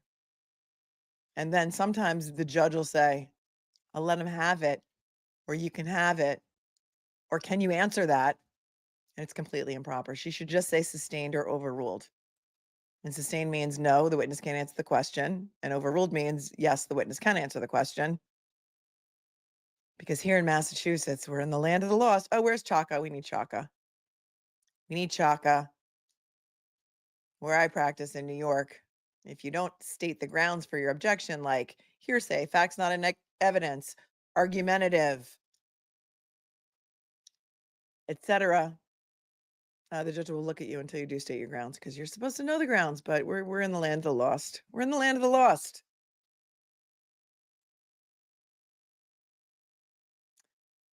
Bravo 2 Travels wants to know any of the calls on 911 dispatch or to CPAC state officer down. Nope. Nope. And Jen McCabe was cross-examined about that. Why didn't you say that? She's like, well, abada. Unless they didn't want that. I love it. I love you guys that are new and getting into this trial and you're just seeing the insanity that we've been dealing with for over a year on this channel, and that this is happening again is just horrific. April, thanks for your super sticker. Lucky saw an edge and no body at 2:30 a.m. Yes, he's the plow driver. His name is Lucky Lochran, and he will be testifying. Not until the defense's case in chief, because that does not help the Commonwealth, does it? Nope, it sure doesn't. He's building up to frozen ground to try and BS the jury on the face injuries, says Louise is sleepy. No, up to the back of the head injuries. They want to say that he cracked his head open from being hit by the car and then slamming his head on the frozen ground. And it caused a giant gash on the back of his head, caused his skull to fracture in many, many places. Yinzer says, "Hey, dear." J.R. Kuber says, from now on, I'm putting both my thumbs in my ears every time Lally and Honk speak. AJ's pregnant pause. Brennan, try this case. Brennan trying this case is like watching a cat chasing his tail in a room full of laser pointers. Well done. Well done. Yes, this is a great point. Kai Y Mai says, can't wait for Higgins to be crossed on his plow techniques for half an inch of snow. Yep. He says he came in and he plowed their driveway for them when they got back from the waterfall. Nope, I'm waiting for you, Elaine, to go through the latest filing. I was waiting for you, waiting for some more people to come in. Jennifer Rebecca Branch, what degree of visibility do we need to see our heads rolling down the street? See? Exactly. You're getting it. You guys are getting it. Vi Craven 2.0 is worse, meaning this trial, because these witnesses have embellished and seemingly perfected their stories. This insults my intelligence and common sense terrifically. I think that's what Elmer Fudd said. Yeah, he did. He said it terrifically. Those solo cups terrifically held the liquid evidence. Thank you for your super chat. Karen Reed's not guilty verdict. Okay, but asking him about extracting Sandra Birchmore's phone goes to his credibility and competence at his job. So that does relate to this case. Yes, I agree with you. Can they ask him about missing the text without mentioning the case it was from? I don't think so, because here's the ruling. Let's pull it up. So the judge just ruled on this earlier today. Thank you for your super chat. Pull this up a little bit bigger. Put this over here and that over there. Yeah, we'll do blue for a little while. Okay.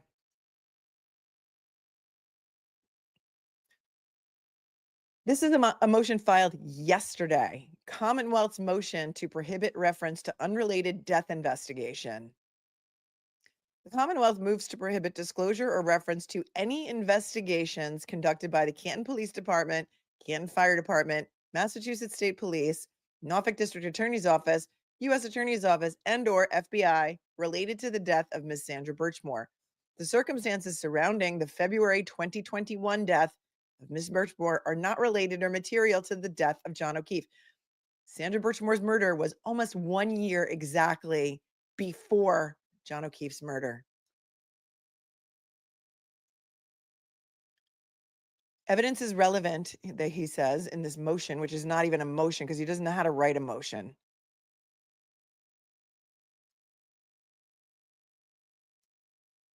Hold on, let me take this down so you can see it better. Evidence is relevant if it has a rational tendency to prove an issue in the case. Commonwealth v. Fayerweather. Evidence that is not relevant is not admissible. Therefore, the concept of relevancy has two components. One, evidence must have a tendency to prove or disprove a fact. And two, the fact must be a material issue in the case. Questioning an officer's involvement in an unrelated death investigation, particularly one remote in time and circumstance, is irrelevant and would have no tendency to prove any material issue in this case, is speculative and would confuse the jury. The U.S. Attorney's Office has a pending prosecution related to the death of Sandra Birchmore. Right? Because the state of Massachusetts, the Commonwealth, never brought charges. They ruled it a suicide because of their incompetence. Testimony about this unrelated death investigation would result in a trial within a trial, with much of the information being inadmissible, confidential, or offered without a proper foundation. XOXO, Hank Brennan, Adam Lally, and Laura McLaughlin, who suddenly mysteriously reappeared from her vacation. And here's what the judge scrabbled on this. No written decision, just this. Today, at some point today. Allowed unless door is opened. XOXO, Canoni. Judge, attention, Jim. Well, Judge, considering you're not allowing in an expert on police procedure,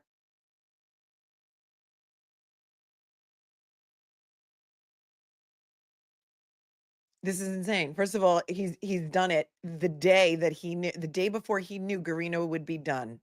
GUARINO would be just one of the people to be questioned about the horrible investigation into the murder of Sandra Birchmore, a 24-year-old pregnant woman who was pregnant with Stoughton police officer Matthew Farwell's baby. He was married. He met Sandra Birchmore when she was 11 or 12 through the Police Explorers program. Took her virginity when she was 15. Passed her around to maybe his twin brother and another guy named Robert Devine. And was quickly ruled a suicide by, I think, Trooper Fanning. I think he was in charge of closing that investigation. Canton PD were the ones who were first on the scene because sadly, Sandra Birchmore was found. She lived in Canton. Even though there was video surveillance of Farwell in the lobby of her building on the day, Sandra was found with a strap around her neck attached to a doorknob with laundry in the washing machine. She was very excited about the baby. She was planning a shower, I think. And she also, Devine has a hearing this afternoon. What for? From all accounts, was very excited about the pregnancy. There were text messages that GUARINO did not find that said such things as like, she wanted Farwell's name on the birth certificate and some other things that are escaping me at this very moment. But I have an entire playlist on the murder of Sandra Birchmore. And finally, Farwell is sitting in federal prison awaiting his murder trial in federal court. Commonwealth still has not brought charges against him, but this judge, Kim Jong Kanone, under her eye, does not want the jury in the Karen Read case to hear anything about the horrific investigation into Sandra Birchmore's death because it wouldn't be fair to the Commonwealth. Wouldn't be fair. Rebecca says if anyone can get the door open, it will be Alessi. I agree with you. Let's get this back up. The fan is here. They're supposed to come back in 3 minutes, but you know, they're usually late. D says he dyed his hair. Who are we talking about? GUARINO? I don't know. On top says, Lord have mercy. I'm definitely 12 then. I don't know what you're referring to. That's from about an hour ago. What did John know? Thank you for your 5 says, thank you for being here. Didn't the ME say the wound on the back of his head was caused by an edged surface? I think she just said blunt force trauma. She said blunt force trauma. However, it appears the Commonwealth will not be calling her back because she's a whack job, according to Michael Proctor, who wouldn't change the manner of death from undetermined to homicide despite his best efforts. She said blunt force trauma. And when asked, could it have been a baseball bat? She said, it could have. Could it have been a bottle? Could have. She couldn't say it came from a car accident, but what she did say in her autopsy report was there did not seem to be any sign of a fight. Because there also didn't seem to be any sign of a fire or drowning. Medical examiners usually don't put in autopsy reports what somebody didn't die from, right? So that's a bit strange. I sure hope that the defense calls Irene Scordibello, the medical examiner, in their case in chief. Stephanie Flynn says, opens the door. Do you often make mistakes on an extraction by saying April 29th? Well done. Well done.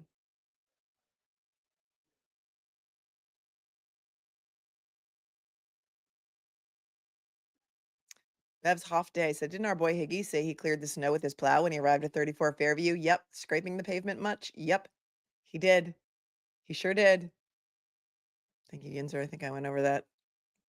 Norway in the house. What was the snow total at 2:27 a.m.? That's a great point. I don't think it was very much. I didn't write it down. Did anybody write it down? My notes are too much of a chicken scratch. Not a lot. I mean, under 2 inches. They're back. You are unmuted. God save us from the Commonwealth. Welcome to for And free Billy Tibbets. Free my boy Billy Tibbets. Thank you, Kai YMI, for your other super sticker that I put up before super chat. please enter the pass. You have joined the meeting as an attendee. What a long, and will be strange ship it's muted been. throughout Thank the you for meeting. gifting membership. It has The been a host long, would like you strange to trip. unmute your microphone. But we will survive. You We will are get All by. right, Mr. Alessi, you all set? Thank you, Your Honor. No questions for the witness. All right, you are all set. What? You know. No cross for GUARINO? I just changed my thumbnail title to Do you have another GUARINO witness? Cross. Okay. I have some other matters I'd like to introduce before that. Sure. I may? Okay, no cross. No cross. He must be using an expert to, I guess they can't cross-examine him about his crappy job on Sandra Birchmore. Yeah, Your Honor. Yes. I'd Okay. like to introduce clip 1 and play it for the jury. More clips. This is from Dateline interview. I'm spun right now. Hold on. Dateline interview from October 18th, 2024. Yeah, that's kind of all he testified to was the call logs and voicemails, and he did not extract Jennifer McCabe's phone. Strategic decision, I imagine. I mean, I didn't think I hit him, but I clipped him. Could I tapped him in the knee and incapacitated him? He didn't look mortally wounded as far as I could see, but could I have done something that knocked him out and in drunkenness and in the cold, did he come to again? In this particular moment, you would drop them all at the party. Yeah, would have had to.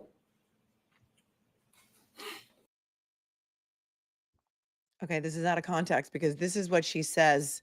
She says, this is what I thought when I saw him there in the morning. I thought, could I have clipped him? I'm going to listen to it again because that's important. I mean, I didn't think I hit him, but I didn't think I hit him. Could I have hit him? Did I hit him? She's explaining that statement. could I have clipped him? Could I tapped him in the knee and incapacitated him? He didn't look mortally wounded as far as I could see. He didn't look mortally wounded as far as I can see. When I saw him that morning is what she's referring to. When I came upon his body at 6:04 a.m. That's what she's referring to. Well, could I have done something that knocked him out and in drunkenness and in the cold, did he come to again? In this particular moment, you would drop them all at the party. Yeah, would have had to.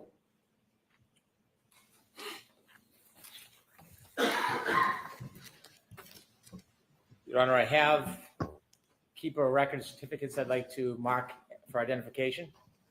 May I approach? Scratch. Now he's just marking stuff we can FF. There was no cross of GUARINO by Alessi. He just got up and said, I have no questions for this witness, so. Crazy. And now we're on real time. Next, I'd like to introduce as an exhibit the text messages that I read with Mrs. McCabe during her testimony. Text messages that I read with Ms. McCabe during her testimony.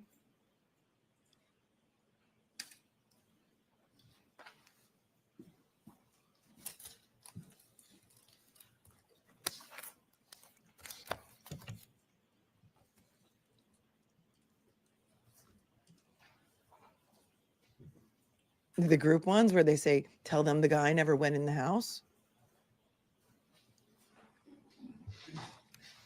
Oh, yeah, maybe they could call GUARINO on their case in chief if they want to. I'd move this into evidence, please. No objection, Your Honor. But then they have to direct examine him. They can't cross him.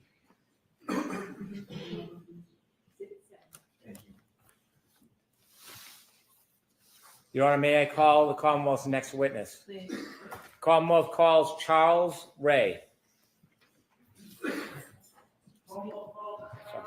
think he's another state trooper.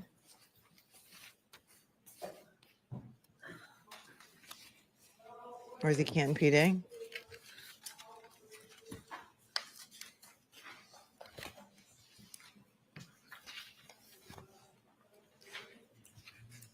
Canton PD. Not to be confused with Ray Charles. Well done. Charles Ray. Oh my God. In, you know, back in the day when he was in elementary school and all of the class lists would come out, last name first, first name last. It was Ray Charles. Look at Bev having a little powwow with one of the court officers by that really ugly curtain that they put behind her. That's like a hospital drape that goes in between emergency room beds. Oh, he's the guy who did the wellness check. That's right. The wellness check at One Meadows, despite the fact that none was needed because everyone knew where the children were. And he pulls up with his dash cam and they want to gaslight you into thinking that you can see a shattered taillight. Maybe he forgot to show up. Kevin O'Hara. I guess we're going to go to Kevin O'Hara instead because I hear them shouting his name.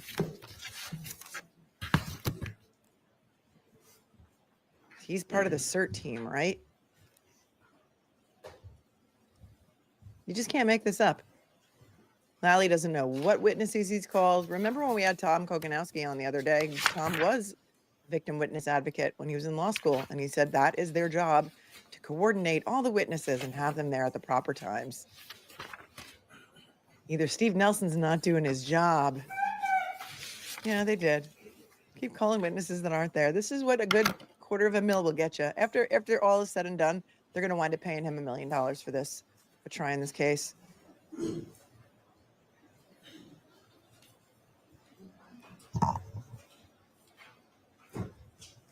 Sorry, Kai Mai Wai, you're not getting GUARINO cross today. please. She says, if we get GUARINO cross today, I forgive my granddaughter for faking sick and making me miss today. Nope. No cross for him.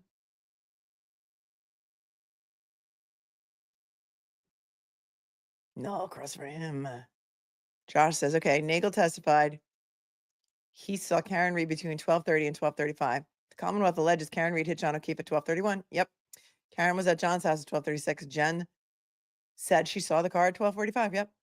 Yes, you got all that right, Josh. All that. Make it make sense. You can't, because it doesn't. It strains credulity. I've got merch that says that. Kim says, I'm losing it. Text her from the 29th to the 28th. Why are we talking backwards? Is he trying to show Jen and Kerry weren't friends until April? No, I think he was wrong. I think maybe the extraction was done in April. But I also think that Jen was looking for Kerry's number before 8 a.m. and texting Karen, even though Karen was on a Section 12 in the hospital. Right after John had been pronounced dead.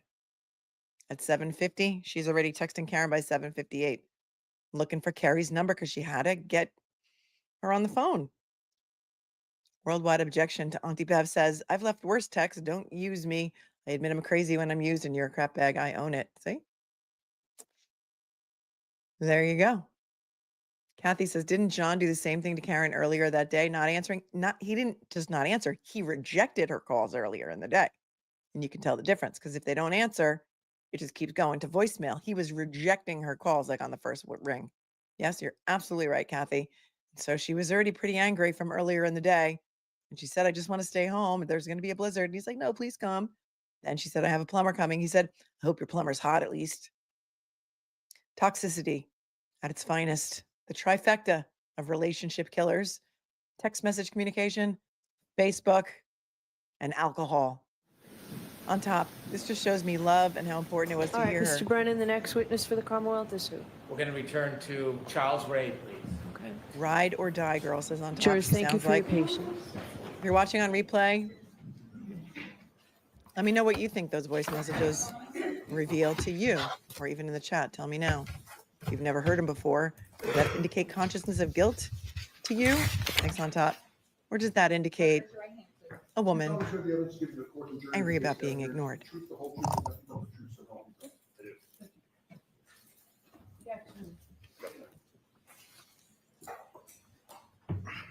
All right, Mr. Brennan, whenever you're ready. Thank you, Your Honor. Sir, could you please introduce yourself to the jury? Yes, good afternoon. My name is Charles Ray. I'm a lieutenant with the Canton Police, last name R-A-E. How long have you worked for the Canton Police Department? Approximately 25 years. And when were you assigned lieutenant? Approximately 10 years ago. I want to go back to January 29th, 2022. Do you remember that morning? Yes. Were you working that morning? Yes, I came in for the day shift. When you first came in for the day shift, did you have any particular duties or responsibilities? I would have been a patrol shift commander for the 7:45 a.m. to 3:45 p.m. Incoming shift. Had you learned about an event that occurred at 34 Fairview Road? I had. Were you part of that response or group of officers that went to 34 Fairview Road? No, I was not. Your role that morning was unrelated to 34 Fairview Road? Correct. At some point, did you learn the name of the person who was at 34 Fairview Road that needed medical attention? I did. And what was that person's name? Mr. John O'Keefe. Did you learn that Mr. O'Keefe was brought to the hospital? I did. At some point, were you advised of his status? At some point later in the day, yes. While you were at the station after learning about Mr. O'Keefe, You are muted. did you make a decision to do something? I did. Was it an order from somebody or did you make a decision on your own? I can't recall whether it was an order from somebody. I don't think it was an order, but it probably might have been at the suggestion of the former chief of police. Either that or it just developed organically. But one way or the other, we decided that the right thing to do would be to do a well-being check of the home at 1 Meadows Ave, which is the decedent's residence. Why were you doing a Just to point out, I wonder if they're going to throw Ken Berkowitz under the bus too. Ken Berkowitz was the chief of police at the time of Canton PD. He was on medical leave. He has since passed away. He is no longer among the living. As Kathy from Gossip Rumor and Innuendo would say, he is at the endless heaven buffet right now. And wouldn't it be so easy to blame everything on Chief Berkowitz? A lot of you predicted that. Let's see what he says. well-being check at Meadows Ave? We, at that time, we were under the impression that there may be 2 unattended young children at the home. When you Why would you be under that impression when everyone knew where the children were? Patrick was at a sleepover and Kaylee was picked up by Michael Camerano earlier in the morning. Why would you need to do a wellness check? You wouldn't. I'm suspicious of this. Don't be suspicious. I can't help it. I'm totally suspicious of this. There was no reason to do a well-being check. Everyone knew where the children were, especially Jennifer McCabe, your star witness. So what time did you go there, sir? Decided to go to Meadows Ave, did you use a police vehicle? Yes. Do you remember which vehicle it was? It was Canton 682, which is the supervisor's vehicle. When you decided to go to Meadows for a well-being check, did you ask anybody to come with you? Yes, myself and Sergeant Lehan. Do you remember the weather that morning? Yes. Could you describe it for us? There was a well-forecasted snowstorm that had already began, and it was starting to pick up intensity at that point. At this point, I had moved to admit the dash cam video from Cruiser 682. Okay. No metadata. No objection. Don't forget, no metadata. Oh, is that Yannetti? Is this going to be King David crossing this guy? 671. Did you travel from the police station to Meadows? Yes, Do you remember about how long that took you? a few minutes. Who was driving? Sergeant Leahy was driving. And where were you seated? I was in the passenger seat. Do you remember arriving at Meadows? Yes. With the court's permission, I would show a portion of Cruiser 682. Okay, come to your screen if you're not driving.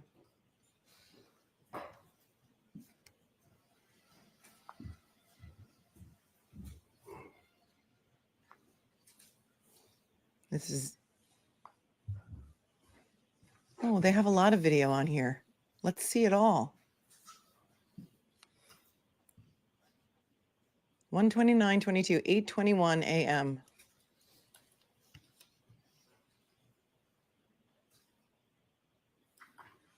I'm going to say it a little louder for people in the back. There was no reason to do a wellness check at One Meadows. Everyone knew where the children were.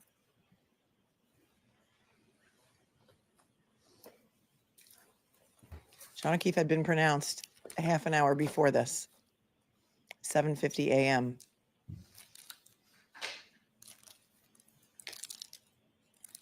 Roads are still passable. Doesn't look like a whiteout to me. Does it look like a whiteout to you?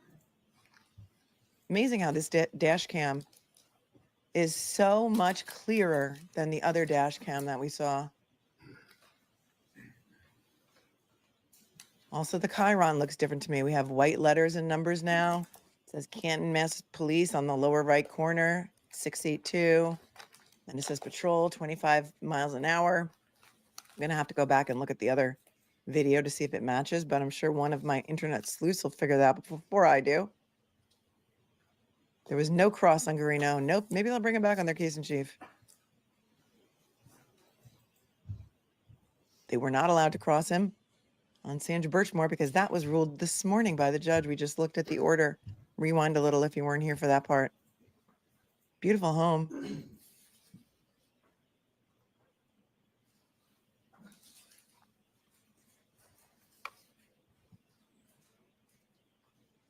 It's Karen's car right in front of this car. To the right Can you is stop, John's please, Traverse Ms. Gilman? that she hit when she backed out of the Note that driveway. the time is 8:23:10. Do you remember the time when you got there? I didn't make note of it mentally at that time, but I've since learned that. Yes. Is this video that you have just watched consistent with your memory that morning? Yes. The cruiser cam is showing two vehicles in the driveway. When you arrived that morning, did you know whose vehicles they were? At that time, no. At that time, did you pay any particular attention to either of those vehicles? No.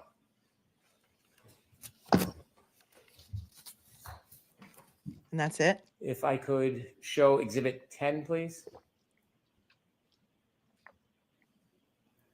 Okay, that's it. Pretty far away. Can't really see much of anything there, right? I don't know why he's screaming. I think the louder he talks, the more So he does that thinks he's appear to be a believable. still photo from the video we just watched? Yes. And could I have Exhibit 11, please? Is there metadata? No. It appears to be, but who knows who could have doctored or proctored it. Here you go. When you arrived for the wellness check that morning, were you working as an investigator in any way? No, I was not. Did you happen to pay any particular attention to the right side of the back of that car that morning? No, I did not. And is that photograph a close-up of the previous picture? Yes. Does it appear to be a still photo taken from the video on the cruiser that you were driving that morning you or know? that you were in that morning? Yes. Okay, you can take that down, please. Thank Looks you. to me like that's caked in snow on the right side. And for the love of the traveling Mary, I'm going to zoom in on it because I think I can. I think I have the capability to do that. There's no metadata. Looks like snow to me. I don't think that is indicative or proof of anything. People have done videos on YouTube that have shown that this is either manipulated or it's just caked in snow. I mean, what is it that you say you do here, Mr. After Brennan? you arrived at Meadows, did you do anything? When we arrived at Meadows, we walked up to one of the front doors, and rang the doorbell, knocked on the door, anywhere we could see through plain view. We were just trying to see if we could raise anybody, see if the children were at the house. Did you find anybody? We did not. Nobody answered the door. So you didn't bust the door down and go in. You're worried about the children. And so you just rang the bell to see if they would answer that. What if they were told not to answer the door for strangers? What about that? How were you really worried about the children? Were you? Yeah. I have questions. You're so worried about the children, but they don't answer the door. So you just go away. Okay. The children were at the house. View. We were just trying to see if we could raise anybody, see if the children were at the house. Did you find anybody? We did not. Did you look? I'm going to ask to show 159. It's a portion of an exhibit that's already been introduced. Yeah, they do a well-being check on the children when they know where the children are, but they don't do a well-being check into 34 Fairview when there's a dead man on the lawn to make sure there's no other dead people in the house. Make it make sense. I can't make it make sense for you. I can't. I've tried. I'll lose sleep over this case.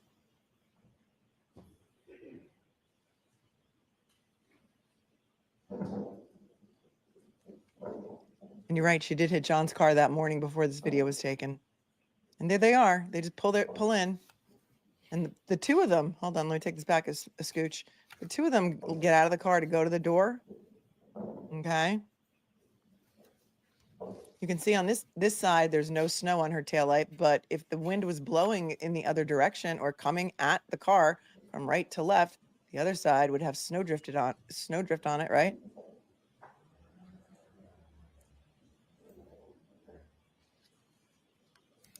Is this new video?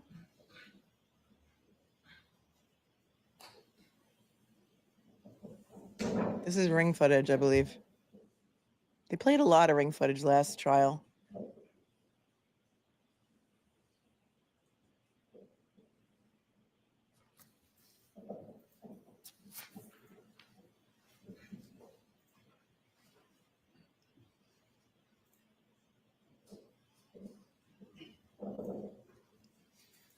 What'd they do? Just knock on the door and leave?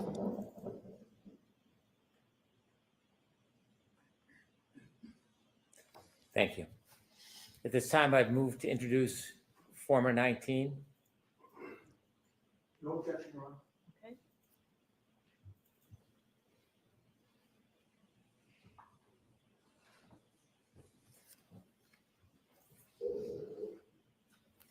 Exhibit 72.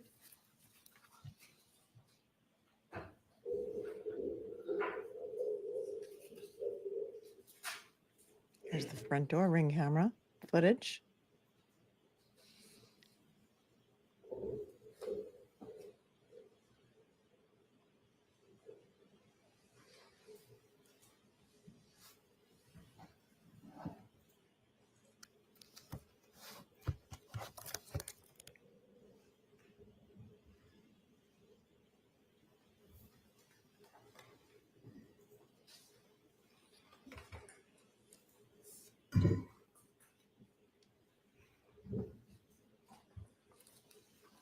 They're just standing there texting. He's texting on his phone. And the other guy left, so we don't know where he went.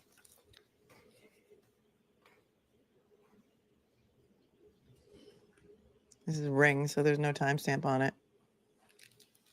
Because the kids were out and everyone knew where the kids were, so I don't know why he took it upon himself, he said, to do a wellness check on the children. The first video the second to last video you just saw, is that you and your partner arriving? Correct. In the last video, who's in the doorway? I was on the right side of the frame and Sergeant Lehan was on the left side of the frame. How long did you spend at the residence for the wellness check? A few minutes. I don't think more than 5 minutes. Thank you. I have no further questions for the witness. All right, any questions, Mr. Yanez? We have no questions, Ron. Thank you. All right. No cross. You are all set. Thank you.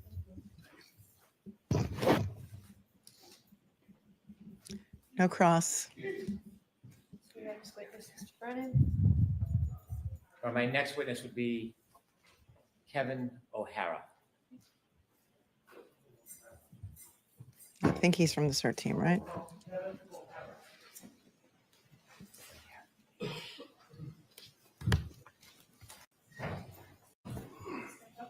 Swear the evidence to give to the court and jury in the case they are judged the truth, the whole truth, and nothing but the truth, so help you God.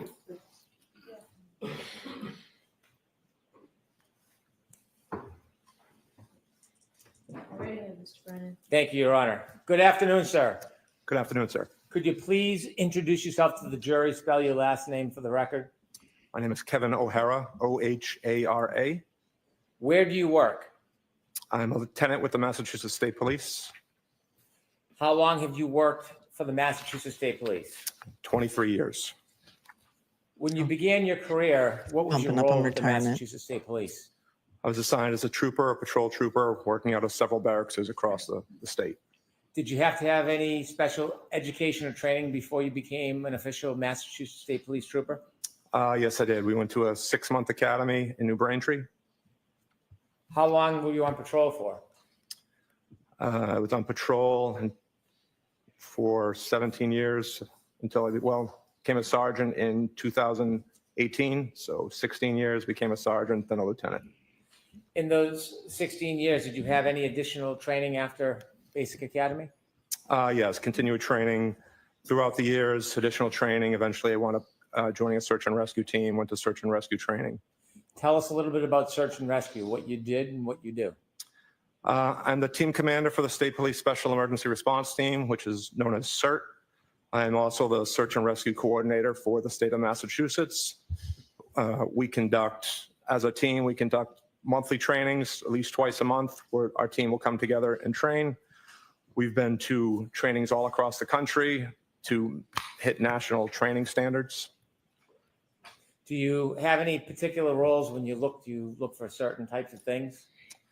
So for CERT, we have 3 main mission types. We will do lost missing person searches, we will do evidence searches, and then we also do crowd control or security at large scale events such as the Boston Marathon. They don't do evidence searches. They search for missing people.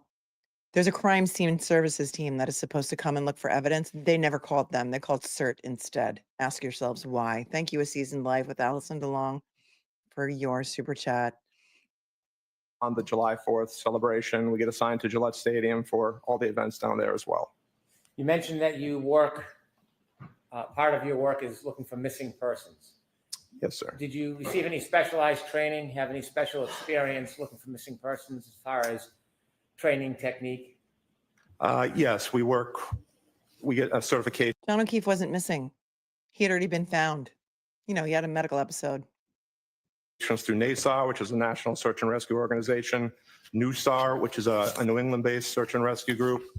We will train several different types of trainings to, improve our search techniques, including man tracking, probability of detection, critical separation, which is how we'll line up as we're searching certain areas. We've also gone, as I stated before, to national trainings where we've now really use a lot of statistical-based searching in our searches. We'll use live tracking maps now, so we've really advanced the way we search for missing persons. Yeah, missing persons. T12 is here. She says she's on the search team. The SERT team in Florida, we're not allowed inside a crime scene. We only perform search and rescue, traffic control, and support services for first responders, etc. Thank you for validating me. I appreciate you. When you're searching for a missing person, is there a routine or does it depend case by case?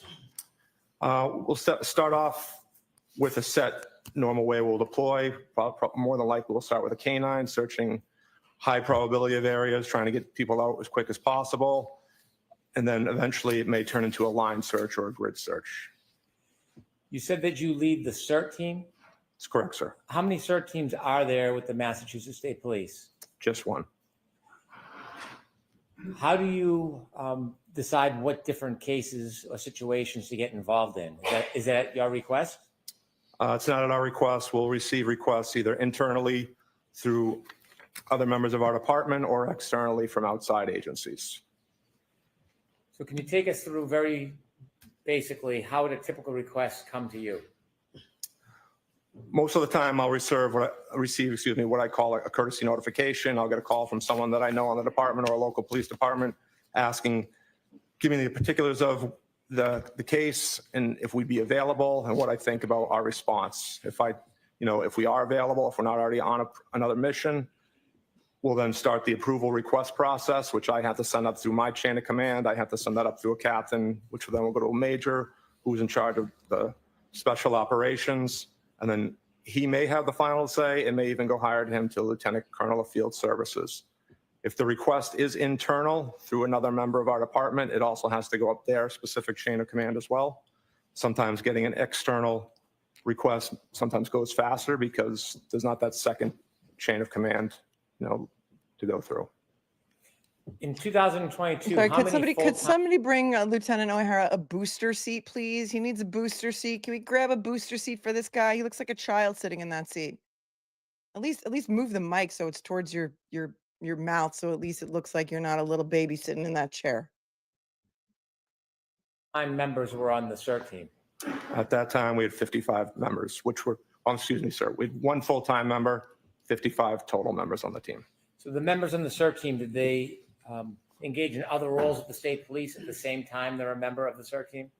Yes, it's an additional duty. They have a primary assignment either at a barracks or some other assignment throughout the state. If you decided on accepting a mission or you were assigned a mission, who determines how many people from the SERT team would attend? That would be determined by myself and the captain from Special Operations. Here's your mission, should you choose to accept it. You're going to go there.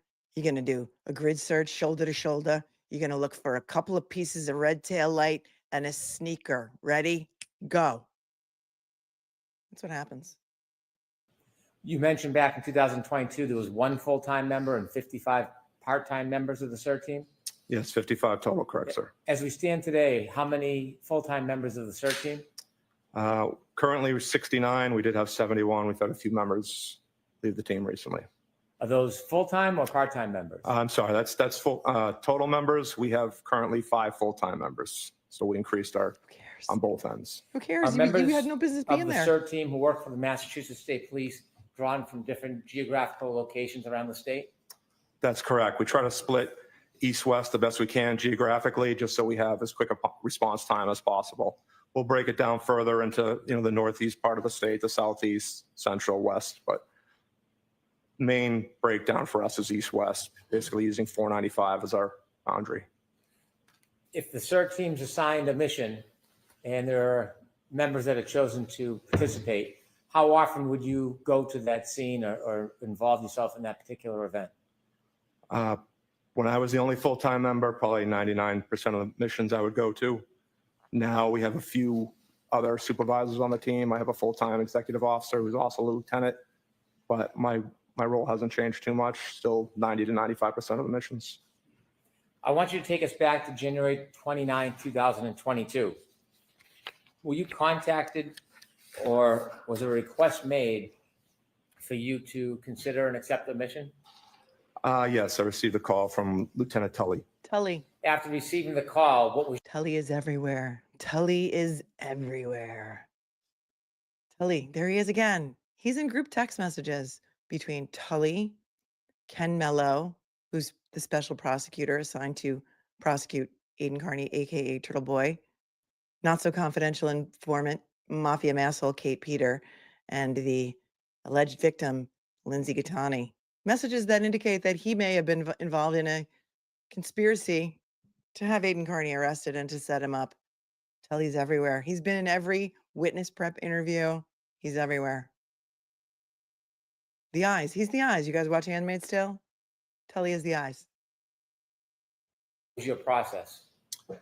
Again, that was what I would classify as a courtesy notification to see if we were available, if he thought we could get a response on that date.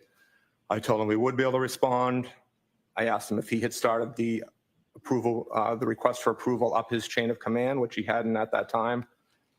He stated he would start on that, and then I contacted my captain after getting off the phone with him to start the approval process through my chain of command. Do you remember generally about what time this process began? He called me at 2:32 p.m. Oh. At some point, was the task or the mission? You know what's so assigned? coincidental? You know what's such a coinciding about that time, 2:32 p.m.?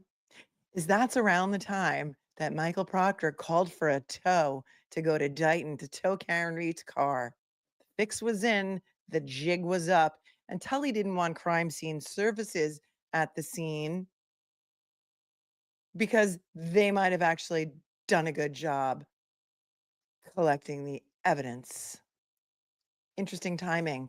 Why did it take you 3 hours to get there? So I told Lieutenant Tully that, we had received a snow that day. I told him most of the members, including myself, may not have. This is so interesting too, okay? Because Tully calls them to tell them to respond, but not right now. They don't even know they're looking for taillight yet because Jennifer McCabe and Kerry Roberts just said there was a crack in the taillight with a little piece missing. They didn't even have the car yet. They didn't even have the car yet. Gets better. Shoveled out their driveway. I told them at best case scenario would be an hour plus response time, depending on how long it would take people to shovel out their driveway. So at 2:53, I contacted one of the West team members, a sergeant from the West team, to have him send out an alert to our full team just to build an availability list to see who was available. So at 2:53, that got sent out to the entire team. Just a dead cop on a lawn. At some point, were you able to acquire or compile a team? Yes, Sergeant Simpson was able to put that list together. Bart What Simpson? time did you start to begin your Did way you say towards? Bart Simpson or Sergeant Simpson? No, that wasn't Tully on the stand before. That was Gallagher. Fairview Road. At 3:48, we sent out an alert for the activation of our team, including notifying the team which members would actually be responding. I had just finished shoveling my driveway. By the time I changed into my uniform, got all my equipment together, I left my house at 4:13 p.m. Shoveling? Does nobody own a snowblower? When you left your house, were you in an assigned cruiser or a personal vehicle? Signed cruiser, sir. Is there tracking of assigned cruisers? Yes, there is. Could you share with us how that works? So each cruiser has a automated vehicle locator or GPS system. It tracks everywhere you go, marking every time you stop. And did the vehicle you were driving have that system? Yes, it did, sir. Before you left to head towards Fairview at 4:30. Oh, you know who didn't have that system? I'm pretty sure that Michael Proctor and Yuri Buchanan took a personal car to Dighton, so wouldn't have had that tracking system on it, right? Put a pin in that. 13 p.m. Had you already defined what the mission was going to be? Yes, I knew we'd be conducting an evidence search. Did you have any idea of how you were going to do that? Yes, I spoke to Lieutenant Tully just to get an idea of the area we'd be searching. I determined how many members we would need to respond to that search, which at that time I figured we would need 8 members to respond. Normally, as the team leader, I'll function more of an incident command role behind the team, documenting some of our efforts. So we dispatched 8 members to the scene. Unfortunately, due to the snow, one of my members was not able to respond. So we only had 7 members officially arrive on scene, including myself, which changed the dynamics a little bit of our search, but nothing major. Really? Because the yard is tiny. It's tiny. How many men did you think you needed to go, and women, to go shoulder to shoulder to search that tiny yard, sir? 7 was not enough? Okay. Nope, there was no cross on GUARINO. Alessi said no. Change the dynamics of your search. Well, like I stated, normally I would stay behind the line of searchers, documenting what they do, more of as a command role. But because we were 1 member short, I wound up participating in the search, more hands-on than maybe normal. Did you ultimately actively participate in the search firsthand? Yes, I did, sir. Tell us about when you first arrive at 34 Fairview and you get out of your cruiser. What's the weather like at that point? Still snowing. What's the temperature like? Very cold. Visibility? It was windy, but no real issues for us to see as we were working. Was there a particular area you were looking at? Yes, once I spoke to Lieutenant Tully, we wanted focusing on a specific area to search. What time did you arrive at 34 Fairview? 4:56 p.m. Did any of your team arrive before you? Just prior to my arrival, 1 member arrived at 4:54 p.m. And do you remember who that was? It was Trooper Jason Bousselet. Soleil. Were there other members that arrived after you? Yes, there were. Did you wait until the entire team was there before you began? No, we did not. The other members that arrived, do you remember who they were? Yes, I do, sir. Do you happen to remember when they arrived? Yes, I do, sir. Could you share that with us? Trooper Blake Bearden arrived at. Here's the thing. He shouldn't have to remember because there should be a log of everyone on scene. They should sign in when they get there and sign out when they leave. And you're the head mofo in charge, sir. You should have kept the log of people on scene, but you just are remembering because he's going to say there's some people wandering around the scene that he doesn't really know who they are. Put a pin in that. They don't have the car yet. They don't have the car yet. So they had to wait. He has to remember who was on scene because he doesn't have a log. Right. Yes, I do, sir. Could you share that with us? Trooper Blake Bearden arrived at 5:21 p.m. Sergeant Charles Luis arrived at 5:24 p.m. Sergeant Michael O'Brien arrived at 5:24 p.m. Trooper Scott Viscardi arrived at 5:34 p.m. and Sergeant Anthony Kerry arrived at 5:41 p.m.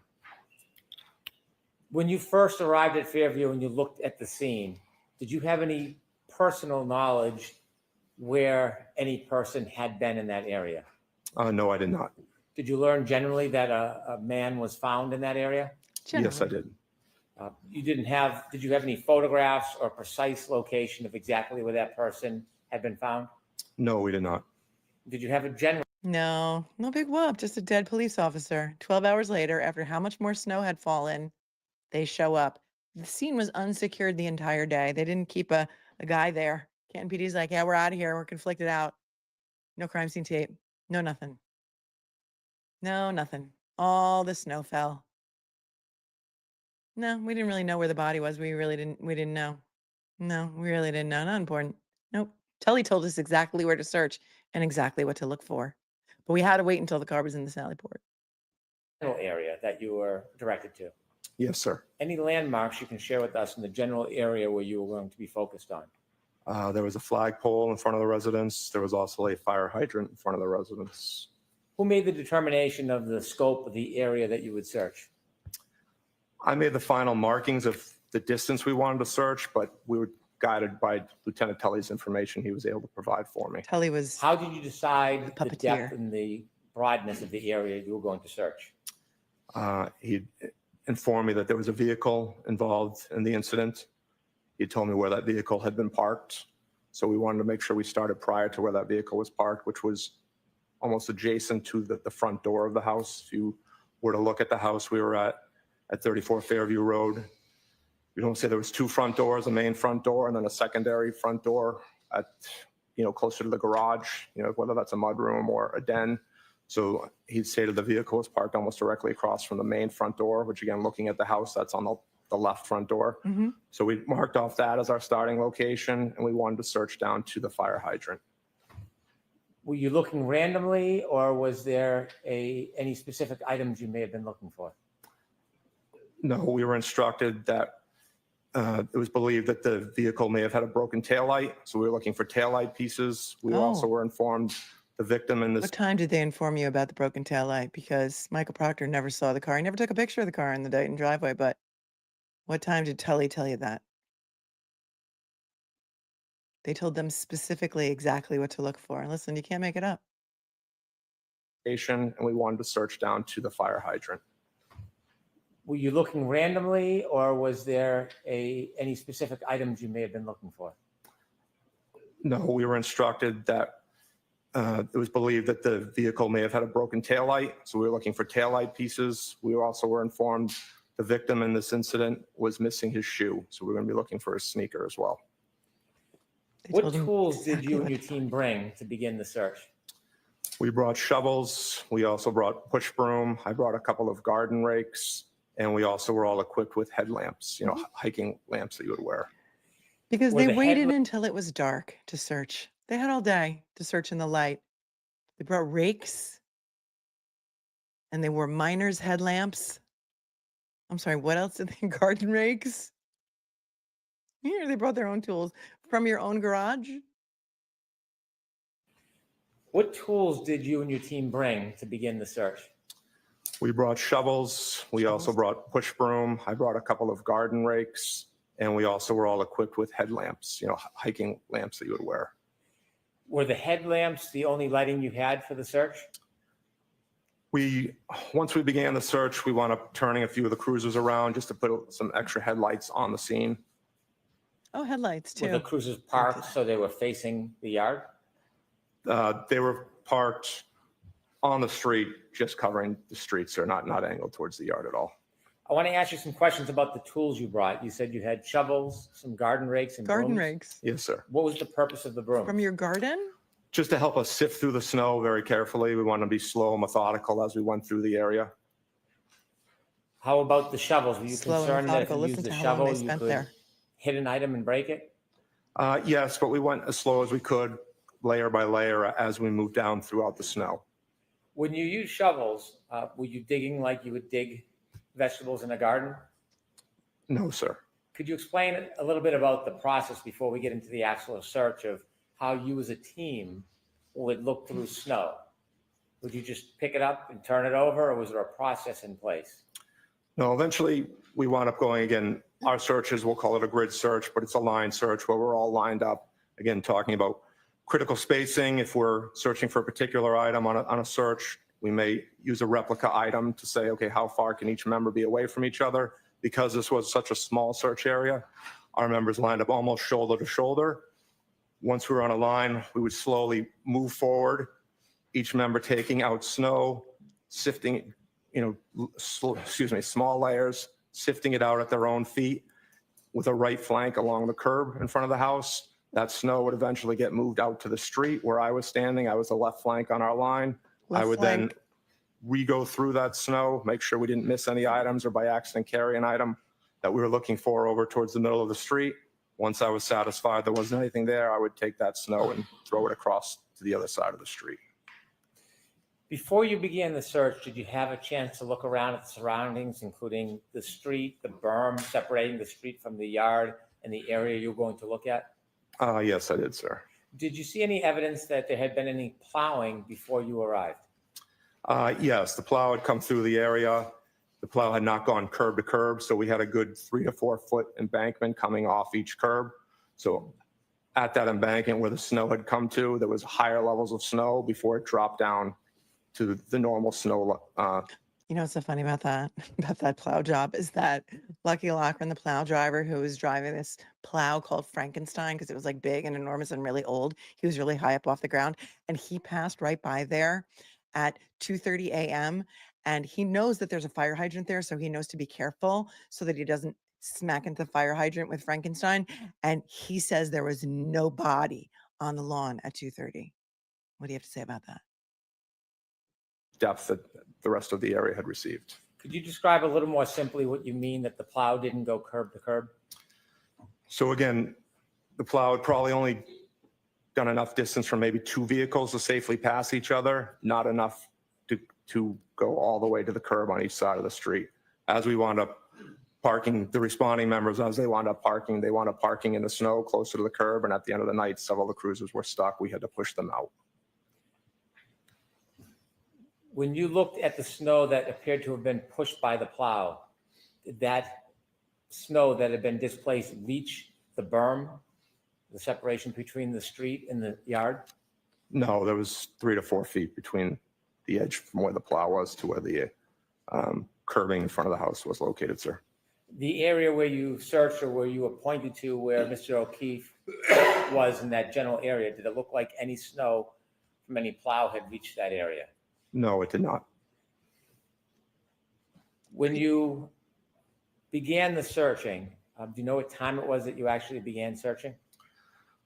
We moved my cruiser and Trooper Boussolet's cruiser at 5:20. We had started gridding off where we wanted to search, but at 5:20, that's when we moved our cruisers to put the headlights on. That's right. Trooper Bearden and the 2 sergeants arrived quickly after on scene. So by 5:24, we started. All 5 of us were lined up shoveling. When the 2 other members arrived on scene, they just joined in on the line to help us move. From when you first arrived at 4:56 p.m. to when you began the search at 5:20 p.m., did you see anybody enter the area that you were going to search other than you or a SERT team member? No, they did not. Were there Did you other see people? any other shadowy figures on the lawn? Thank you, Team Wicked Smart versus Pure Wicked. Oh, here he's about to ask the question. Here we go. You or a SERT team member? No, they did not. Were there other people in the area outside the scene or the grid that you were going to search other than you and members of your SERT team? Lieutenant Tully arrived on scene. Of course. Was there anybody with Lieutenant Tully? At one point, he had several other people with him. Maybe, I Several. believe 5 throughout our search. Maybe 5 different people, including him, were on scene. Were those Really? people part of state police? At least 1, maybe 2. Unfortunately, I don't recognize all 2,500 members in our department, but there were probably about 5 total people on scene, sir. Was this? Tully brought a couple of guys, just a couple of guys, brought a couple of guys with him. Don't really know who they were. No big whoop. I didn't keep a log, even though I was in charge of the scene. I was the head mofo in charge. But, it's Tully. We're all afraid of Tully. Showed up with 5 guys. 5 guys says under the chat. Isn't that a burger joint or something? 5 guys. Testimony and trial was that they started at 5:41. Who's crossing him? I don't know. I didn't hear an objection yet. So 5 random guys just showed up. Maybe they're in law enforcement. I don't know. I don't recognize everybody. No big deal. No big whoop. No nothing. Is Got somebody? Members on our Listen to that again. people, including him, were on scene. I believe Lieutenant Tully. Lieutenant Tully arrived on scene. Was there anybody with Lieutenant Tully? At one point, he had several other people with him. Maybe, I believe 5 throughout our search. Maybe 5 different people, including him, were on scene. 5 Were randos. those people part of state police? At least 1, maybe 2. Unfortunately, I don't recognize all 2,500 members in our department, but there were probably about 5 total people on scene, sir. Was there somebody who was picking up You can't make any this up. evidence that you may find and putting it in bags and preserving it? After we found located evidence, it was documented on scene by the detectives. So you yourself were not documenting? No, and again, that's maybe a little change in the dynamics. If I had been more of in an instant commander role, I probably would have documented time, location, again, for our internal records. Primary record will always be at the hands of the detectives. But because I was actively searching, the detectives handled all documentation. I need a wellness check on Ed Wallace. Ed Wallace, clean up on aisle 227. We've got Ed Wallace's head rolling down the aisle. I'm sorry, it wasn't your job to keep a log. Hold on a second.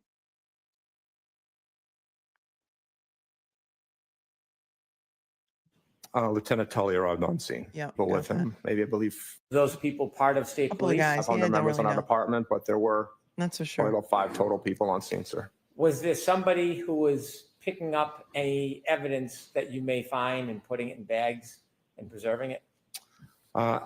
After we found located evidence, it was documented on scene by the detectives. So you yourself were not documenting? No, and again, that's maybe a little change in the dynamics. If I had been more of in an instant commander role, I probably would have documented time, location, again, for our internal records. Primary record will always be at the hands of the detectives. The detective didn't want the team there that usually searches for evidence because they would have done it the right way. And you didn't really know how it was done, so you didn't really care. It was like a scavenger hunt. Here's what you need to go find. 5 pieces of red tail light and a sneaker. Ready? Go. Oh, and while you're at it, see if you can find a thimble, a black spool of thread, a nail file, and Colonel Mustard in the library with the candlestick. Go.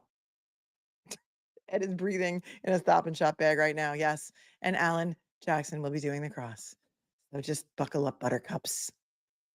But because I was actively searching, the detectives handled all documentation. Praise be. Did you see somebody from the state police putting evidence in bags after it was pointed out to you? Yes, sir, they did. When you began the search, what part of the street or yard did you begin with? We started where we were informed the vehicle was parked, which again was by, almost directly across from the front door of the house. And we began working south towards Chapman Street. During the process of the search, if somebody were to find a piece of evidence, what was the process? What would happen? He would notify myself and Lieutenant Tully, and we would stop our operation until that was documented by the detectives on scene and collected. Do you know what time the first piece of evidence was found? I believe it was 5:45, sir. Hmm. Do you remember what the first piece or You don't item know. that you or the SERT team found? You don't know. You don't have a log, so you're just going off your memory. The first piece of evidence, he didn't say that it was a taillight piece. 5:45. Was? It was a piece of taillight. Oh. Just basically on, I remember that. I just remember because Tully told me to say that. Did you see how he just looked down like he was embarrassed? Or is he looking at notes on his lap? Look, what the hell's that? And then he sniffs, licks his lips. Is Tully getting upset? Tully May I getting approach, Your upset. Honor? Yes.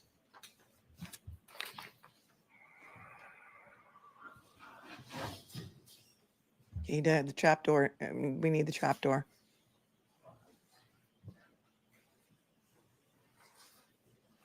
Well, you better get that crick out of your neck, sir, because you're going to be here for a while. And once Al Jackson gets done with you, you're going to need a chiropractor on call for a week. So I'm showing you two photographs to recognize what is in them. First one, Yes, sir. Okay. what is that? Rule 17, I will not be responsible for you falling off any scaffolding. Please do not listen to this show while you are at a height of more than 4 feet. It can be dangerous. I think I need to put a warning on the show. Rule 17 says I almost fell off the scaffolding, laughing my ass off, black spool of thread and nail file. Do not get injured and send me a bill. And are you wearing proper safety equipment, by the way? Do you have a harness on? Handled a lot of those 240, 241 cases. If you know, you know. It is a piece of clear lens from a taillight. And the second photograph? You found clear in the dark. It's the same lens, just a little enhanced, closer. A close-up? Yes, sir. I move to introduce these two photographs into evidence. Please let us see them. All right, so one is a close-up of the other. It is. So. In the dark, but they had those miners hats on with the big light in front. So don't make us call OSHA. Thank you, Shelby. I'm calling OSHA. Rule 17. You better be wearing a harness. Safety equipment. They can get Apple Watch messages while on the stand. What is he looking at? Look, what is he looking at?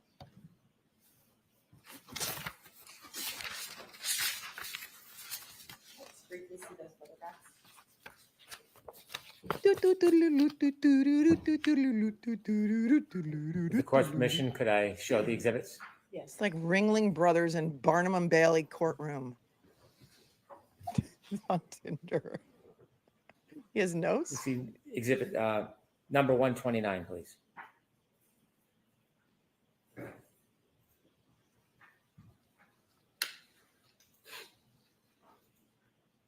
We were all carrying it. Says, I wonder what level of Candy Crush Bev is on now.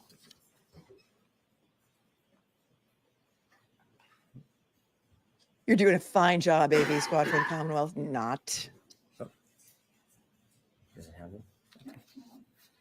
He's looking at the notes on his glove, says Gracious Rebel. All right, I'll move on at this point. Ms. Gillman. And that was at One 5:45? Yes, sir. Is it Ms. Gillman? It's Matt McCabe texting O'Hara. At 5:50, do you know if another item was found? Thank you, Black. I don't know the specific times. I know the first piece was 5:45, but again, I didn't handle the documentation and I have not seen the evidence log. That's what Tully told me we practiced. Inevitably, did you or your team find an item of clothing? Clothing? We found the sneaker. Yes, sir. A sneaker? Yes, sir. Can you describe where the sneaker was found? Sneaker was flush up against the curb and it was inverted upside down. Was there anything in the sneaker? There was snow on Chloe. and inside the sneaker. Chloe was in the sneaker. You can't make this up. You just can't. But tell us, what is it? A 6-inch asphalt Cape Cod berm? Sir, do you know that much? Because your detail is not as excruciatingly painful as the terrifically wonderful Gallagher. but he's with Canton PD, so different level. They're at a whole different level. You're not really on the level, are you? He's still on the job, so he's got, I don't know how much time until retirement, a couple years. He's got to be careful. Listen to the sneaker was inverted, just like the Sallyport video. You can't make it up. Shannon in the house, you can't make it up. Did you watch the first trial, Lieutenant O'Hara? Did you watch anybody's coverage? You know about the inverted Sallyport video? Because he just said the sneaker was inverted. Okay, here you go. An item of clothing. We found the sneaker, yes, sir. A sneaker? Yes, sir. Can you describe where the sneaker was found? Sneaker was flush up against the curb and it was inverted upside down. Was there anything in the sneaker? There was snow on and inside the sneaker. May I approach? Yes.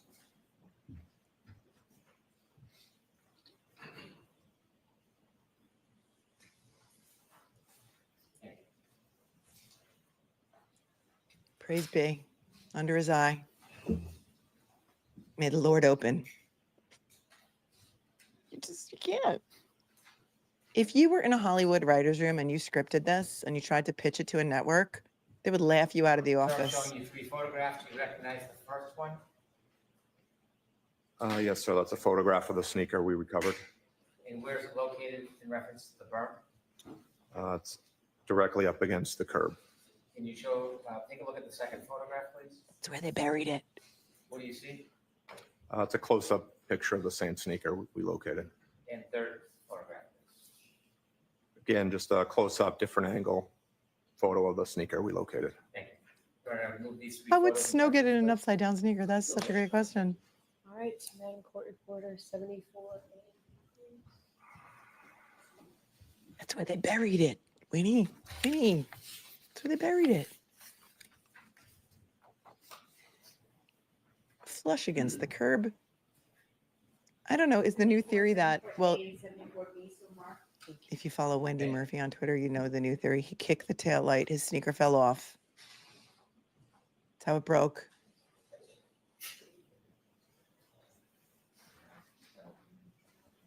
Maybe there was peanut butter and bread in the sneaker. Yes.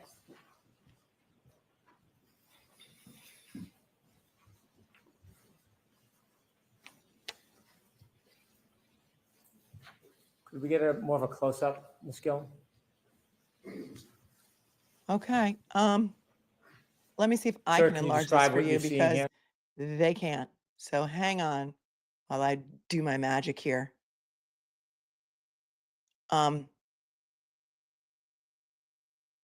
Here is what looks like the sneaker. Let's see about what he questions him about. Let's see. Sir, can you describe what you're seeing here? That's the sneaker we located up against the curb. You can see the snow in the background, and that's the flagpole in front of the house. You can see it's still snowing at this time. Could we see 121, please? And sir, can you describe again what that is? Just a close-up photo of the sneaker we located up against the curb. Yeah. Is that curb the black area to the right? Correct, sir. How high is that curb? I'm not sure, sir. 6 inches is the Cape Several Cod. inches. 122, please.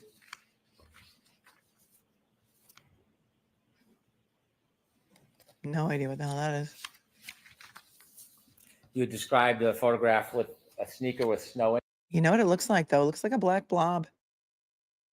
The black blob is still there when they took these photos. That's what it looks like to me.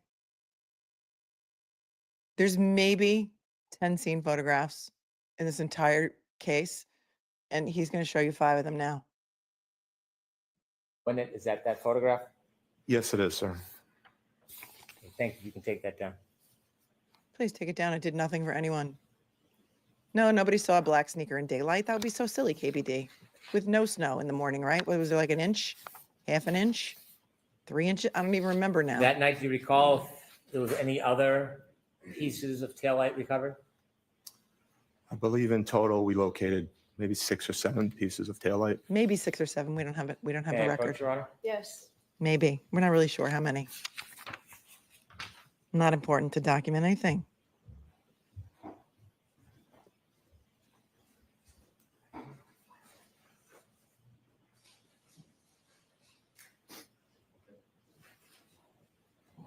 No measurements. Heisenberg says they put that shoe there to make it look like he was struck and lost the shoe, in my opinion. I'm so sick of these idiots. It's the idiot brigade. I'm handing you 3 photographs. No, they didn't You find recognize the 47 first pieces photograph? because see, this night they only Yes, I found do, 6 sir. or 7. Then over the next couple weeks, they It's a find like piece of another 40. red taillight that we located. Could you look at the second A photograph, red please? piece. Yes, sir. What do you see there?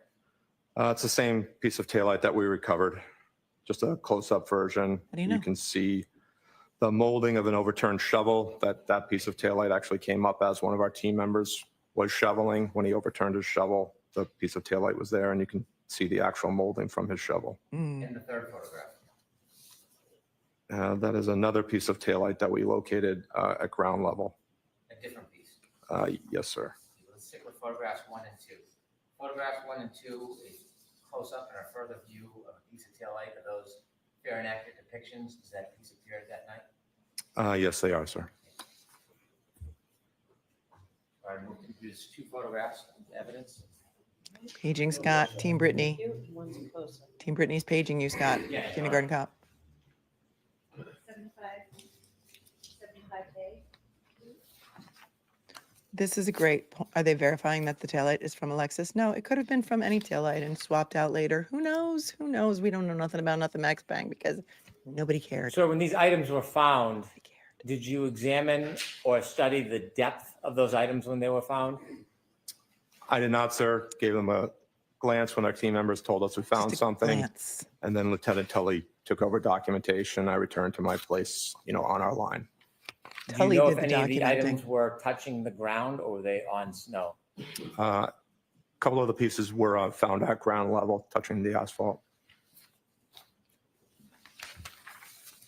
Couple of pieces were at ground level. Hold on. A couple of the pieces were found at ground level, touching the asphalt. Near the sneaker.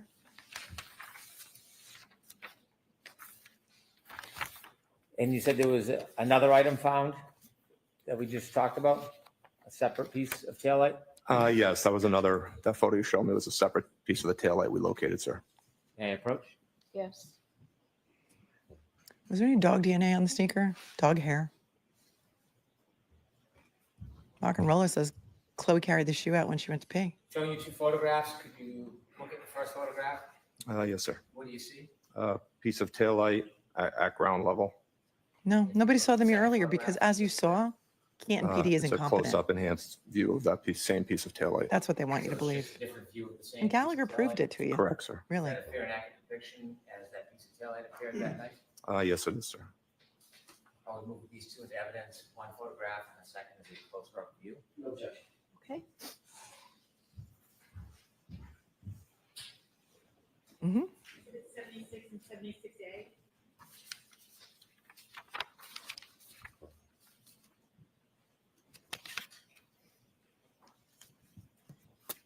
While you were conducting the search, did anybody but your team, Trooper Tully, the person who was documenting the evidence, did you see any other people who were not law enforcement in the area?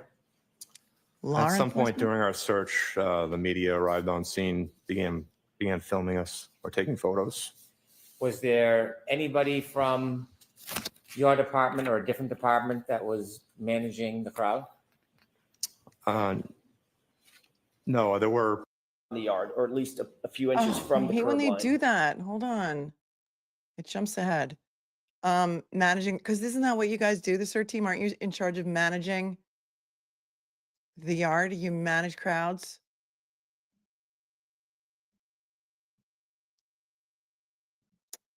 Oh, come on, man. Have your team active proper No, protocol. see, Alan Jackson's crossing already. We got to go back a little Study bit. the depth of those items when they were found? Depth, we had that. Tully. Asphalt, got it.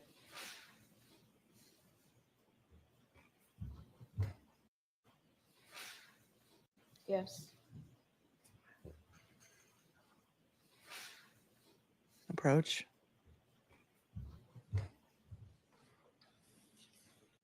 Piece of taillight. Yeah, no, we're past that. forward of our line. That whole search area was fresh on off our area. That you and your members were, did anybody enter that area or scene the grid that you and your members were working on, other than your group and Trooper Tully and the people with him? No, correct. Once we marked off our area, no one came forward of our line. That whole search area was fresh, undisturbed snow as we moved through the area, and no one moved past our line. Even when Lieutenant Tully and the member who works in his unit came to collect the evidence, they didn't move past the point we had searched up to at that time. Why were you so careful about anybody coming onto your grid? We don't want to disturb our scene, but we also don't want to move forward unless we're all moving together, acting in unison. What about the 9 Given you hours in had between? Brushes and rakes and shovels. Did you get through every piece of that area? Brushes instead of push broom. Pay We attention. didn't go all the way to where I had marked off originally, because after we'd found everything that was collected, we had gone approximately 8 to 10 feet without finding any other evidence. Lieutenant Tully and I had a discussion. I think we determined Tully we was like, found everything we were going to find that evening. we're good. And we decided to suspend the search. Tully's like, we Was got it a enough to frame search her. We're good. that, took You're up done the here. whole front yard and street of that area?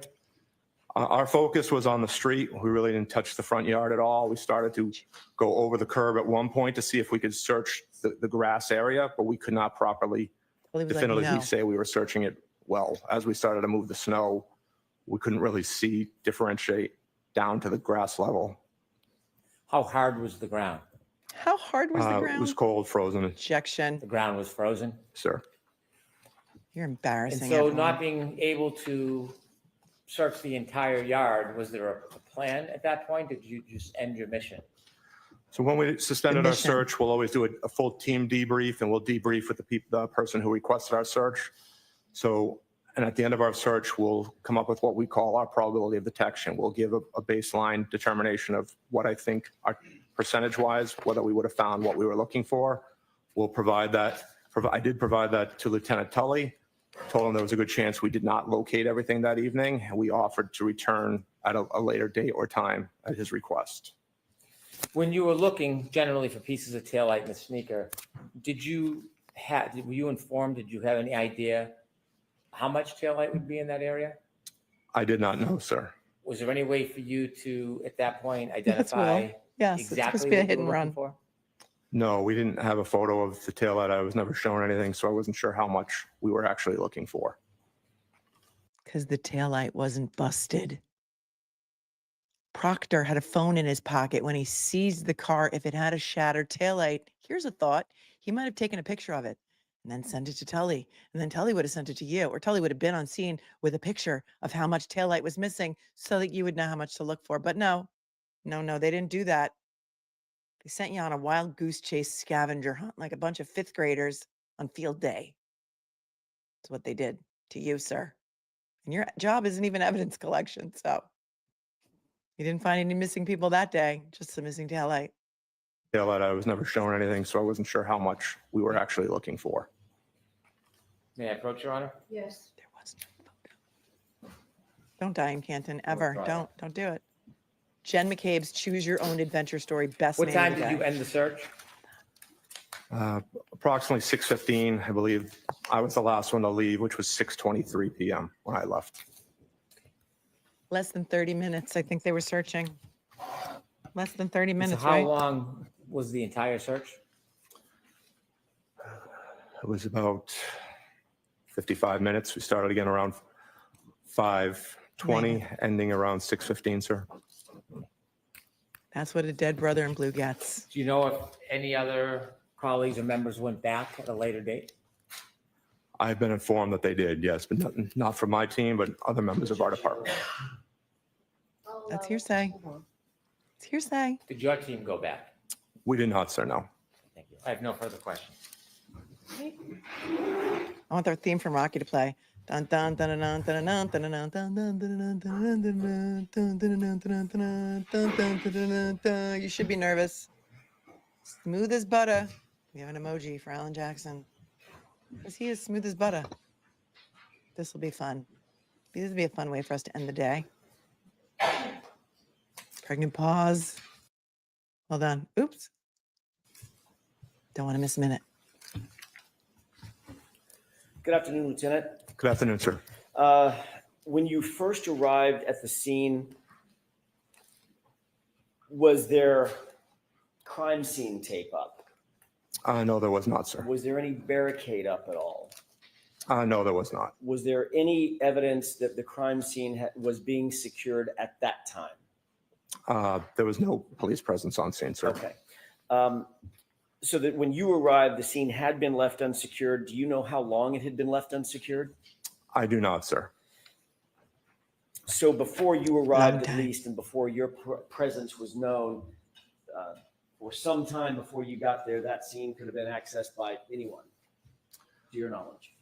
Well, I think the weather played a good help in us with the scene security, because with that being fresh, undisturbed snow, and with the man tracking we do, we would be able to determine if anyone had access to that area. Of course, of course. But you don't have any personal knowledge of anybody actually securing that scene for onlookers, bypassers, anybody that wanted access to it, they could have had it? Not that I'm aware of, sir. Okay. You indicated that Lieutenant Tully first contacted you but exactly at 2:32 p.m., correct? That is correct, sir. At that time, your team was not stood up. In other words, you were not activated, because that was an initial call by Lieutenant Tully, not an activation call, correct? Correct. That's a courtesy notification, sir. And at that time, Lieutenant Tully had not received the proper protocol, the proper approvals through the protocol to actually have your team activate and have your team dispatched. Yes, I think he'll normally, when we get activated, before they start the process going through their chain of command, they'll call me just to see if we're available and if we could actually respond, instead of wasting other people's time calling us if I were to say, no, we are already assigned on another mission at this time. Right. Wouldn't want to waste So your around time. 2:53, you indicated that one of your subordinates, Sergeant Simpson, notified the rest of the team that get ready, but we have not been given the green light, correct? Correct, sir. Building an availability list of who could respond. Okay. That was just a kind of a precursor, if you will, for lack of a better phrase, to make sure that you had the available personnel, so when the green light, or if the green light came, you could activate. Correct, and to help start giving people the heads up to start shoveling their driveway. Like I said, as soon as I received that call from Lieutenant Tully, I hadn't shoveled my driveway yet. Okay. I went out and had to go clear my driveway and my cruiser. And the horror. The end of my driveway, we usually get plowed in by our plows. We had several feet of snow at the end of my driveway. The So. horror. You don't have a guy? Yes. You don't got a guy that you call to come plow your driveway? Did Lieutenant Tully inform you in that first What kind of phone animal call are you? that colleagues of his, Massachusetts State Police colleagues of his, were already en route to Dighton to retrieve or seize the SUV? He did not say that, sir. Did Lieutenant Tully inform you that Massachusetts State Police had actually contacted the Dighton Police Department for their assistance in potentially seizing that SUV? He did not tell me that, sir. Did he indicate to you, you indicated that your conversation was at 12:32. Did he indicate that he had just gotten off the phone with Dighton PD at 12:31, just a minute prior? Our phone call is at 2:32, sir. I'm So I sorry. don't know if that can, Did I say if 12:32? that's a different time you're 2:30. looking to. 2:32, and he had just gotten off the phone with Dighton PD at 2:31. Did he indicate anything like that? No, we did not, sir. Okay. So we do know that at that 2:30-ish hour, you were not authorized to respond to the unit, to the location at that point. None of your units were en route at that point. No, neither one of us had requested approval through our chain of command at that time, sir. And you've already told us that you didn't head out until just after 4, sometime after 4 p.m.? Yes, my GPS data has me leaving my driveway at 4:13 p.m. Got it.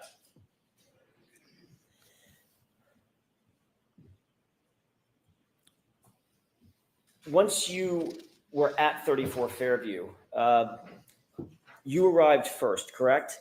No, sir. I'm sorry, I mistook that. Tell me who did arrive first. Trooper Busalil arrived at 4:54, and I pulled in just after him at 4:56, sir. My mistake. When you first arrived, you were waiting others of your team to arrive as well in their personal vehicles or their marked vehicles, correct? They were still en route at that time, yes, sir. When you got there, you did not know at that point where you were going to be directed to search, correct? I did not know, sir. All you knew was a residence and an address, correct? Correct. As your team members arrived, were they arriving in personal vehicles, cruisers, or some combination thereof? They were all arriving in state-issued cruisers. Okay, so all 7 of you arrived, there were 7 total, correct? Correct. We, again, initially started 8. One member was not able to get off the end of their street due to plowing, so we were 1 member short from the original dispatch. Understood. Lieutenant, when you arrived, given the fact that you did not know where you'd be searching, you've actually indicated previously that the flagpole, the fire hydrant, et cetera, that part of the lawn, that part of the yard was behind you as the cruisers pulled up and you parked your cruisers waiting for everybody to get there, correct? When I arrived, I parked almost at the end of the driveway of that residence, sir. Okay, was your tail facing the flagpole or was your nose facing the flagpole? Tail was facing the flagpole. So sir. you pulled up to the driveway, I'm guessing from Chapman? Yes. Heading north? Correct, sir. Yes, from Chapman. Okay, so you pulled over to the edge of the driveway, sort of on the wrong side of the street, I'm guessing. Same side as 34 Fairview, sir. Understood. So the area and the grid area. Yes, there were 5 sources of DNA found on the sneaker. You are correct. Area that you ultimately decided to search and ultimately were directed to search, that was all behind you. Yes, it was. Sir. And it was dark out, obviously. Yes, it was. Sir. Getting dark. It was dark. It was winter, so it was dark at Okay. 5 o'clock. Your focus was certainly not on the area behind you at that point, correct? While As we a were matter of fact, your driving, sir? focus wasn't really anywhere, was it? Because you No. didn't know where you were going to search. Correct, sir. Okay. Ultimately, your team members began to arrive one by one, and each one of them would stay in their car, or would they get out and come coordinate with you, like at your cruiser? No, as they arrived on scene, they would come out because Lieutenant Tully had already arrived on scene. He was technically the 3rd member of the state police on scene. Okay. So once he got on scene, I was already out talking to him, and I was marking off the area we were going to search. Understood. He ultimately, at some point, did direct you to a location behind you, which you were not currently focused on, toward the flagpole, the fire hydrant, you said. Yeah, I wasn't focused on any area at that time, sir, no. You marked those, the areas out that Lieutenant Tully directed you to with some sort of grid coordinates, or was it just sort of a mental grid? No, I wound up marking, stepping it off in the area I wanted to search, sir. Did you use any string or rope or anything like that to physically grid the area off? No, I just marked a line in the snow, sir, where I wanted to Understood. start and where we wanted to end. And you did that with footprints? No, with the shovel, I made a mark where we wanted to start and end, I sir. see. So sort of dragging a shovel in the line, Oh, in the just snow. where the berm was, sir. I knocked the berm down, made an obvious impression of where the shovel was Okay, at the starting location where ideally I wanted to end. perfect. Sounds You legit. indicated that the area that you were searching was relatively undisturbed snow. You said that in direct examination, correct? It was undisturbed, yes, sir. But the street, everything from the berm in, the street had been plowed, correct? To a point, yes, sir. All right, and so that would be disturbed snow. Yeah, to a point, yes, sir. And what was the point? To where the snow that got plowed in, it all rose up just like the end of your driveway would. There was a good 3 to 4 foot high barrier on each side of the street. Once you were able to knock down that initial barrier of snow, the level of snow dropped down to the normal depths that you would have seen in anyone's front lawn at that time. Sir. And is that what you're calling the undisturbed portion of the snow? Correct, sir. Okay. Lieutenant Tully told you that you were going to be looking for a man's shoe, a sneaker of some sort, or a shoe of some sort, correct? I said sneaker, yes, sir. And he told you that you'd be searching for plastic, red plastic potentially from a taillight. Is that right? I said taillight pieces, yes, sir. Did he indicate that some of them would be red, some might be clear, might be a combination of the two? He didn't indicate color either way, sir. He did direct you to where he believed you should search. It was his direction Took you that right sort to of the gave point you your grid where you put coordinates, the taillight correct? earlier. He indicated where the vehicle had been parked and where the victim's body had been located and suggested that was the primary area to search. That's a Did late he tell you suggestion. whether or not he knew from personal knowledge where where John O'Keefe's body had been? He did not, sir, no. Did he tell you whether he had personal knowledge where any taillight material might be? He did not know, sir. Did he tell you that he had any personal knowledge where an impact site might have been? He did not know. Did he tell you that he had personal knowledge that there had been an impact site at the location? No, he just said he believed the incident involved a vehicle. Okay. One of your goals when looking at the search location was to obviously remove the snow as methodically as you could, correct? Yes, sir. You wanted to not only remove layers of snow, but then ultimately expose the layer beneath it with as little disturbance as possible. Is that right? Correct, sir. I think you noted that the plow had not plowed all the way to the curb, so the snowbank was sort of in the street, not in the yard, or at least a few inches from the curb line and not in the yard, correct? Correct, sir. As I stated, as some of the responding members parked, they were thinking they were parking in a safe spot in the street, and their cruisers wound up being stuck at the end of the night. And you and your team had some experience doing searches in snowy conditions, being from Massachusetts, I'm guessing. Missing person searches, we've never been out for an evidence search in this specific type of conditions, Oh. but we have done missing person searches. So this was the first time you and your team had executed a search of this nature in these kinds of conditions for these kinds of items. In blizzard conditions, yes, for an evidence search, yes. But you did indicate on direct examination that although it was blizzard conditions and the winds were high, and we've learned that windy conditions sort of define a blizzard in some respects, the visibility was relatively good.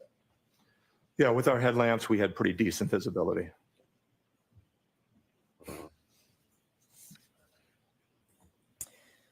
I want to ask you a couple of questions about the techniques for conducting a search. What does he keep looking at in his lap? He's looking at his lap again. This is starting to really bother me now.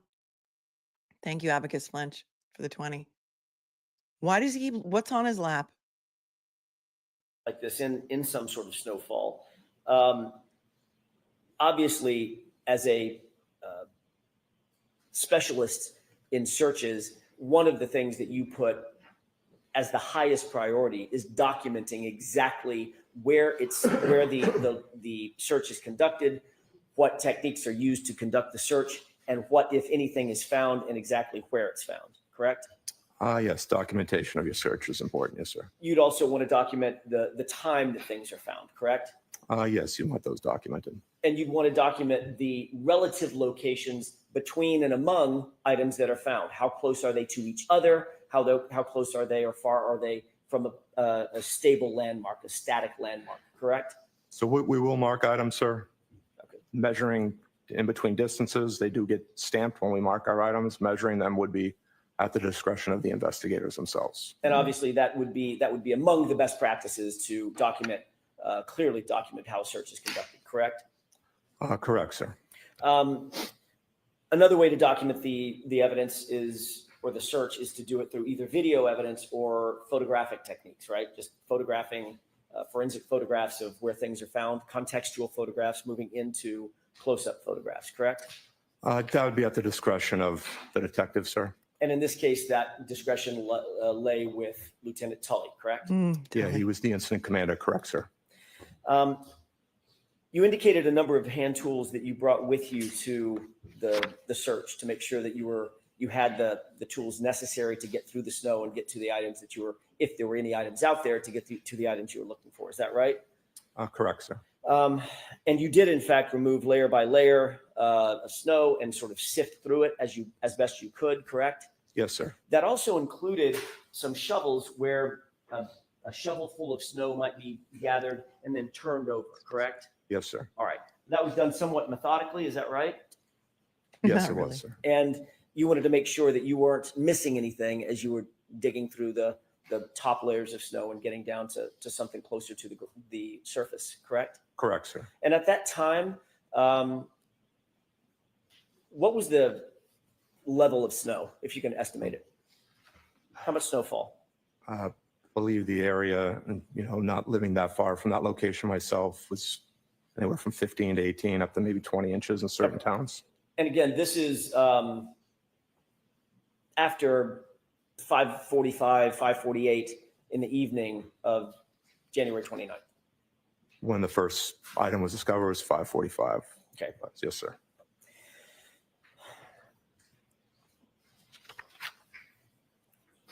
Obviously, a search of this complexity and with this many individuals and with those conditions required some level of significant coordination by you and your team, correct?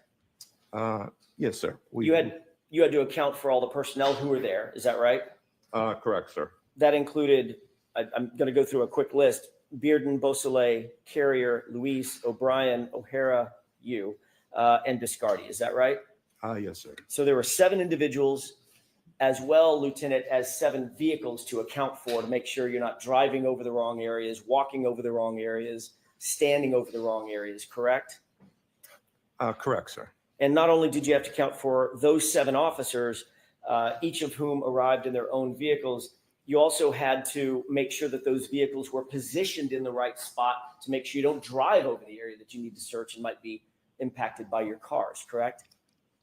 Yes, sir. After Lieutenant Tully arrived on scene, the remaining cruisers never came past the initial location of where we believe the incident occurred. Before he came on scene, the cruisers that were there were down toward the driveway, closer to where you were, and you, of course, were positioned with your back to the location that ultimately was searched, correct? Yes, sir. That was 2 of the 7 cruisers, yes. Okay.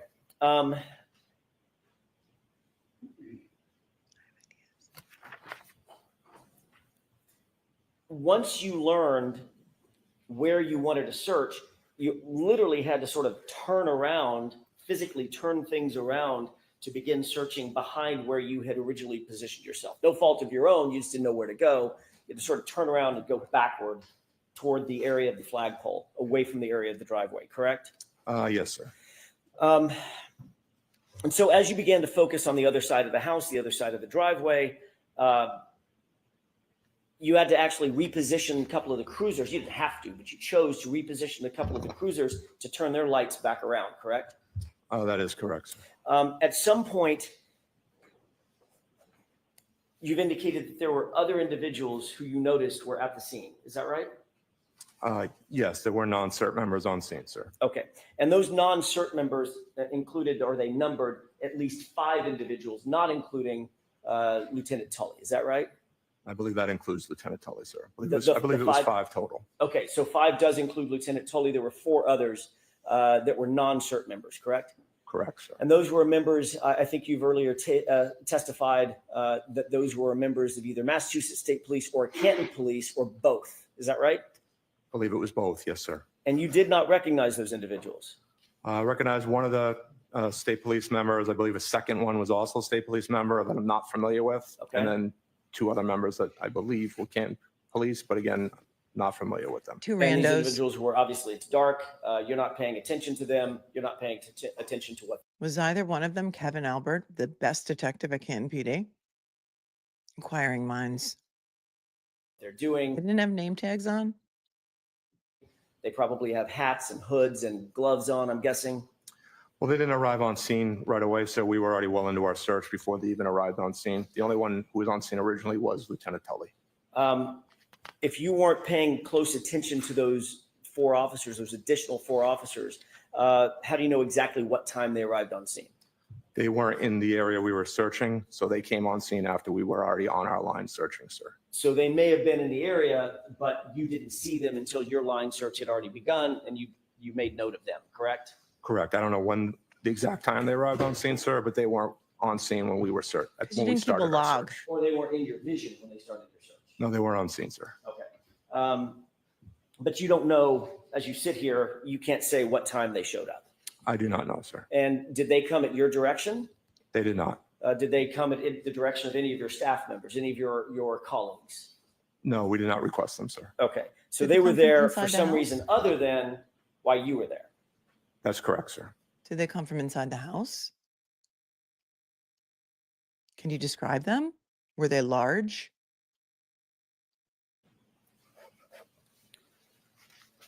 I would say, sir, what is it that you keep looking at on your lap? Is there something on your lap of more interest than my questions? Because you're under oath, you're on the stand. Are you reading your phone? Are you reading your watch? Is someone signaling you? Is someone telling you what to say? What is going on your lap, sir?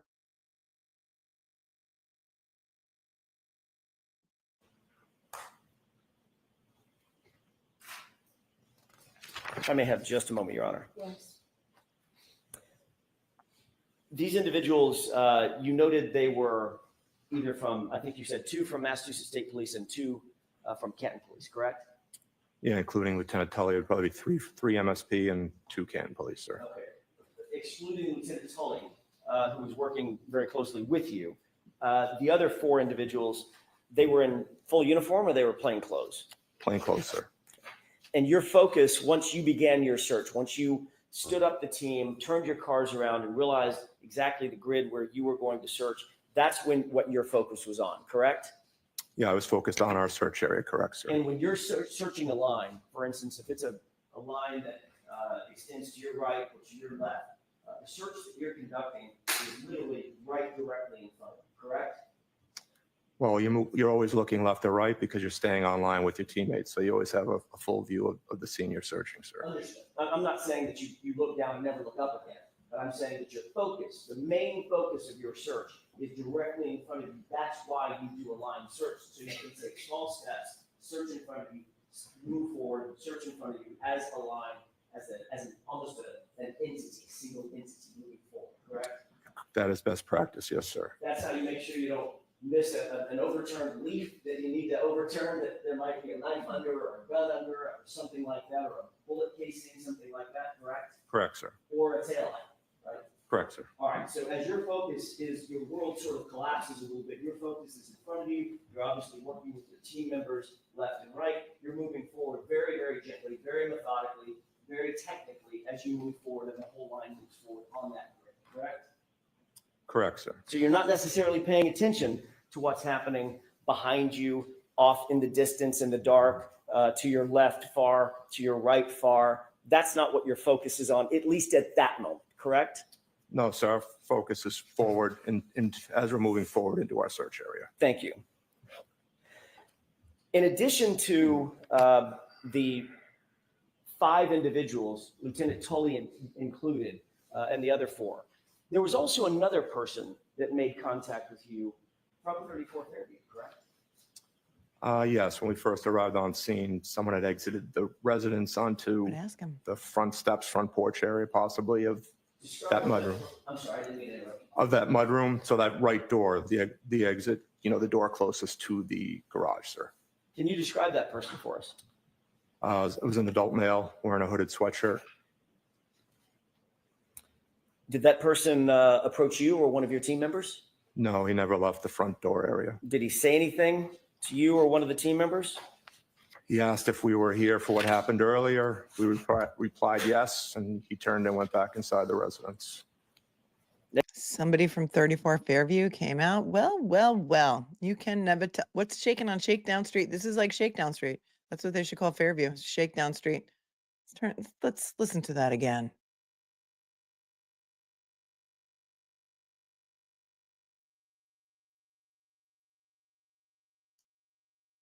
Five individuals, Lieutenant Tully included, and the other 4. There was also another person that made contact with you from 34th Fairview, correct? Yes, when we first arrived on scene, someone had exited the residence onto the front steps, front porch area, possibly of that mudroom. I'm sorry, I didn't mean to interrupt. Of that mudroom, so that right door, the exit, the door closest to the garage, sir. Can you describe that person for us? It was an adult male wearing a hooded sweatshirt. Did that person approach you or one of your team members? No, he never left the front door area. Did he say anything to you or one of the team members? He asked if we were here for what happened earlier. We replied yes, and he turned and went back inside the residence. As you sit here, you don't know who that person is. Earlier? I do not, sir, no. But he's a male, I'm guessing middle-aged? It was not a child, sir. It was definitely an adult male, sir. Adult male wearing a hooded sweatshirt. Yes, sir. Thank you. Brian Albert, I'm sure. You testified that you recovered. Having a hard time speaking. It's been a long day. I apologize. Bob Weir says Brian A. letting his bro know to get over there with the taillight. try that again. You testified that you recovered a piece of plastic first before you recovered the shoe, or do I have that backwards? No, there was one piece of taillight located before the shoe, sir. Understood. You've also indicated that of the, I think you said 6 or 7 total pieces of plastic that were found, that all of those pieces of plastic and the shoe were found basically right next to each other, correct? I don't know the exact distances, but they weren't too far apart, some several inches to others maybe a foot or two. I don't know the exact distances, sir. Without assigning an exact measurement down to the millimeter, Lieutenant, you've earlier indicated that all of the pieces and the shoe relative to each other, it's just relative to each other, were found within a foot or so of each other, correct? Eyeball, again, that's the distance that I just said, sir, from inches to maybe a couple of feet. I know they all are. You're just eyeballing it, spitballing it, no measurements, no nothing. I said that. I thought he had something on his lap too. He's reading his phone, he's reading his watch. I don't know what the hell he's reading down there. He's just eyeballing it. Because, you know, it's not important to measure when you're collecting evidence for a murder. Relative to each other, it's just relative to each other, were found within a foot or so of each other, correct? Eyeball, again, that's the distance that I just said, sir, from inches to maybe a couple of feet. I know they all are geomarked with exact coordinates that, you know, could be measured out at a later time, which again would have been at the purview of the detectives, but we did not measure them. Again, all eyeball that night. Understood. When I say, and it may have been a bad question on my part, Lieutenant, and if it was, I apologize. When I say a foot, within a foot of each other, I don't mean a foot apart. All of them you've earlier testified would be inside of a foot total, correct? Or maybe 2 feet now? I don't think they'd be quite that close, sir. I think they were maybe in between each item, sir, or close to it. I have just a moment, Your Honor.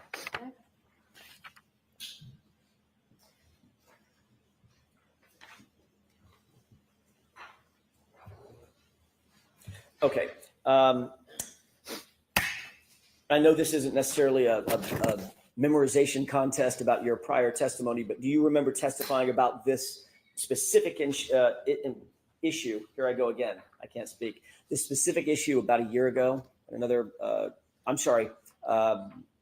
back in 2022 at a grand jury? Yes, I did, sir. Okay. Do you remember exactly how you described where everything was with relative, May 5th, is that a fact at the grand jury? Okay. Relative to each other, do you remember how you testified exactly? I believe I said within a few inches or a foot away. Yes, sir. Excellent. You've rattled off times and dates. Excellent memory. Like I've never seen before. So it's exactly what you said. So within a few inches of each other, maybe a foot is what you said, correct?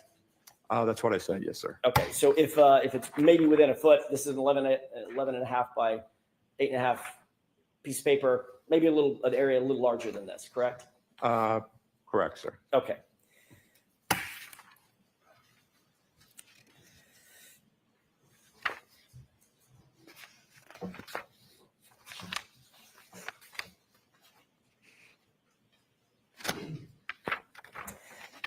As you found items of evidence, did you alert Lieutenant Tully to that specific piece of evidence?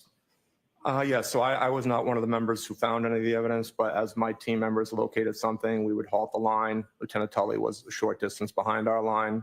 We would get his attention. We would cease our operations until he informed us that he felt it was properly documented. Till it was time. And ultimately, Lieutenant Tully was the person responsible for documenting that item. Is that right?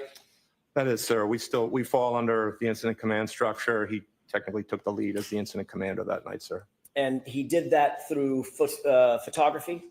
Yes, sir. So you saw him taking pictures of the items in their place once they were found, correct? Yeah, I believe he was the one taking photographs, sir. And by definition, Lieutenant, as a search like this is being conducted, unfortunately, moving snow means possibly moving the items themselves, correct? Potentially, yes, sir. They might end up in a shovel full of snow, you turn it upside down. That's not where the piece of evidence was to begin with, right? Correct. It's been moved at that point. But in this case, nearly all of the pieces that you did find, including the shoe, were nearly next to each other, meaning within inches of one another, correct? I don't know the exact distance again, sir, ballpark eye distance, but again, that is why Ballpark. we provided the GPS coordinates of each location, because we did stamp those with a handheld GPS as we found items of evidence. And all those locations were turned over with our report to be measured at the desire of the detective, sir. Certainly, using that very impressive memory of yours, your memory back in May of 2022, May 5th of 2022, was that they were within inches of each other. I believe that's what I stated, yes, sir. Okay.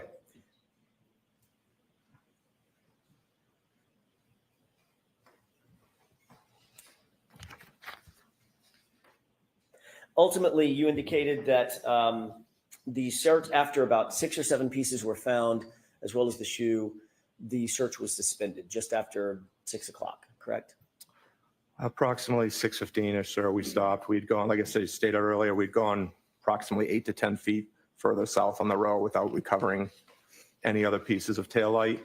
We knew we had already located the sneaker, so we decided to suspend the search at that time until possibly a future date. Future date. We'll come back another day. When And the you were snow never starts. called back out to the scene by Lieutenant Tully or anybody else, correct? No, we were not, sir. And did you become aware that Nope. over the next days and weeks and several weeks, there would be 40 more pieces of taillight Yes, 40. claimed to be recovered at the scene? Did you become aware of that or no? I was aware other pieces were located. I did not know that was the number, and I don't know exactly when I became aware of that. It was probably much later on, possibly at this location when I learned that information, sir. And you don't know, as you sit here, you don't know whom it was that recovered those additional pieces, correct? No, I've never seen the evidence log, sir. And you don't know when those. I don't think there is an evidence log. I do not know.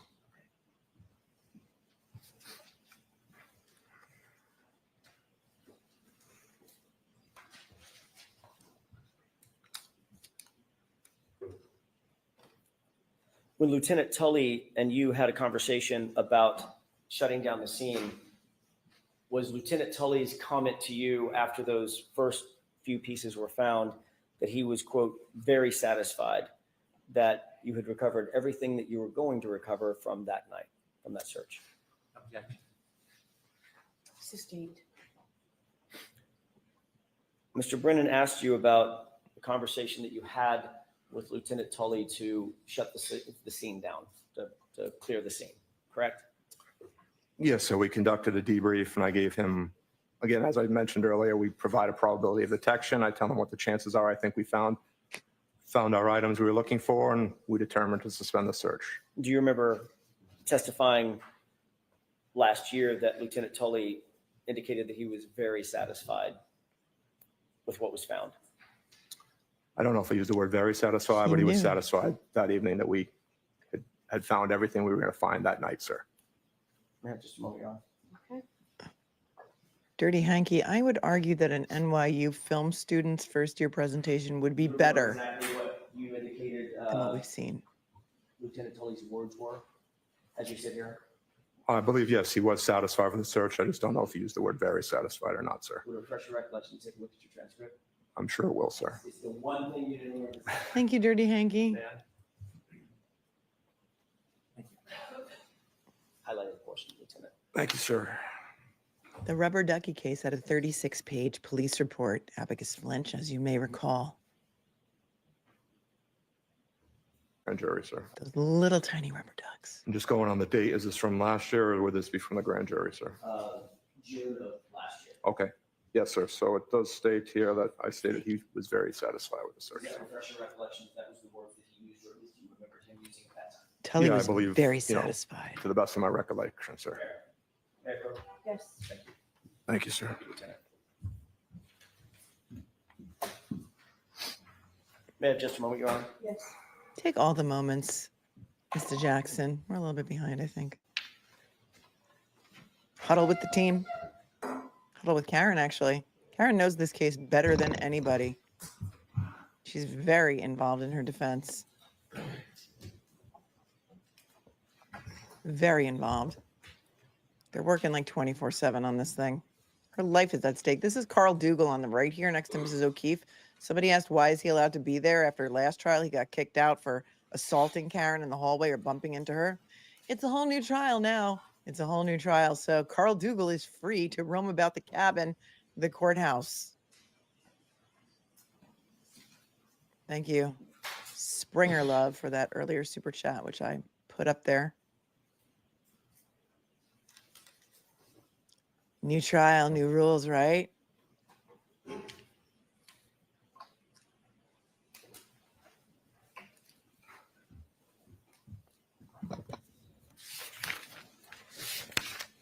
Lieutenant, there was one other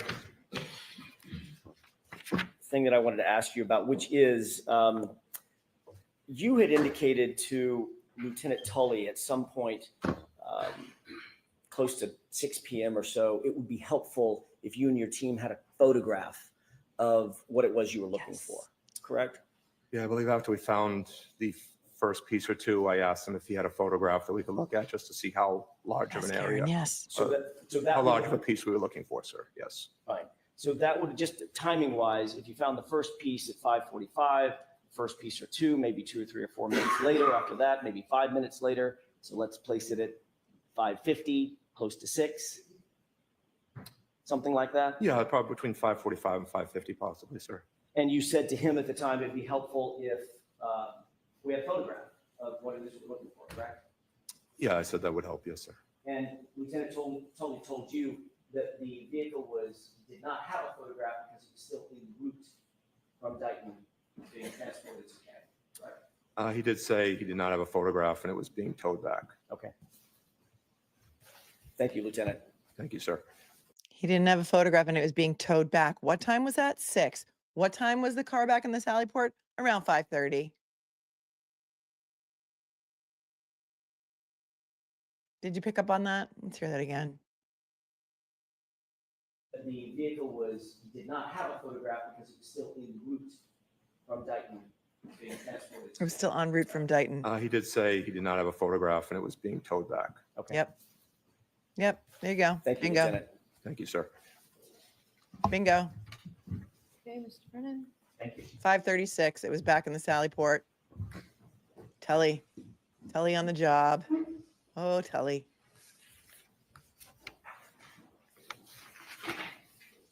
Let's see. Can Hank play? Sir, you cleanup? mentioned that there were about 5 people not on your SERT team at some point arriving at Fairview Road or the area of it.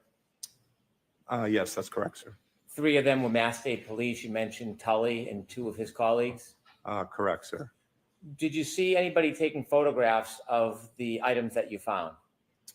Yes, Lieutenant Tully was taking photographs while we were there, sir. And did you see somebody putting the items in bags?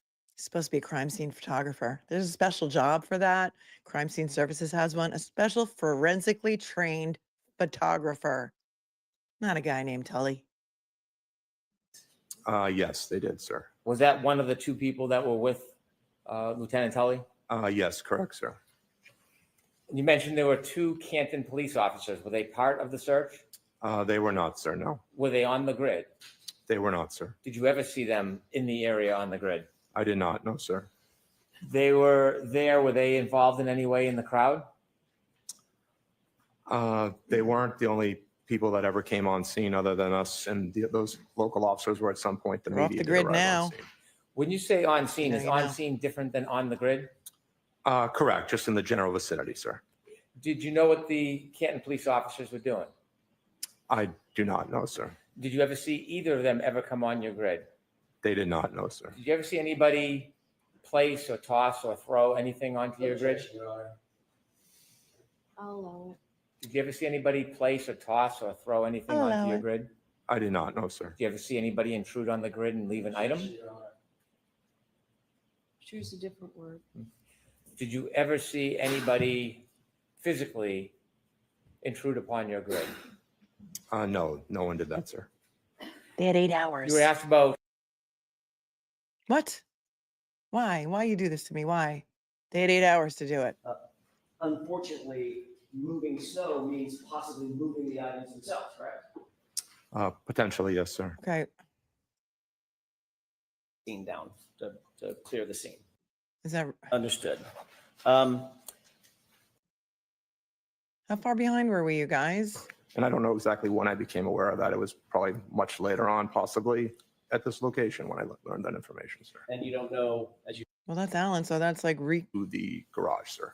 Can you ReCross. describe No. But you don't know, as you sit here, you can't say what time they showed up. I do not know, sir. After Lieutenant Tully arrived on scene, the remaining cruisers never came past the initial Feed location. ended of- abruptly? Oh, we got to go to Boston 25. Sure. Okay, so it wasn't us? We got to go to Boston 25. Okay, hang on. Thank you. I'm just going on the date. Is this from last year or would this be from the grand jury? You're sir? right. Okay. Because that's like Okay. kind of where we were. Yes, sir. So it does state here that I stated he was very satisfied with the search. Yeah, refresh your recollections, that was the word.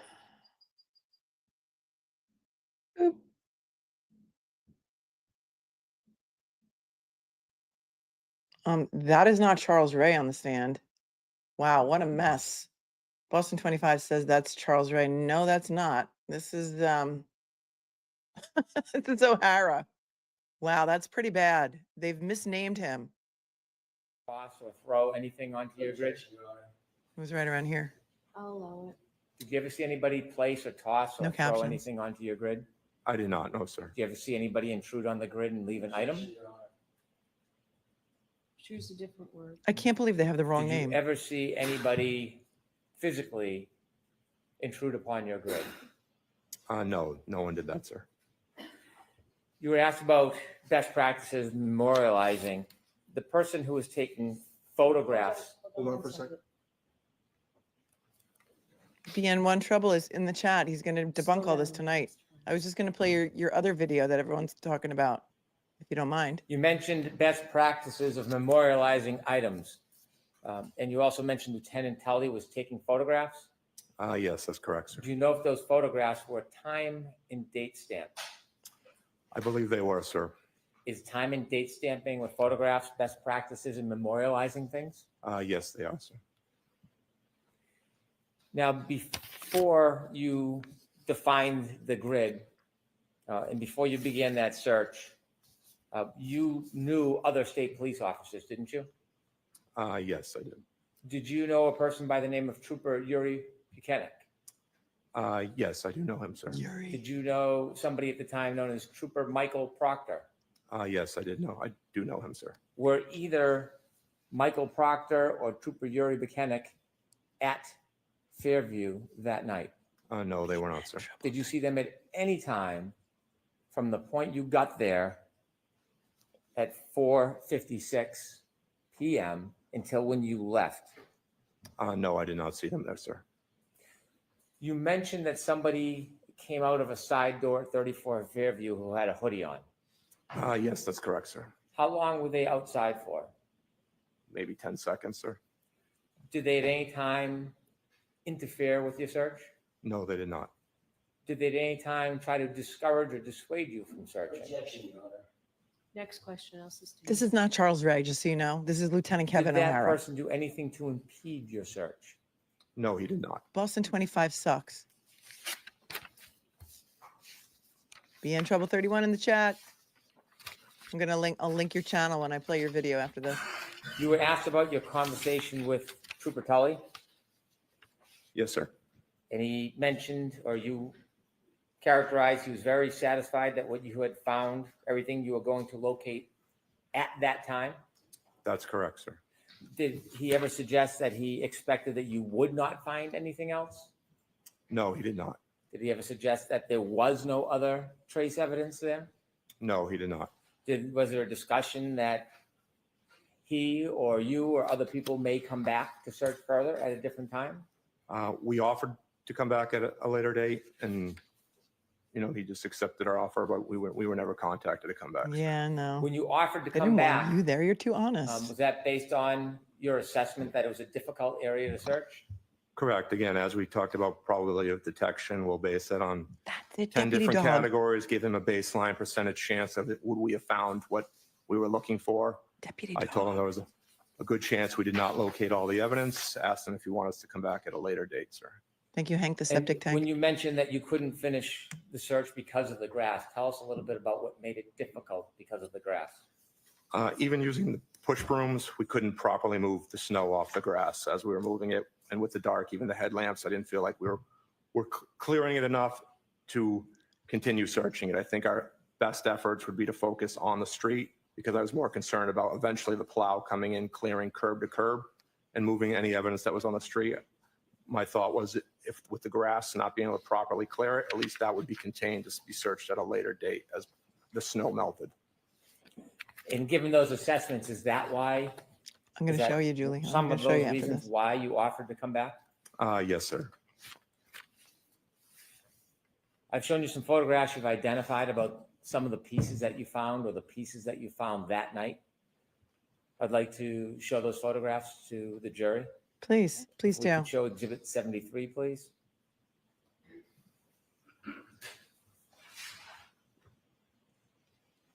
Is that one of the photographs you identified earlier? Yes, it is, sir. Is there a chance, Ms. Gillman, that we could do a close-up of that? Yeah. Can you describe what you're seeing? It's a piece of clear taillight.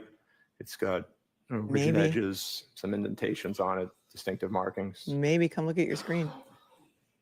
Did all of the pieces you found have those type of markings on it? Not sure if they had those exact same markings, sir. I'd have to compare the photos. Was there different colors of pieces that you found that night? Yes, we also found pieces of red taillight as well. Could we see 73A, please? Without blowing it up, if you could go back. Is 73A a picture from further away of the same piece? It's a Rorschach Yes, test. that's what it appears to be, sir. Was it easier to see these pieces that night in person than it is in photos, or was there any difference in the ability to identify these pieces? Sustained. When you saw the piece from where you were standing, did it look any different than it does in this photo? No, it doesn't, sir. Can we see 75, please? Charles Ray is not on the stand, but Ray Charles may be behind the keyboard on In the that picture Chiron from duty. this perspective, can you see any pieces? I of saw taillight? that too. Thank you, 18 miles There's an a hour piece range. of I'm not crazy. red taillight in the left-hand side of that photo, sir. I'm sorry, where? On a little bit of a mound? Oh, yeah. Correct, sir. Hold Is on. that where that piece was found, on the mound? No, that's the Hold on. I got to make this bigger for you because, you know, there's a flagpole. Maybe. I think it's facing the road. And there's a piece of taillight on top of this snow mound. I think this is what they're talking about right here. See this right here? Maybe near the street. Was it found on top of the snow? Hang on. Let's hear what he has to say about that. correct, sir. Is that where that piece was found, on the mound? No, that's the photo, like we discussed earlier, sir, that came up with one of the shovels. And you can see when you get close to that photo, you'll see the actual molding of the overturned shovel. Yeah. So it was scooped up and then placed on that mound? Correct. As the trooper overturned it to start beginning to sift through the different layers of snow, that's where he deposited that snow, sir. Could we get a close-up of the left side of that picture, please? Red's daughter says, was that the first time it ever snowed that year? Because a plow could easily put Can you see the taillight shovel on marks another car near on that the yard. piece? Yes, they're directly behind it and off to the left. You can see the molding of the shovel. You can see a bit of a divot to the left of the red? Yeah, right. Yes, correct, sir. Is that part of imprint from the shovel? Mhm. Yes, it is, sir. Could we Thank see you, dogs 75A, discussions. please? Look at the Is giant that piece a of close taillight. picture of the same item? Canton PD is so incompetent that they could not find that in what, 2 to 3 inches of snow early in the morning against the white snow, that giant piece of red taillight. That's how incompetent Gallagher wants you to believe they are, and they just may be. Yes. The imprint, does that give you a clearer view of the shovel you were speaking about? Yes, it does, sir. Could we see 76, please? I don't know why Paul's in the second row, Holly. I don't know. Is that one of the photographs you identified earlier? Yes, it is, sir. And that piece, was it found at ground level, Yes, that photo is where that item was located, sir. touching the ground? Yes, sir. Could we get a close-up of that, please? Yeah, they couldn't find that shard of red taillight either in hardly And any if we could have snow. 76A, please. Thank you, Lisa. Love NYU. Is that a Great picture of film the same school. item? Yes, it is. Just zoomed in, sir. You can close that, please, and turn the lights on. Thank you. Baha ha, Circle of Willis. What were you thinking when you To did be that? clear on the timeline, your colleague arrived, first colleague arrived at what time? 4:54 p.m., sir. And you arrived at? 4:56. You mentioned that it looked like silly. What were you fresh doing? snow. Yes, sir. The area we searched was fresh, undisturbed snow. And when you got there at 4:56, when you described fresh, undisturbed snow, is that your impression when you first got there at 4:56? Yes, I had realized that the plow had not cleared curb to curb. He does. Deputy Dog? Droopy Dog? What's his name? You began your actual search at what time? Right around 5:20, we wound up again. We moved a couple of our cruisers around just to add extra headlights, extra lighting on the scene itself. And the first piece of evidence was found at what time? 5:45, sir. Your area that you searched, did you say it was 8 to 10 feet? No, sir. The area I marked off was just over approximately 60 feet.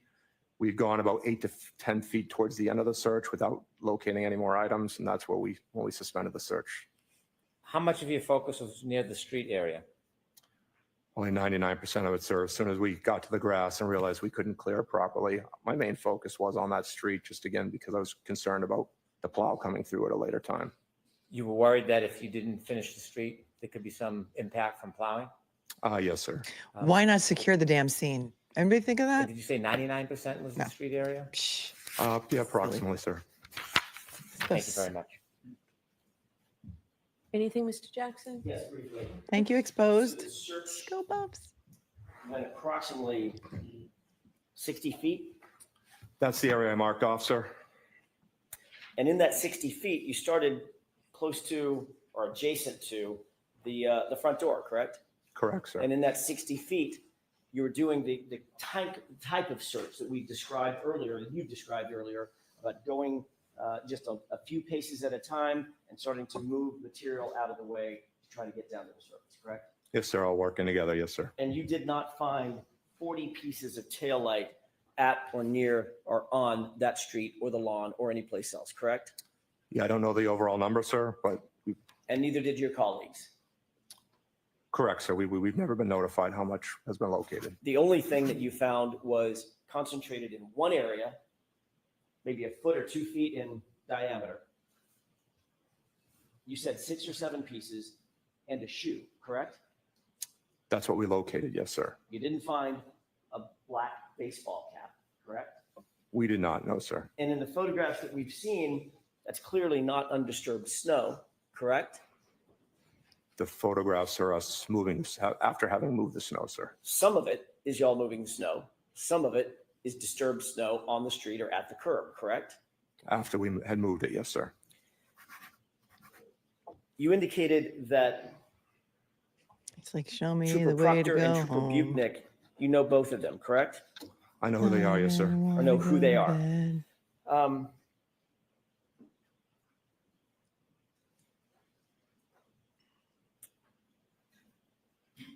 When Trooper Tully told you that the vehicle was en route and could not provide you a photograph Mm-hmm. Yeah. at, let's call it 5:50 p.m., Mm-hmm. did he tell you that the vehicle had actually been secured at Canton PD about 1.5 miles away at 5:35 p.m.? That's right. No, he did not say that, sir. Did you know through any other means that that vehicle was just 1.5 miles away at 5:35 p.m. before you ever found the first piece of taillight? Did you know that? I did not know what time it arrived, He sir. moved away from the mic, but he said that the vehicle got into the Sally Port at 5:35 p.m. before you ever found the first piece of tail light. No, I didn't know that. Do you know what time Trooper Tully told you he did not have a photograph? It was sometime after we found the first piece, sir, so sometime after 5:45, sir. Thank you.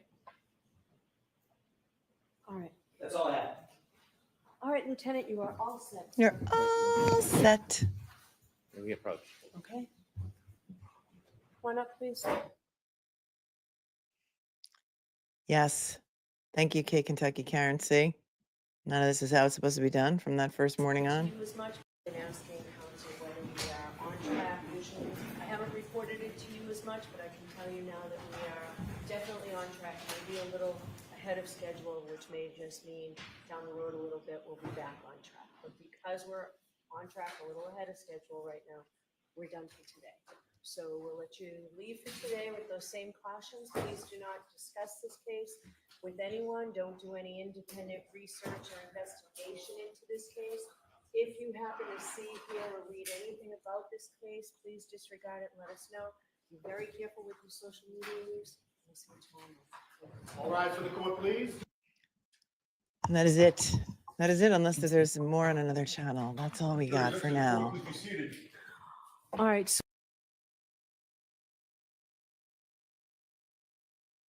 Wait, she's still talking. Hold on.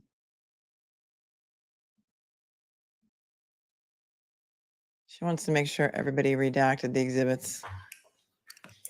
And that's pretty much it. All rise. Coming back tomorrow morning for day 11. So many of you wanted to watch the Be in Trouble 31 video on the taillight. This is the one, right? Is this the one? Just let me. Yeah. Okay. So for those of you who don't know who BN Trouble 31 is, he's a YouTuber, or he started, it's a relatively new YouTube channel. He bought a Lexus taillight and put it on, I think, a bed and showed how difficult it was to break the taillight. Like, he's fully invested in this, fully invested. Let me just go through a couple super chats, and then we're going to take a look at his video where he says that it is obvious that that wellness check video in the driveway is altered. Michelle, when were the first responders told that John was Boston PD? I think they knew right away because Kerry Roberts had told Good, and I think they all knew him in the neighborhood, and he was well known, so they knew that he was Boston PD. And when Kerry called it in as him just missing, they knew he was Boston PD. And when Jen McCabe called 911, she said he was Boston PD. So it's all they knew right away. Hilda, the picture of the bag in the Sally Port showed both in place taillights. Am I wrong? I think that was after when they took those photos. Finally, it was the day I think Karen was arrested or arraigned, February 1st or 2nd. They had already removed the tail light. It was not intact. Who told Channel 4 about the video? Good Citizen wants to know. I don't know. Remember when they were texting and they said Channel 4 is in D&E Pizza? Tell them the guy never went in the house. People surmise it was Chris Albert. I don't know. I have no knowledge of that for sure. All about the shade. Says, can the defendant ask the law enforcement officer that saw Karen's Lexus that told the truth about the taillight about proper protocols to work around the denial of Easter? Gallagher's testimony is infuriating. The one who told the truth about the taillight, you're talking about the Dighton police officer? They could, but it's not, Dighton did not investigate this. Dighton didn't investigate it. It was Canton and MSP. So I don't know how helpful it would be, and I don't know if the judge would allow it, but I hear what you're saying. Cobra Khan says, when a body is found in the yard of any citizen, is there enough probable cause to search the property? Then depends on who you ask. Many would say yes. Yes, it would be.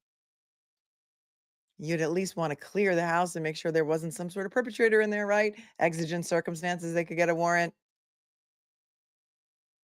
Ed Wallace says he thinks so. Thank you, Glamasuz. I was not going to, as a lawyer, I just really can't sort of. Okay, Karma Matters, Justice for John O'Keefe. Asked my 11-year-old twins, if you found a dying person on a front lawn, what would you do? Answer, check the doorbell camera and talk to the people in the house. Yep. That girl, why need probable cause? There was a person dead on the property. They could not account for all other parties that were not there and homeowner in sight, public safety. Yeah, exigent circumstances. That's what I think. That's what I think. Sandra said she heard that the dog went with Caitlin and her boyfriend that night. I heard that too. I don't know that there's ever been any proof of that. Some people think maybe it was Colin and Allie. So I don't know. Cannot confirm or deny, but I like that you're asking the right questions. J. Rose, honest question. If only a witness's words are considered evidence, why would an attorney ask yes or no questions? Because the answer to the question is the evidence. See? And you don't want your a witness to be able to volunteer and go off on tangents and add a whole bunch of stuff with a special narrative that they have, like you saw Jen McCabe do so often, even when she was asked the yes and no questions. Yep, GMS says Karen was getting the runaround. We have that on the playlist. It's a Blues Traveler song. Can we listen to Microdot's video 6 minutes in? I have it pulled up. I'm not sure. You're going to have to specify it a little bit more than that. I don't know which exact video it is.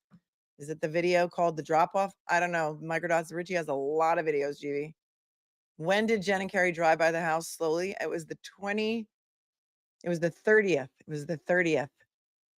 After they left Jen's house to go to 34 Fairview before they went to Lank's house. In my opinion, Brennan is playing these videos to force Karen to testify. He can try. He can try, but I don't think she's going to do it. T-Bone wanted to know, now can they subpoena that officer's cell phone records, correct? The one who did the wellness check? He was obviously conducting official business. That might answer your question as to why they really went over there. It's too late. Discovery's over, T-Bone. Discovery is over. Let's take a look. You guys want to watch Be in Trouble's video about the altered video? Here it is. Follow him on YouTube. It is right here. BN Trouble 31. So BN Trouble 31. I will drop his channel right now in the chat. And he says this is proof that the video was altered. And we know there's no metadata for it. So there's that. It's about 9 minutes. I'm going to let this play while I eat some of my salad. And then if there's more questions, I'll come back and answer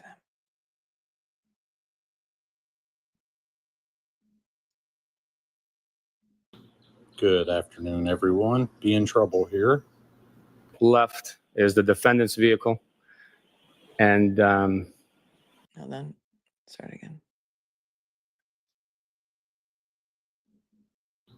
Good afternoon, everyone. Be in Trouble here. Left is the defendant's vehicle. And I do not know who the other two vehicles are. Now watch Karen as she comes around the front of the vehicle and watch the circle. She has to take a big step over that big mound of snow. Another thing to point out is nobody is huddled around the rear tail light looking at it like there's any kind of problem. You have to keep in mind this is hours after the driveway dash cam video, and it's still snowing, but it's not really that hard. Now you will notice Mr. Reed starts brushing off the rear window, and about that time Nathan comes through and he's going to snap over the big pile of snow, and he goes to do the window, but Mr. Reed's already done it. Slowed it down. Watch Mr. Reed. He goes to swipe the window as Nathan's coming through, and Nathan realized it and raised his hand and was getting ready to get the window, not the taillight. Now we get to listen to Buchanan's answer. First of all, we don't see all the videos. Second of all, we don't see that side of the car. Only the person that got the original Ring video knows what was in the video, because we can't tell from this angle. I did not. We don't know the truth because we can't see that side. The original video would have showed it, but the videos they are showing the jury are all cut up and doesn't show from the beginning to the end of what happened on that side of the car. Plus, nobody can get that close to it because of the big snow drift. It's about 18 inches deep farther back and probably closer to 18 to 24, closer to the rear bumper. I came up with that answer because farther back it comes up to Nathan's knees, right here.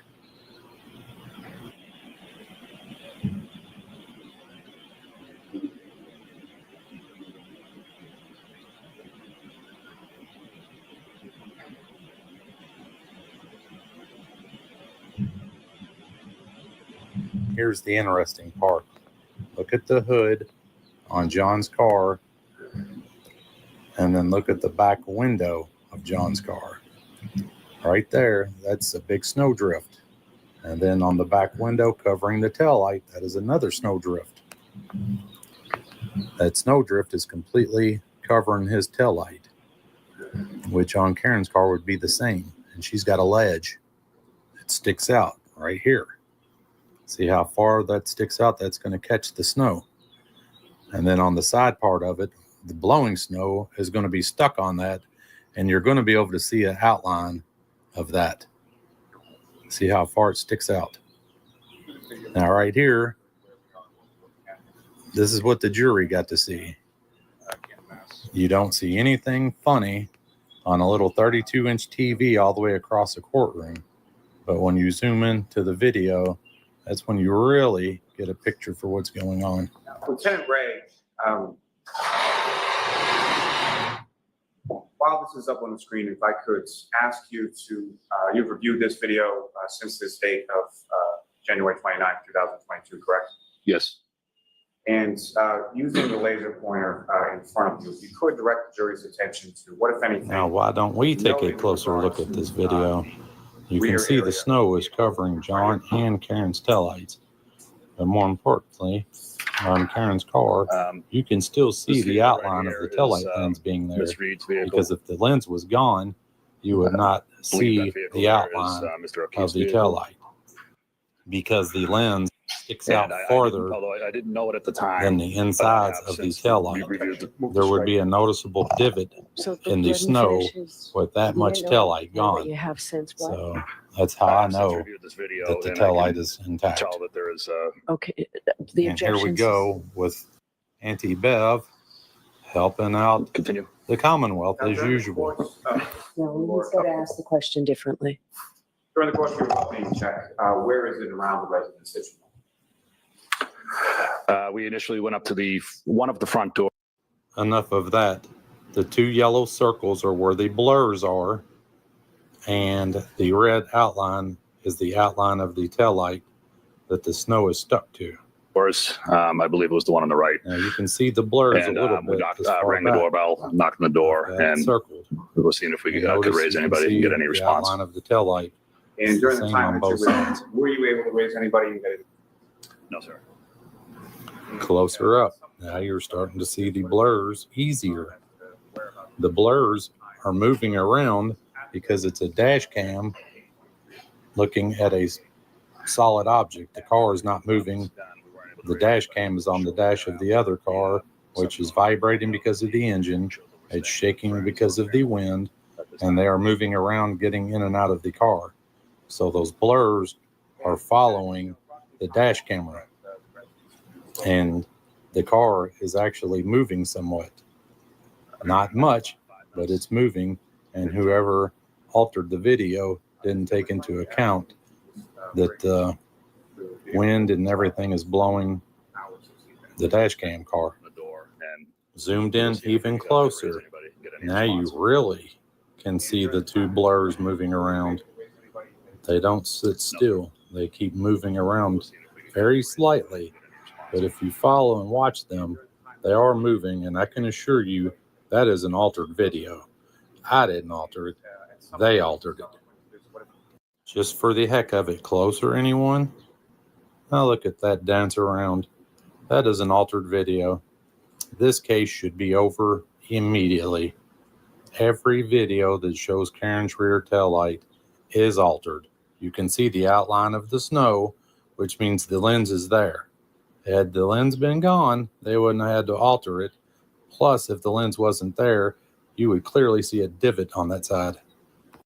Now, whoever altered the video, I believe, should go to prison, and go to prison for a very long time, because they are the people that is in authority and control this and can take away someone's life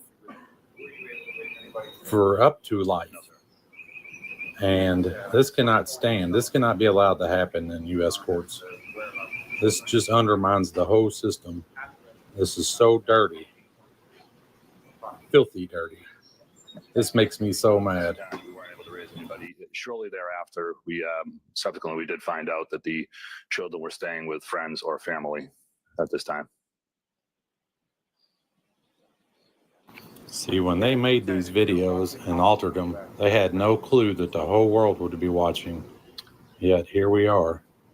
I can't believe another programmer would do such a thing. But here's what the taillight looks like busted out. Snow is not going to stick to that. It's going to go inside of it and stick on the ledges, and where the pieces are missing, there's not going to be any snow. So there won't be a clean outline of a taillight. That's how I know for 100% fact, besides the two blurs dancing around, that the video is 1000% altered. I mean, there is no question that this video that we just watched was altered.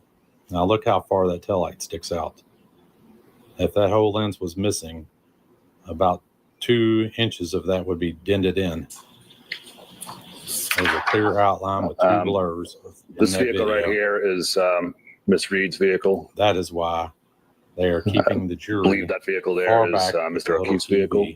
because the videos are altered. And I Here it didn't, is although I in didn't front know of it at the your time, eyes, but with I a have police since officer reviewed the talking about how the light is busted. So the And clearly it's finishes, just covered with you snow didn't know with it 2 at the time, blurs but you over have it. since what?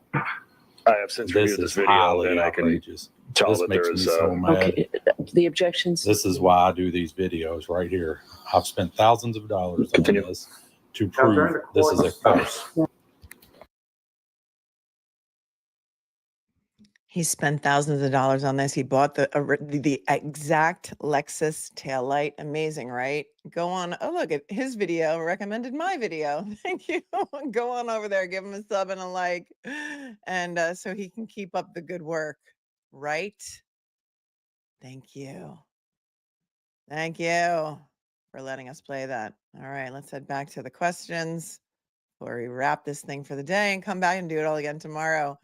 Chelsea Work says, how do we know Chloe is still alive? Well, many people thought Chloe was buried in the pool of Tim Albert that was filled in, the underground pool that was filled in soon after the murder of John O'Keefe. However,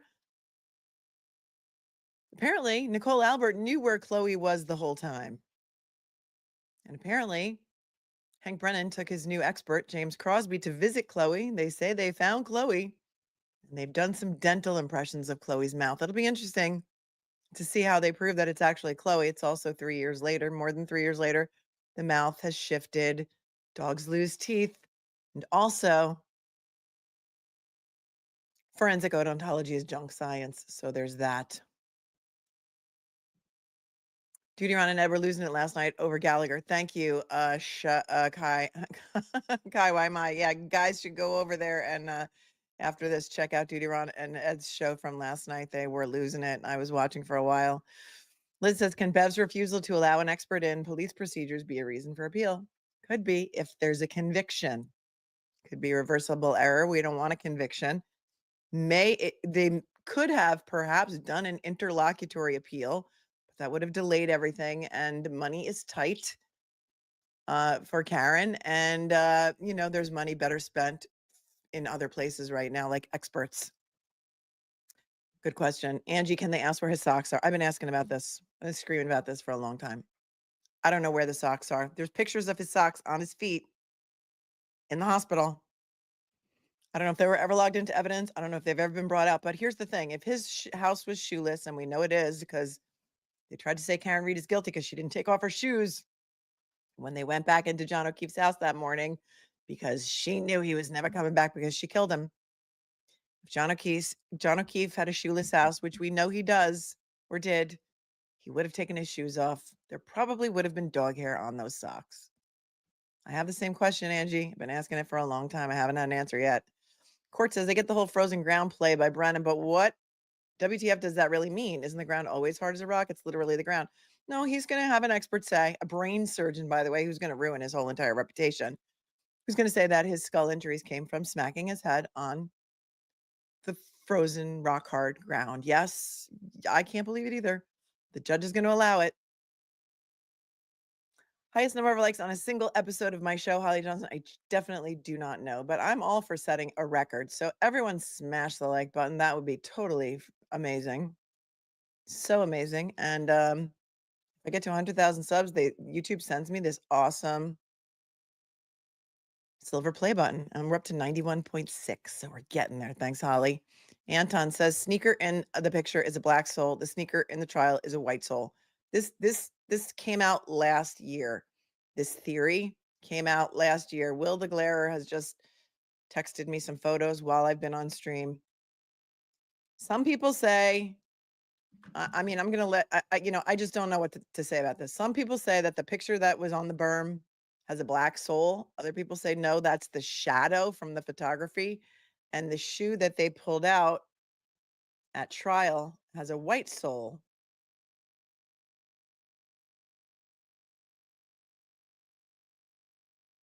But as I'm looking at this, one looks like a left shoe, one looks like a white shoe. Like, I just don't know. I don't know enough, and I don't know if it's true or not, but if you want to go on Twitter and search it up, you can search it up and see if you agree with the theory. I don't know if that's a shadow. I do know that they make that Nike shoe with a black sole and a white sole. I do know that because I looked it up once, but I just don't know if the one in the street, it looks like it could be black sole, but I just don't know. Hubert says, why was CERT not called by 8 a.m.? Gosh dang it. CERT never should have been called, Hubert, in my opinion. They never should have been. And why didn't MSP respond sooner? Why did Proctor never go to 34 Fairview allegedly on the date of the murder? Nobody knows. Rhetorical questions, I guess. Michelle says, the polycarbonate taillight has a reflective additive in the manufacturing process. I'm a materials engineer. I used to work for a manufacturer for Ford Motor Company. I used to do testing on plastics. Tell us, Michelle, or write me an email. My email is in the show notes below. Do you think a human arm could shatter a polycarbonate taillight? I think I know what your answer is going to be. Reed's bite is bigger than Chloe says, I have a new theory. Crime scene was unsupervised the entire day. Could Brian Albert have gotten a Lexus taillight and planted evidence there before the snow fell, covering it? Crime scene was unsupervised. I'm going to take it a step further.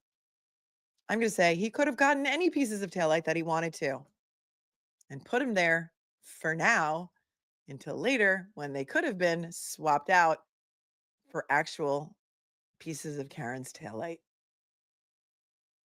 Right? Of course, right. Remember those evidence envelopes? Nobody has any log of what pieces were found where. Nope, they don't. And you know, it's interesting when you're going to see when the crime scene tech comes in who reassembled the entire taillight. Every section of the taillight was found by different, like the same officer found this section. That was like maybe 5 pieces. Another officer found that Buchanan told his guys, he said, on your way home, drive by 34 Fairview, shoot by there, shoot back on your way back to work, and just see if any of the evidence reveals itself in the coming weeks. And they did. They found another 40-something pieces of taillight in the weeks following, some of them several weeks later. You know who never found any taillight? The people who live at 34 Fairview. Sus? Pedantic misanthrope says if they were in plain clothes, how did he know they were Canton PD? He didn't. He had no idea. These were just shadowy figures. And listen, I don't blame him for anything. He's just doing what Tully's telling him to do. But the CERT team shouldn't have been there. It should have been crime scene services. But maybe crime scene services wouldn't play along. I have no idea. I have no idea what really happened here. I don't think it was any intentional murder. But, you know, people panic when they're drunk. There doesn't even need to be like a real motive. Drunk guys fight, right? Drunk guys fight. Something happened. Maybe it was an accident. Here we are. John O'Keefe did not get hit by a car, and a car did not hit John O'Keefe. That's what I do know. Lindsay, taillights are almost shatterproof, generally made with the same material used for windows on airplanes and fighter jet windshields. Should not shatter. Yep. When you go to BN Trouble 31, you'll see the video that he did where he tries to bust up a taillight, and it's difficult. And when it does break, it breaks into large chunks. Julie said, I asked my neighbor, who's our town judge, if she would sign a probable cause warrant if a body was found on someone's lawn. She said, definitely. Well done to your neighbor. Well done to your neighbor. She's probably a good, honest judge. Love to see women on the bench who, you know, get it. By Craven 2.0 movie title, 50 Shades of Fallaciousness. Yes, I'm losing it because of this trial. LOL. Thanks for a venting platform. It does help terrifically. It's terrific, isn't it? It's terrific. It's magically delicious, and we're all in it together. We're all in this together. Sadly, but we try and keep it fun, even though it's not so fun for Karen. But the day we hear they're not guilty, that'll be fun. Norman says, my wife is a sneaker. Is a sneaker something? She says one sneaker is a Nike Revolution 7 with a black sole and an oval spots on it, and the other is a Nike Tangent with rectangular. Oh, that is interesting. Well, I'll pull up the picture that Will the Glarer sent me. I think he tweeted about it. Somebody said, but why not? I'll allow it. I'll show it to you. This is what we got. Coming in hot from Will. You know, I just can't speak for the truth and veracity of this, but you know, you can be the judge. I mean, here's the one they found by the berm, right on the left-hand side. Looks like it has a black sole. It's got the Nike swoosh. Looks like it has a black sole and then a white stripe and then a black base. This looks to me to be a left sneaker, but maybe the camera's inverted. I have no idea. The one he's holding up in court here, I forget who that was. Buchanan definitely has a white sole, and it looks to be a right sneaker. So I don't know. You guys tell me what you think. Last year it was debunked as having been a shadow from the camera on that one on the left. So I honestly don't know. It's an inverted sneaker. It was inverted. They said it was inverted when they found it. It's insane. Hey, it's me. Oh, thank you for the very kind compliment. You had a rug buried in your yard? What? Oh, when I did the rug buried in the yard show. That's right. I had just come from the shower and I threw a baseball cap on. That's hilarious that you remember that. There was a TikToker who was like, found a rug buried in her yard and she thought it was a body and all her followers, and we were covering it live. And, oh, that's hilarious. You are very sweet, and I really appreciate your compliments as well as your super chat. Thank you so much. Hey, it's me coming in hot with compliments for me. Who rehomes a dog the day of a blizzard? Well, they didn't rehome the dog, technically, Farmer Whitehair, until May of that year, right around the time the grand jury was convening to upgrade Karen's charges to murder. Apparently, they said they rehomed their dog because it attacked another dog, but there are some witnesses on the list, according to neighbor Jim, who spoke out to Court TV, who said 2 of his friends are on the witness list, and they were bit by Chloe before the murder of John O'Keefe. So I think they just wanted the dog out of the house that morning for whatever particular reason, but I don't know. Thank you, Amy Lou, for thanking me. I appreciate you. Rehomes, I got you. Farmer, I got you. I knew what you meant. Ginger says, breaking news, Aussie shows tweet. Michael Welch law corroborates his files with the FBI. I don't know what that means. I don't know if you're a troll. I have no idea. Mint Brownie 444. Couldn't the pig DNA be from a dog mouth chewing on a pig ear treat? Yes, many people have thought have surmised that. However, there were never swabs taken of John O'Keefe's arm. That's where the dog DNA would be. They only swabbed the clothing, and the tech who swabbed the clothing with the Q-tip or the swab said she didn't really know what she was doing. She doesn't really remember where she swabbed. The whole thing is crazy. We'll get to that when the dog DNA, Terry Kuhn from UC Davis, testifies about finding no dog DNA on the clothing swabs, but finding pig DNA. Yeah, you just can't make it up. You can't. Little Misfit says we shovel snowpaths in our yard for a Tony poodle to go down to gases every day, winter in Alaska. This is stupidity. Yeah, it's stupidity. It is stupidity. Thanks for your super chat. Draven, I spy for the FBI, the Untouchables. Thank you for your playlist suggestion. I appreciate you. Let us see.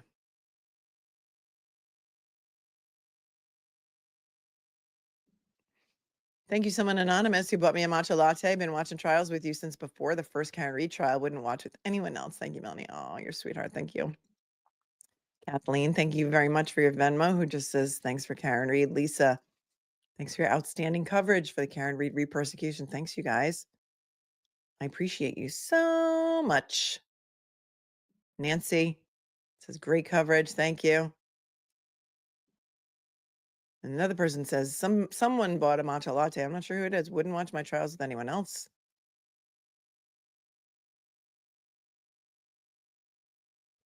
And you guys have sent me a lot of emails while this show was happening. I do read them all. I do not have the chance to respond to them all because I do have a life outside of YouTube. I know it's hard to believe, but I do. Jenny said, hi, Melanie. I haven't heard Jen McCabe or Kerry Roberts say that Karen Reed reeked of alcohol. No, nobody did, nor did the first responders. You're right. I said that too. P.S. You mentioned the South Bay. I'm from Palos Verdes. I love Palos Verdes. That is that is where I would want to live. I have spent a lot of time in Hermosa and Manhattan Beach, but I love Palos Verdes because I love privacy and I love property and a pool. And you can't get that in Manhattan Beach and Hermosa. You just can't get a pool, but you're closer to the beach. I don't care. I'll drive to the beach. It's cool. Heather said, are there objections the defense is missing? I feel like they ask questions outside the area of expertise, but maybe on purpose. Yeah. I think, Heather, that when you see the defense not making an objection that you think that they should be making, they have a very specific reason for not doing that. Why can she tell them not to say the grounds? Heather follows up. It's her specific rules that they are not allowed to state the grounds. Everything has to be discussed sidebar. And if you didn't see the show that I did on Sunday with Tom Kokanowski, who's a Massachusetts attorney and defended Brian Camp, and we saw Brian Camp acquitted. That was awesome. He says that's the way it's done in a lot of courtrooms in Massachusetts. A lot of judges don't want you to state the grounds for your objections. So I believe Tom. Mandy, thank you for buying me a matcha latte. She says, thanks for saying all the things we can't. You really make things so clear. Thanks for covering this. Thank you. And Renee in Wilmington bought 10 matcha lattes. That's really amazing. Thank you. Says, you by far are so fully invested in this and so informative. Keeping it classy. I love it. Thanks. Keep being sassy. You know, I have to. Like, it's so boring to just watch the coverage without, I don't know, without some kind of commentary, I find. I mean, and at least I try to make it funny. There are some streamers that just put it up on their channel and they're not even on the screen. They're just playing it. They're just borrowing someone else's stream and playing it. I don't get it. Stephanie says she bought 3 matcha lattes. I hope Gallagher isn't saying Arlo isn't a reliable camera. I have Arlo and I've busted my teenagers sneaking in late and I've seen wildlife very clearly in the middle of the night. How do you like that, Stephanie? So Arlo cameras are good, huh? That's crazy. Oh, this is hilarious. Thank you, Rebecca, for sending this to me. This is a picture from last night's Duty Ron show. It's a picture of Ed Wallace. Check this out.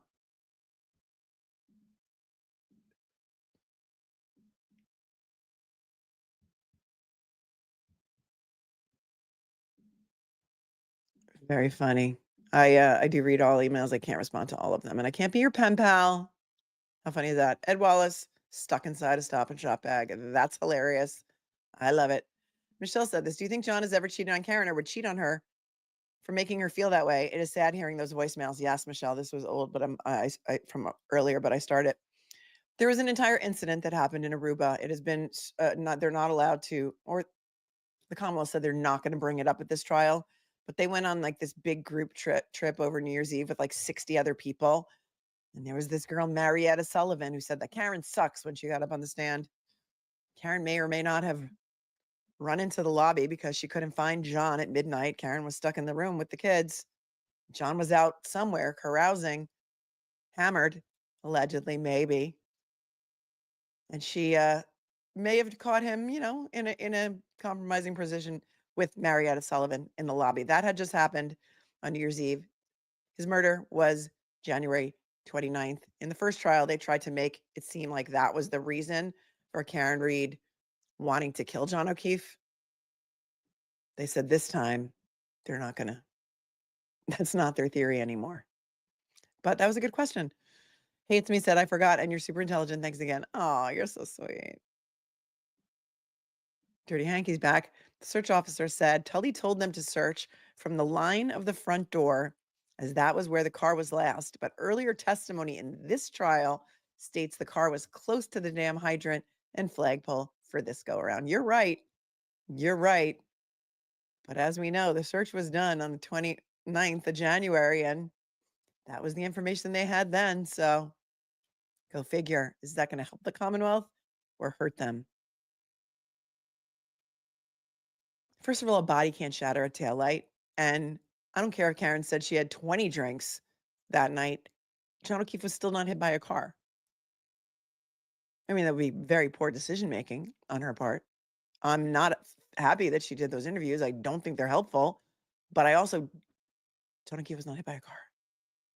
The whole thing is curb your enthusiasm. Classic Clippy. And KPT said, Arlo cameras, you own the footage.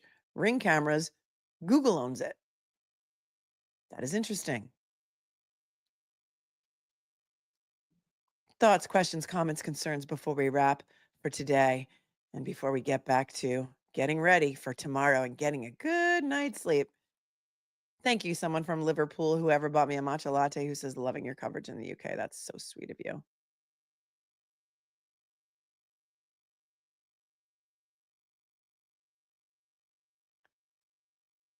If there's any super chats that I missed, I apologize. I'll get to them tomorrow, the Venmos, but I think I got everything as I scroll through this carefully. One moment.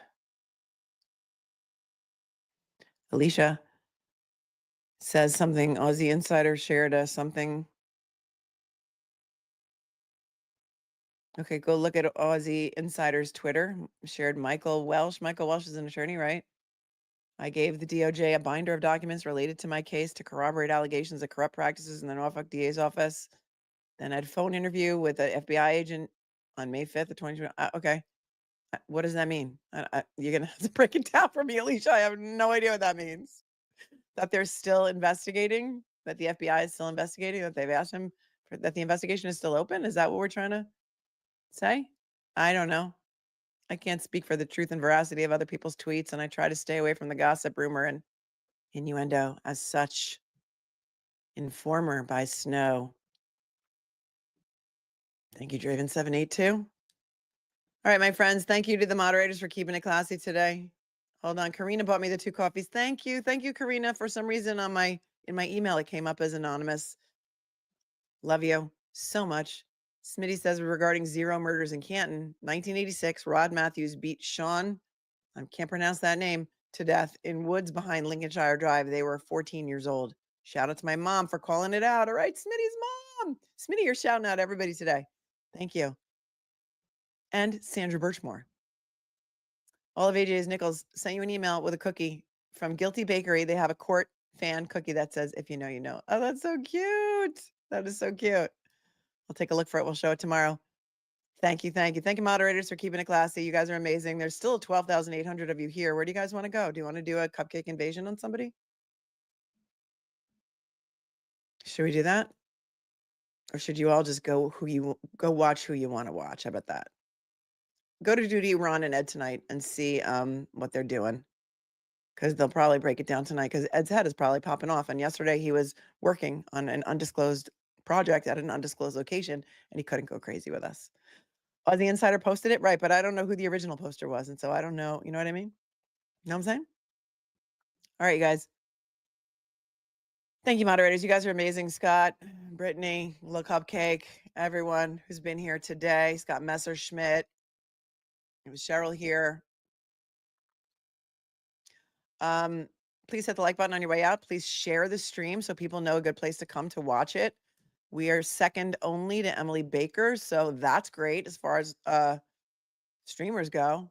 I think we're even up there with like networks, Long Crime, Core TV. So there's that. Smash the like, share the stream, do all the things that YouTube likes. If I don't see you soon, I'm not gonna die, but I'm gonna see you in the morning. So until then, stay cool, stay kind, stay classy, do all the nice things. I'll see you real soon.